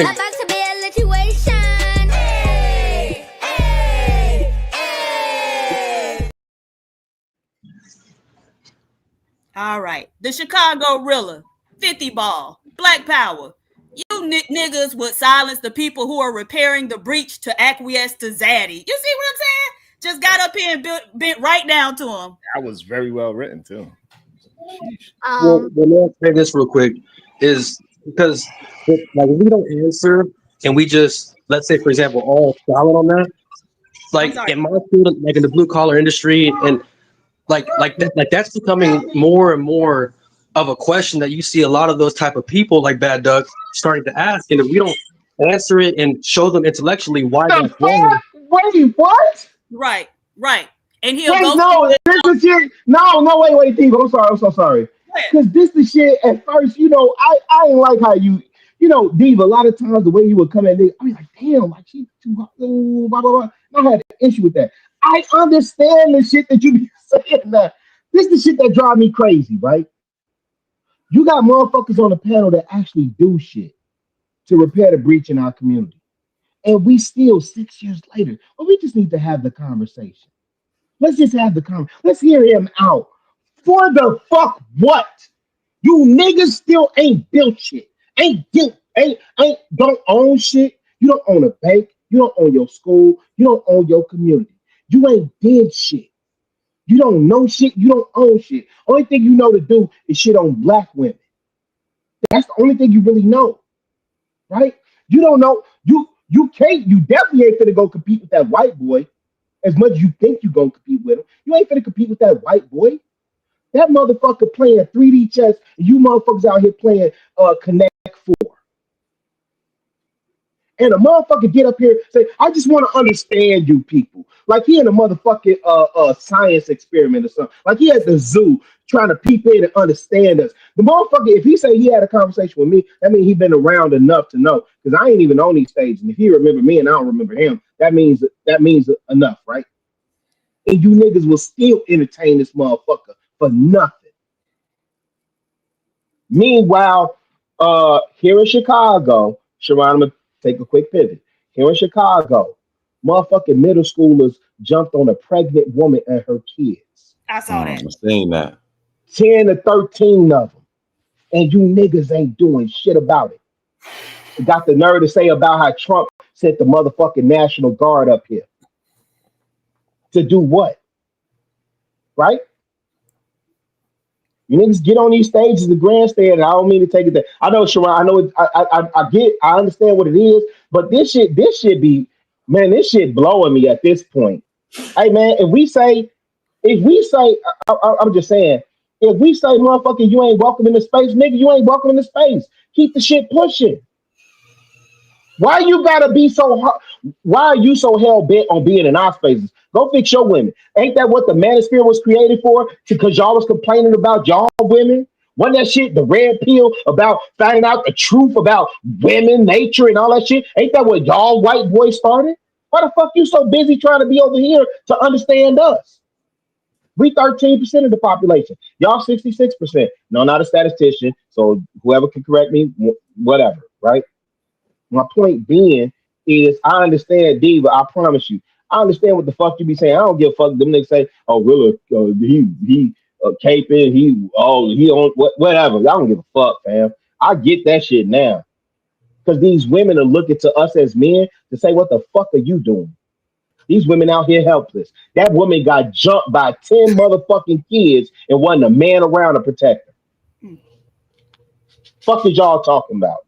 And I'm dealing with this shit real time while y'all woofing. I'm dealing with that shit real time. Fuck what you talking about. Give a fuck about no white boy coming up here trying to understand me, nigga. Bring your ass to Chicago or support some of these initiatives that I'm supporting out this motherfucker. And then I can believe what you're saying. Until then, move the fuck around. I don't give a fuck what you got to say. And send another 50, 100, whatever to drop me on that one. That's real talk. But again, right? And Raw G was the one who said, well, we should have the conversation with him. And she held the line, right? And she totally disagreed with me. Am I correct, Raw G? Absolutely. Right. But you see how we just have and so Raw G, I know earlier you was talking about like black women hating black men. And so, and I know, that was probably alluding to me. It's not that I hate them. It's what you just witnessed, right? Even when it's time to hold the line, they always gonna go when that white man show up. And that I can't respect it. I'm sorry. Because Raw G, the one who stepped out there first and advocated for this man, and she still didn't go and she still held her mouth. And each and every one of you in words bent the knee. Oh, sure, white man. And so what it is, you know what I'm saying? Let me expound on it for you. You know what I'm saying? Come on, y'all. Listen, because more than all that. Go ahead. This is the thing. I wanted to see black men in leadership. Now, do I believe that they should not have engaged the conversation? No, I believe they should have engaged, but it just would have been a hard pause for me.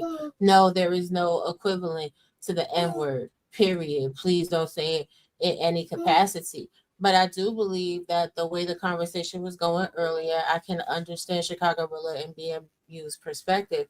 However, that was counterintuitive to the conversation at whole.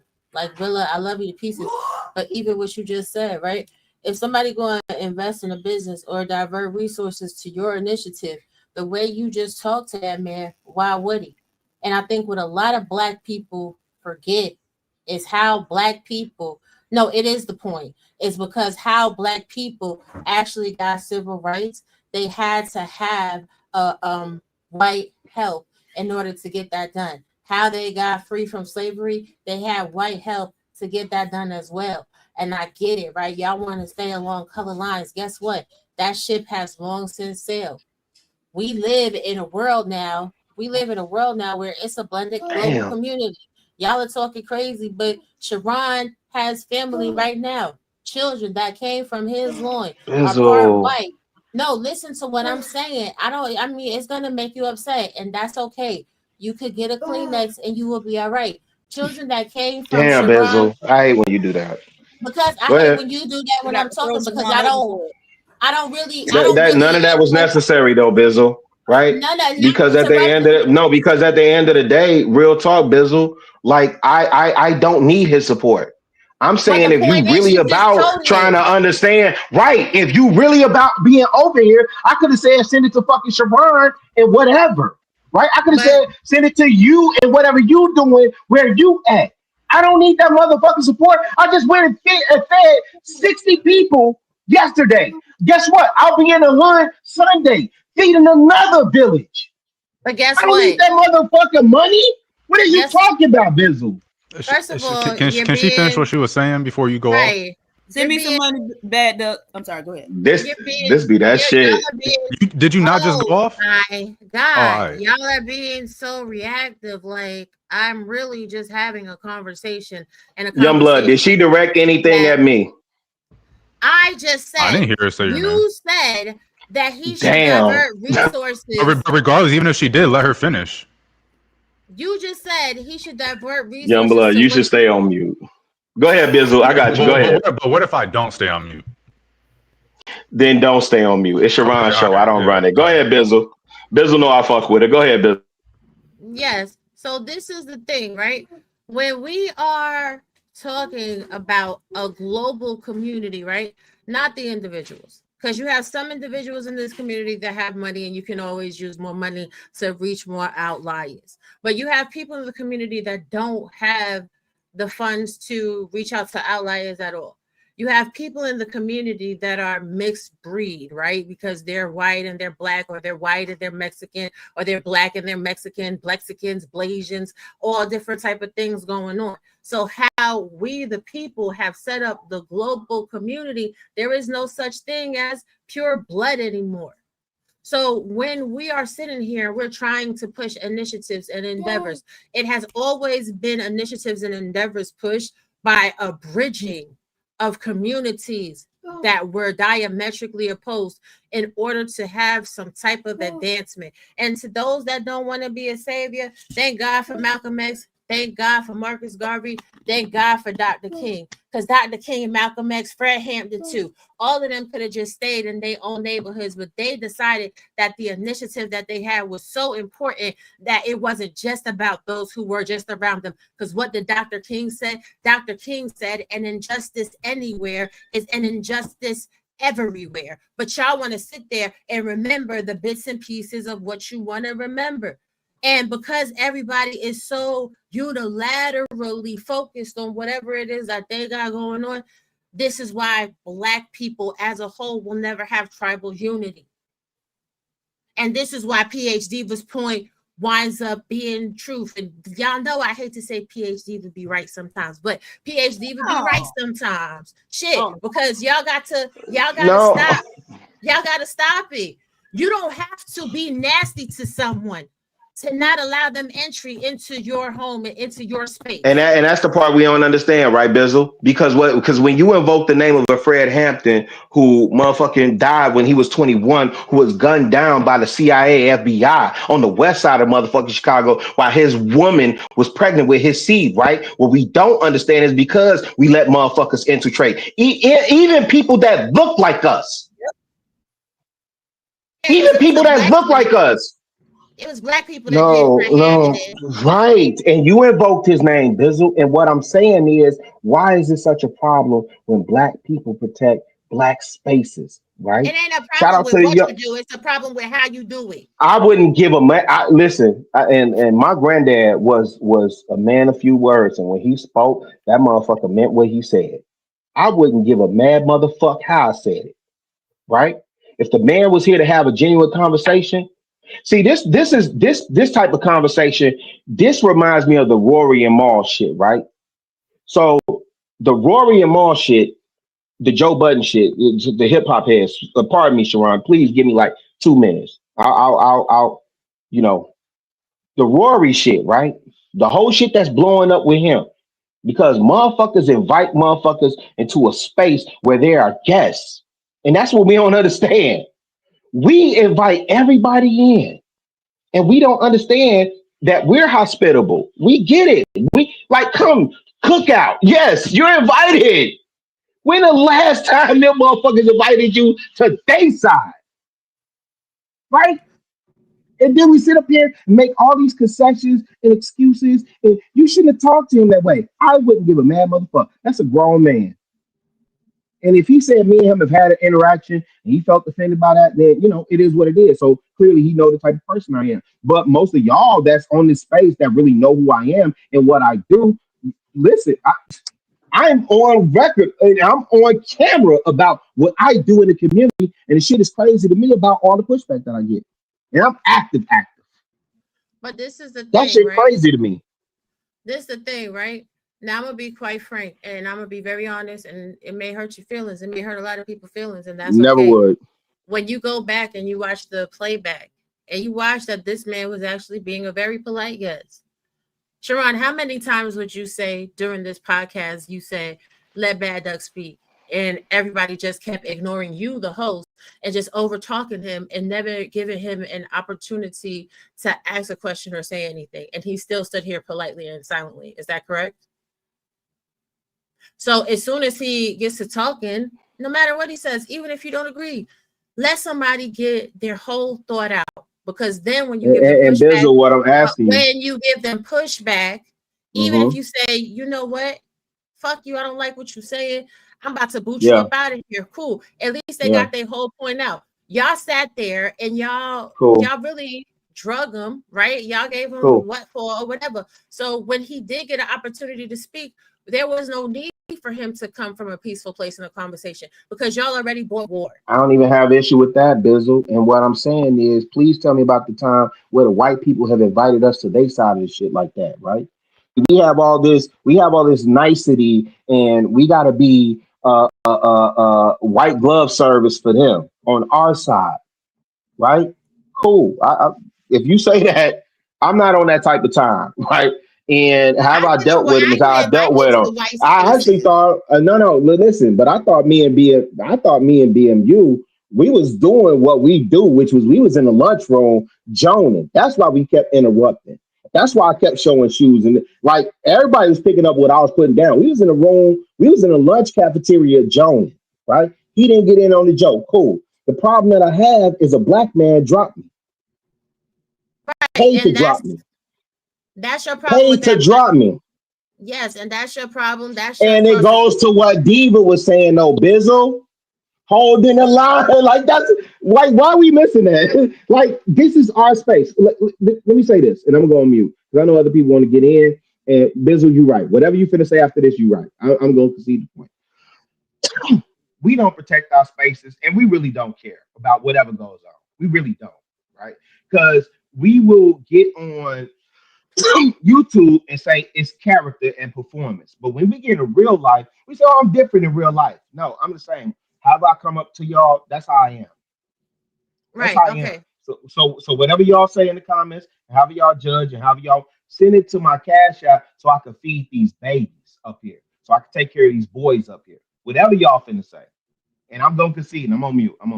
And then Youngblood, who kept cutting in, you can go in too. Go ahead, Bizzle. So this is what I'm gonna say. You made the whole point for me when you said we was in a lunchroom, right? We're talking about the community. We don't have time for high school and childish antics when we're talking about the community. There's ways to hold the line without devolving into a level of immaturity. And when I say stuff like that, nobody don't want to get it. I guess it'll take another 4 or 5 years before y'all get the point. Like Diva said, I held the line. I didn't have to get in on ribbing and joking and whatever else. It's just certain questions I wasn't going to answer because it wasn't a necessity to do so. So when we're talking about holding a line and enriching the community, that's how we do it. Like, and it's not about giving nobody else white glove service. I'm gonna tell you what my grandmother always told me. You bring people up to your level. You don't stoop down to theirs. Period. And what I saw today was a lot of people that got in their feels and they stooped down to a childish level to combat it instead of resting in stoicism and just combating it with stoicism. But Sharon, thank you for having me. You kept me company while I was doing my coursework tonight, honey. I appreciate you. I'm gonna go. Everybody be well. PhD, but it's always love, even though we disagree. Absolutely. Absolutely. Yes. Thank you for Bye. coming. You're welcome.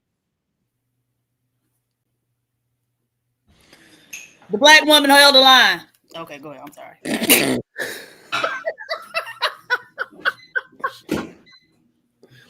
Yeah. Interesting turn of events. Mm-hmm.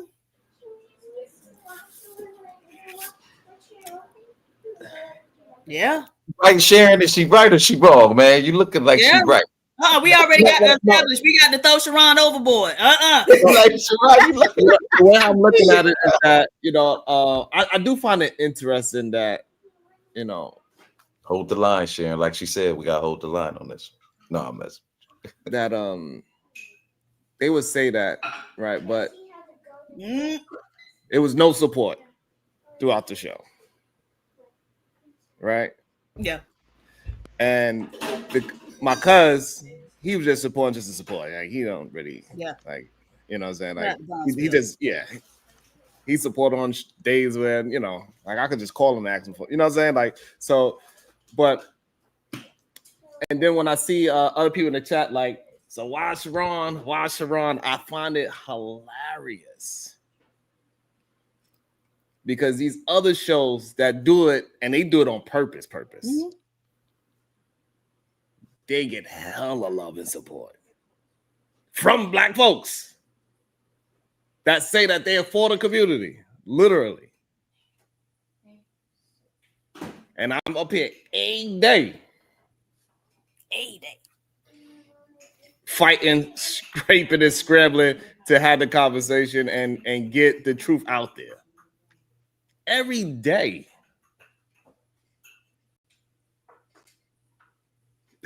So I thought that's just wild to me.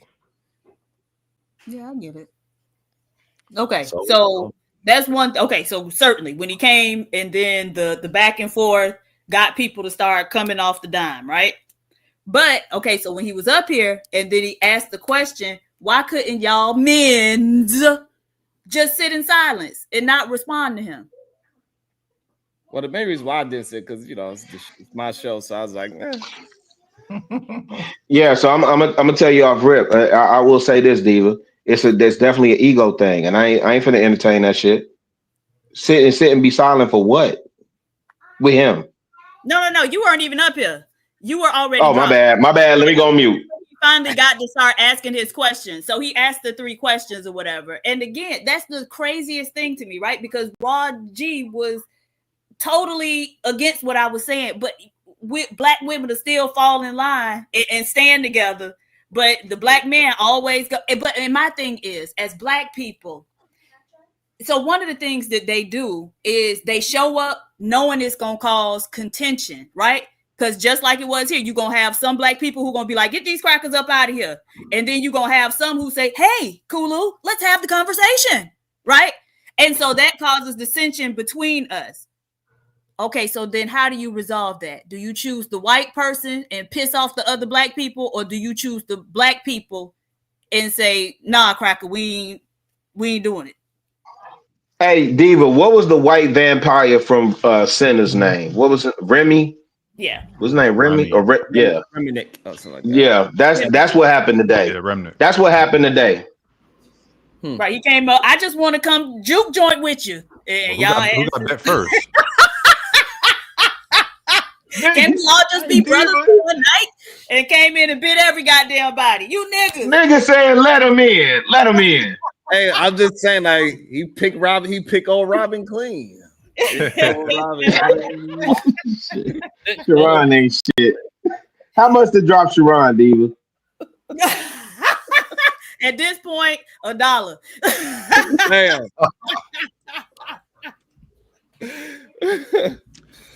But I think I do find it interesting though. I find it highly interesting. And I don't know how to really explain it, you know what I'm saying, to be honest.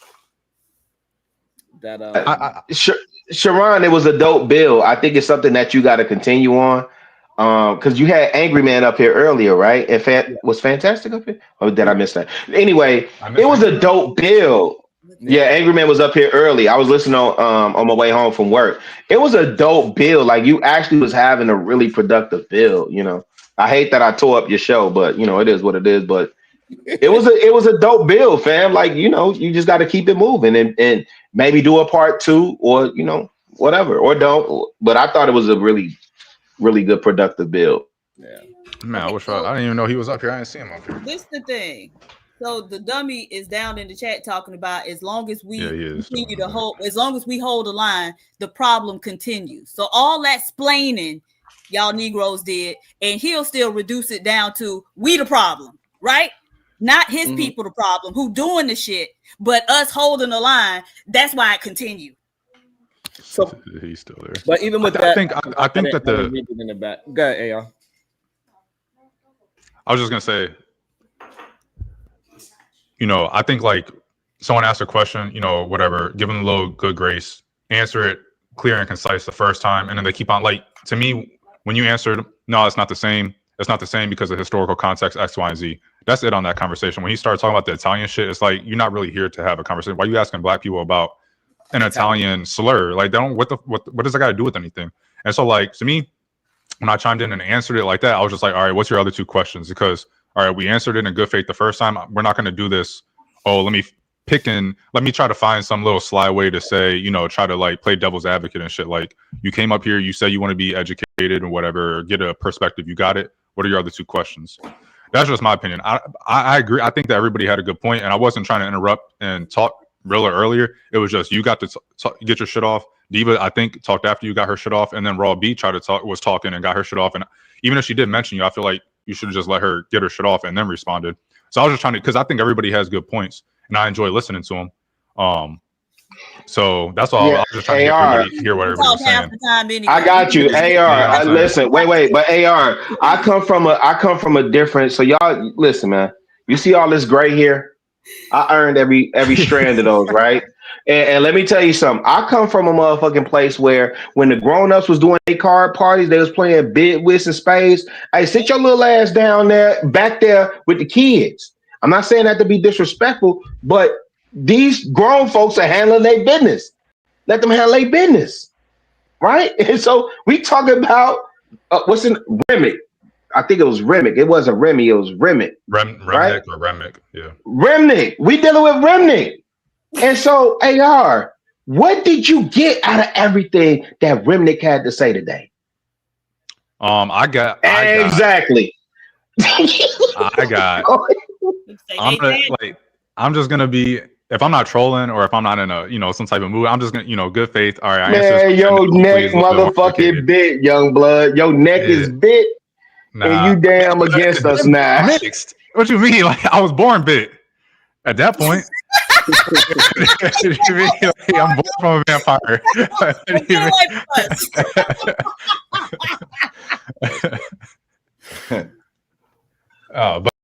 No, I definitely agree with like what you guys are saying and the like entertaining people that come into a space that don't really, you know, they're not really here to learn. They're just here to, you know, troll. Essentially, is what I kind of was saying at the end. It's like, obviously, you just came here to really troll, to get under people's skin.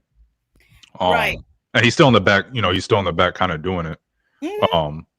So I mean, why they got to get to the point of trolling? Like, why can't the people who are able to see them clearly from the beginning, why can't we just listen to those people and say, oh, you know what? I probably don't. And I understand you was born bit, so I'm not really that's what I'm saying. Like, you know, you can't really fault me. Like, right, you know right. I don't. You good. I gotta start dancing. Like, you know, but you know, hey, Diva be throwing them flamethrowers at because this shit, this the path I'm on right now. This is what I realized. All this shit that we talk about with these bad kids and the Z's and the alphas, and even if you want to say millennials, not so much, but even if you want to say them, cool. But this shit is on Generation X watch right now. And motherfuckers can't keep crying and whining and complaining about what white men. And so what Diva really kind of like, I hate it, but the way she opened my eyes to the shit is like the women and children are looking at us as men. So one of the recurring themes that I know niggas hate that she keeps saying, y'all hate it, but she be like, what is y'all nigga? You don't have to agree with the way she's saying, but just think about that. When a woman from the village asks, what are you niggas doing? Never mind what I got going on. Yeah, you right. I ain't got no children. I ain't got this. I ain't got that. I'm broke. I'm dusty. I'm letting all niggas slide through me. Whatever. All that shit. Cool. What did you niggas build for the village? And you know what niggas say? Man, I'm out here. I'm slutting these hoes, and these hoes ain't worth shit, and bitches ain't shit but hoes and shit. But I'm riding with my dog. Fuck them other niggas because I'm down for my niggas. That's how y'all sound in the world. Then when a white man come around, y'all motherfuckers be so quick to bow the knee and, well, let's hear him out. Let's hear what he has to say. Why? He ain't trying to hear what the fuck you got to say. Why? What have you built? And this idea that we going to be on this one kumbaya conglomerate, no, just focus on where you at. And Sharon, I'm finna drop off, go on mute so you can finish your show. Fam, we got to build where we at. I'm only concerned with Roseland. Come to Chicago. I'll show you what's going on in Roseland. I promise you. I will show you what's being built in Roseland. I will walk you to my alderman's office. I'll walk you to Congresswoman Robin Kelly's office, right? Because that's what I'm focused on. If my grandma shit not straight, I know exactly who I need to go talk to. I know exactly who I need to lean on. Some shit going on in CPS at my alma mater, I know exactly who I need to lean on. I actually got a deputy chief down there, you know, in the city, you know, that I, you know, whatever, right? That needs to become the new cool, right? What Sharon do with his construction company, and I heard my man say businesses, right? I love that, right? Businesses. One of my businesses, right? You talked about your figures on one of your businesses, Sharon, right? I love that, right? That's what we need to be on, because in order to build those type of businesses where you employing people, 10 or more, 15 or more, 20 or more, 30 or more, right? We don't need no more fucking restaurants in our community, fam. We need lawyers, we need doctors, we need pediatricians, we need OBGYNs, we need law firms, we need construction companies. That's what we need in the Black community right now. That's what type of time I'm on. So don't ever get that twisted. I only pulled up because I saw Black Power Diva come out, and that's why I pulled up today. Hey, Rilla, I'm on mute. I'm dropping down, Sharon. I love you, man. Salute. Hey, Rilla, she been on a tear lady. Like, she been on a tear in the Black Power movement so much. She went all the way. She went all the way up yonder. She went to a whole nother country. You heard? They like, is that same diva? Yeah. I said, God, I was trying to pull up when y'all was talking about that so bad, so I could roast her. I couldn't get it quick. Look, but while I was over there last night, I was over there last night, and he said he came and started watching your show. He was like, "Y'all be over there wilding." But you tell y'all have a good time. I like it. I heard her say, she said, I was over there, I was building, we was, you know, and I'm over there with my fam, you know, fam or whatever, woo, and then them bitch niggas come on. Okay, is that the same? I was like, Is that the same PS Diva that be over there with Sharon Bracelet? Who is Sharon? She said, who is Sharon? I was trying to play crazy. Yeah, I'll be in the class, Sharon, but I promise you I'll be paying attention, man. But listen, I love when y'all have these dialogues, because I do think ultimately it will benefit people if they move the entertainment and really dig deep for the jewels, man. So salute. Love to y'all, man. I'm going to holler at y'all in a minute, man. Bye, really. Salute. Peace. Look, and just to respond to something I saw come across the chat, I don't entertain white folks at all. My boss, the white folks in my job, I'm the only Black person in our group. And my boss, they was talking about the election, and she tried to, and Black men, talking about how Black men voted more for Donald Trump than they had, you know, voted for Republicans previously. Mm-hmm. And I nipped that shit in the bud. I say, who? The group that voted the second most for Kamala? Absolutely not, right? So I don't entertain no white person questioning shit Black people do. So even if that mean I got to climb Mammy Mountain and defend Black men, I'm gonna do it, because I just do not allow white folks to question shit Black people doing in my presence. Now, if you got a different value system, more power to you, but that's mine. You ain't gonna do it on my watch. What mountain is this? Mammy Mountain. Because I shot was like Black men, absolutely not. What about white women? But you explain to your coworkers or your bosses, right? What they were saying was foolish, correct?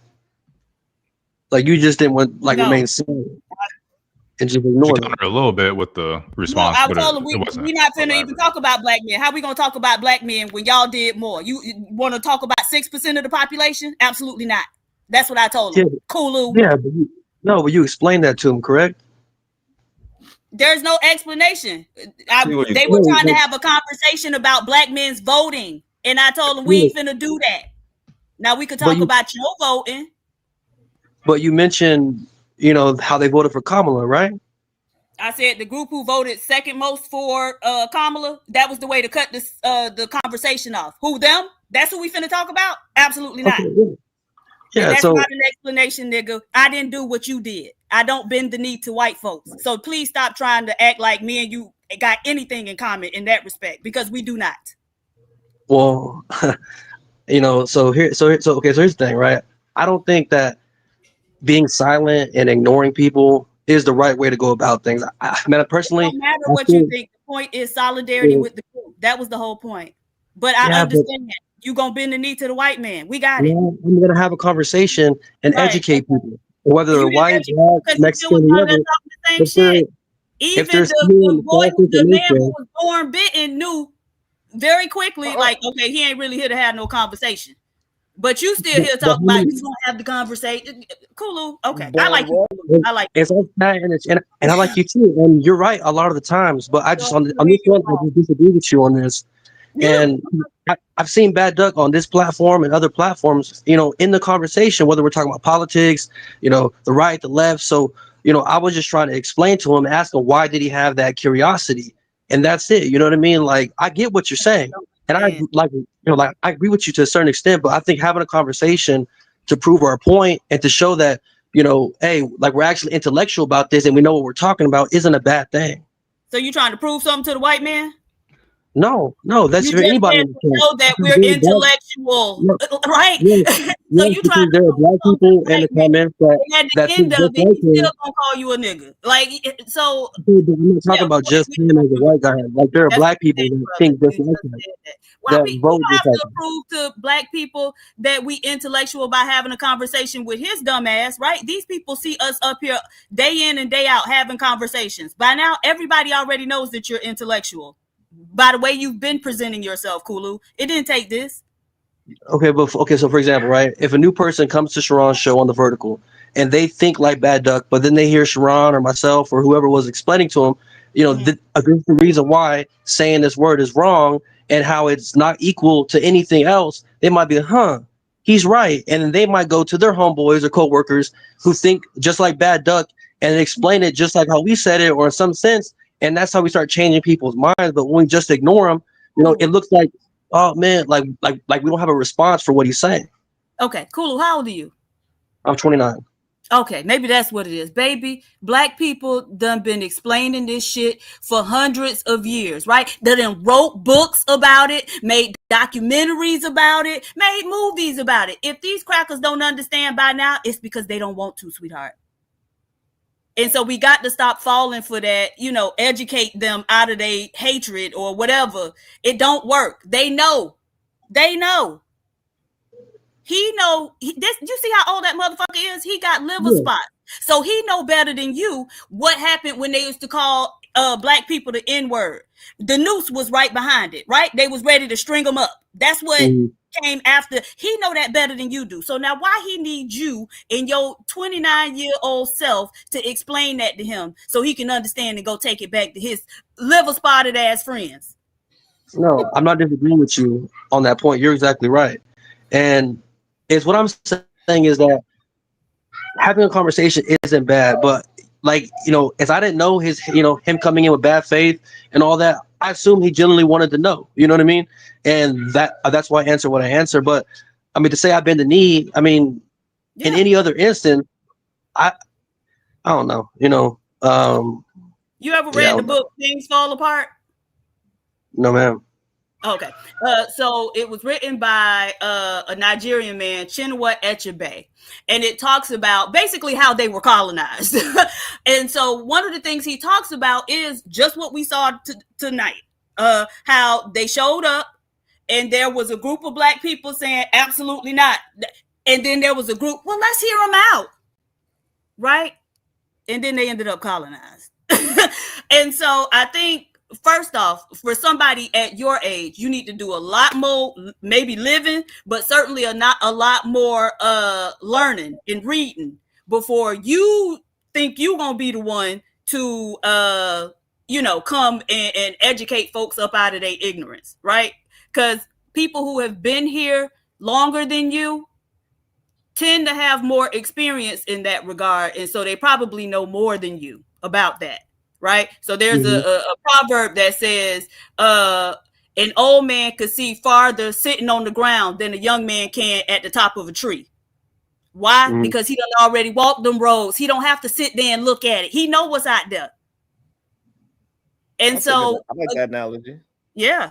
And so again, solidarity with the group, even when you may not agree. And that's what the holding the line exercise was all about. And again, the black woman who did not agree held it. And one by one, you niggas fell. One by one.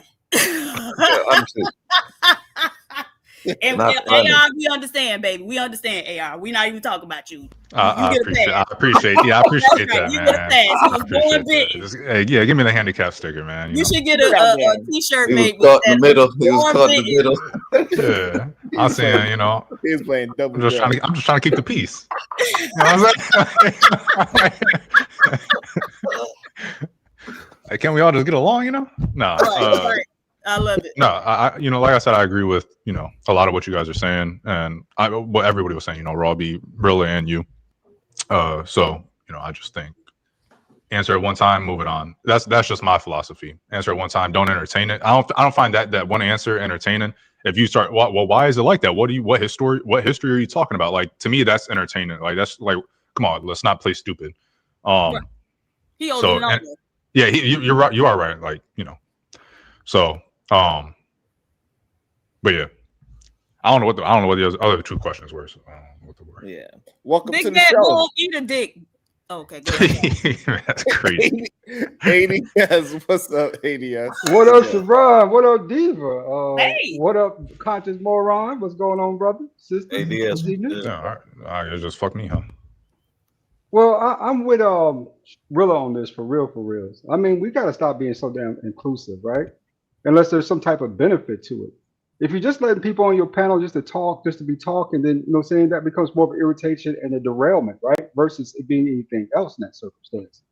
And a lot of times these guys jump up here. I'm not sure. It's almost like they ain't got no friends. So they come to the black people, right? They hang out with us and shit. You know what I'm saying? And at the end of the day, I'm welcoming in certain situations, but there are certain situations they don't belong in. When we're talking about our community, unless they can help us further that and add some type of support to Sharon's panel, including Cash App, MoneyGram, whatever the hell they want to use, then they don't belong up here. It's just that simple. That's just men being men. You know what I'm saying? If I go in any other group of men and I don't belong there, they're going to tell me I don't belong there. Right? But for some odd reason, black folks are the most friendly, the most welcoming to everyone else but ourselves. And at the end of the day, this is how shit gets convoluted.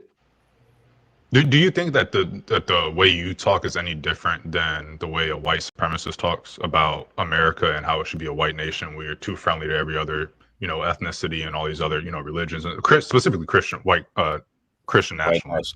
Yeah.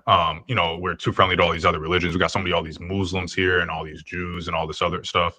Do you see any, resemblance to the way you're speaking right now and the way they speak? What you should probably ask is more of, do I have any agreements with that, right?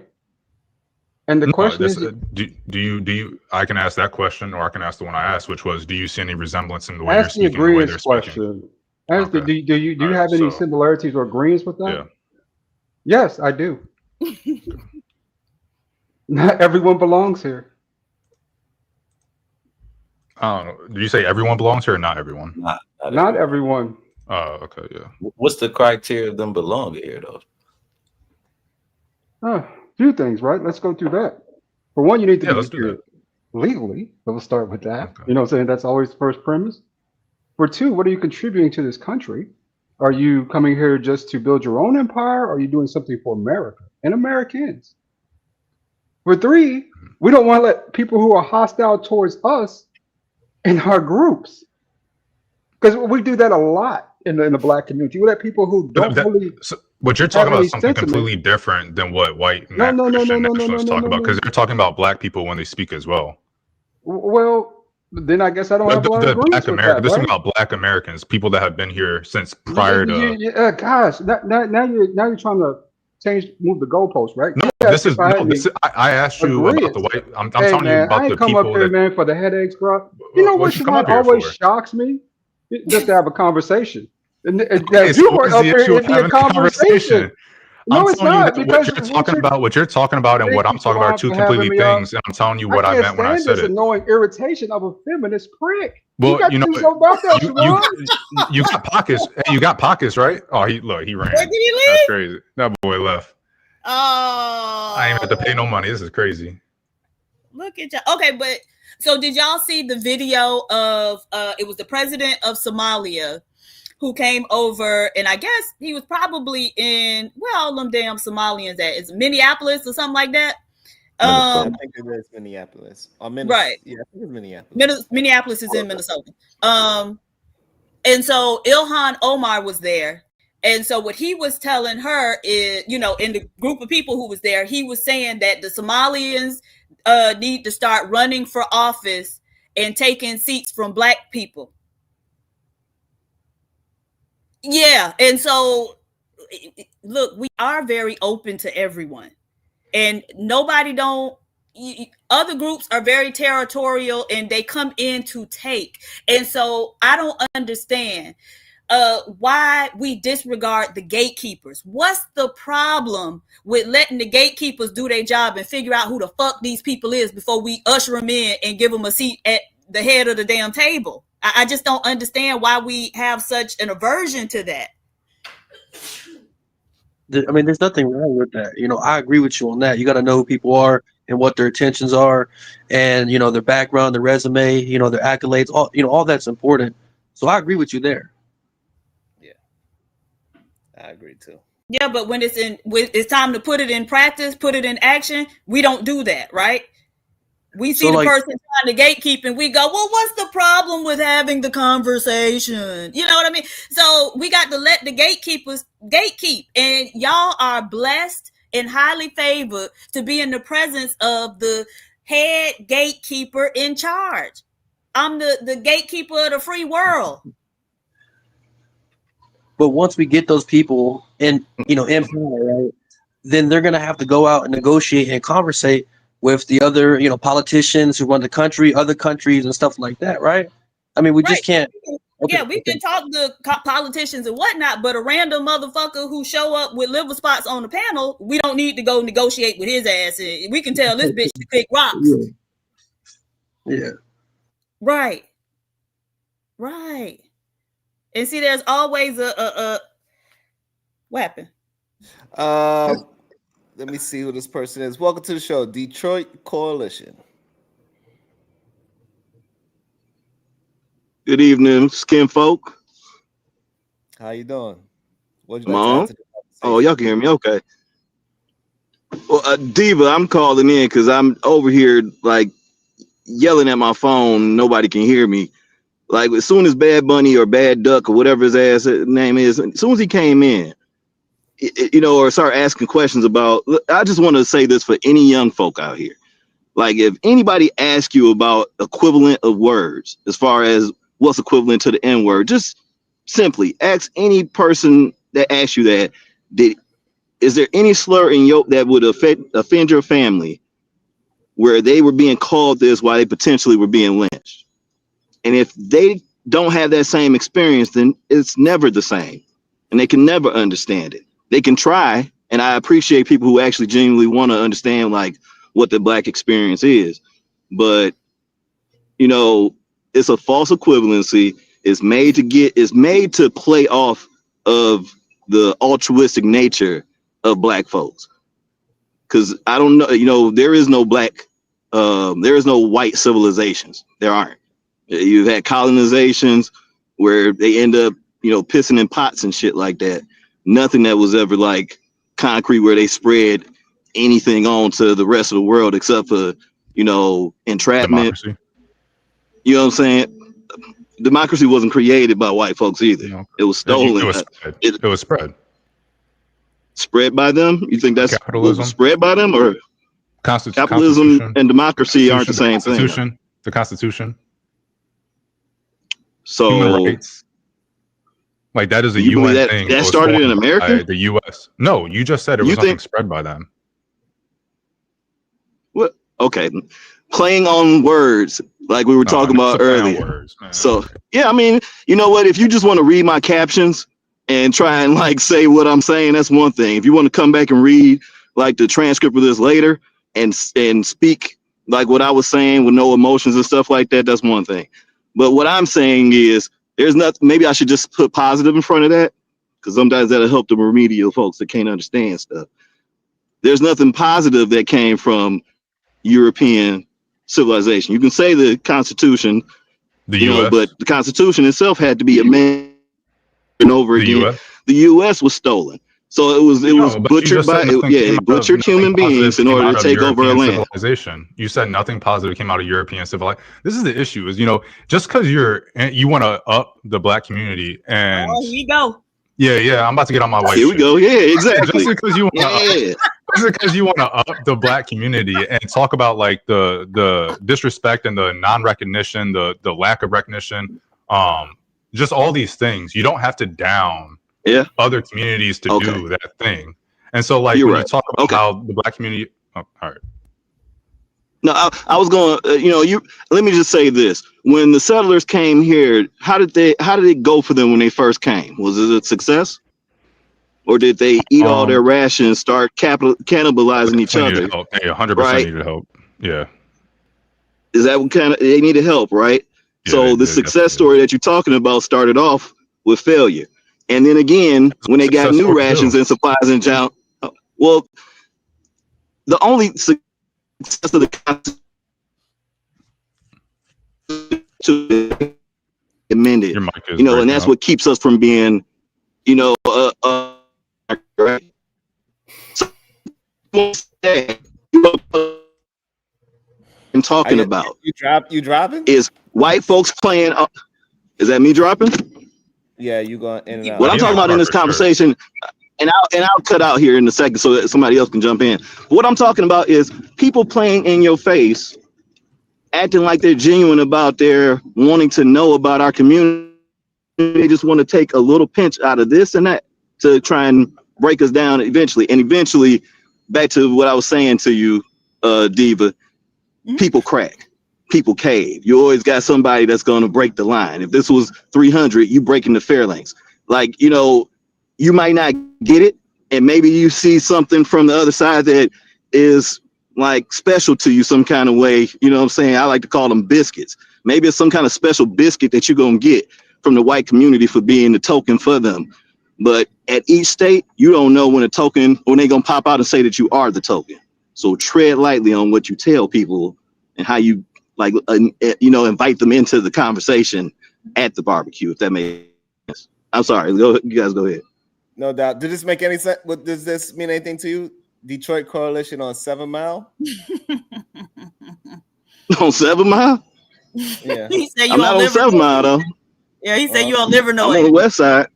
I'm a west sider for sure, but I ain't on 7 Mile or Livernois.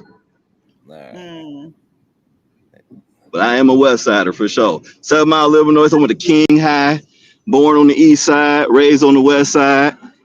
I don't know, y'all don't even know no like real Detroit land. Okay, chili cheese fries. Are you trying to make sure I'm from Detroit? Is that what this? No, he was just being funny saying you was on Livernois because your phone breaking up.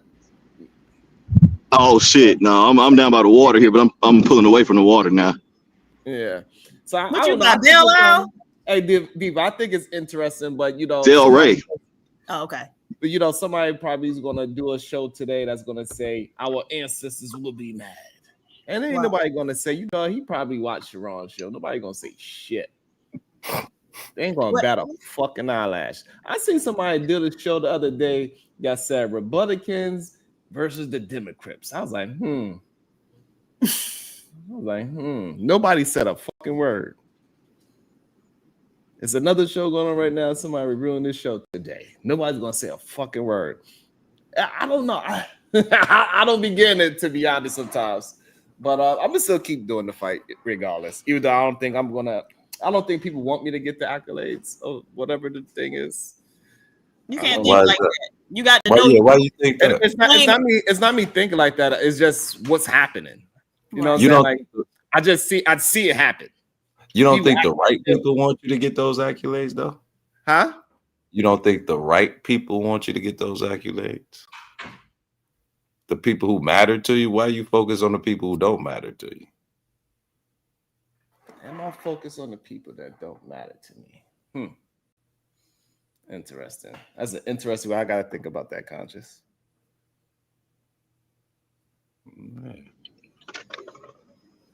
Yeah, if you're trying to grab other clientele, sometimes you might lose the clientele you already got. If you think about it on the business tip. And sometimes in our community, not from that standpoint, not capitalizing, I'm just saying, like, sometimes when we try and reach out to other things, we lose a grip on, or, we lose our footness of what might have been our foundation in the first place. I see that happen all the time online. So that's one of those things in our community too. We just got to watch.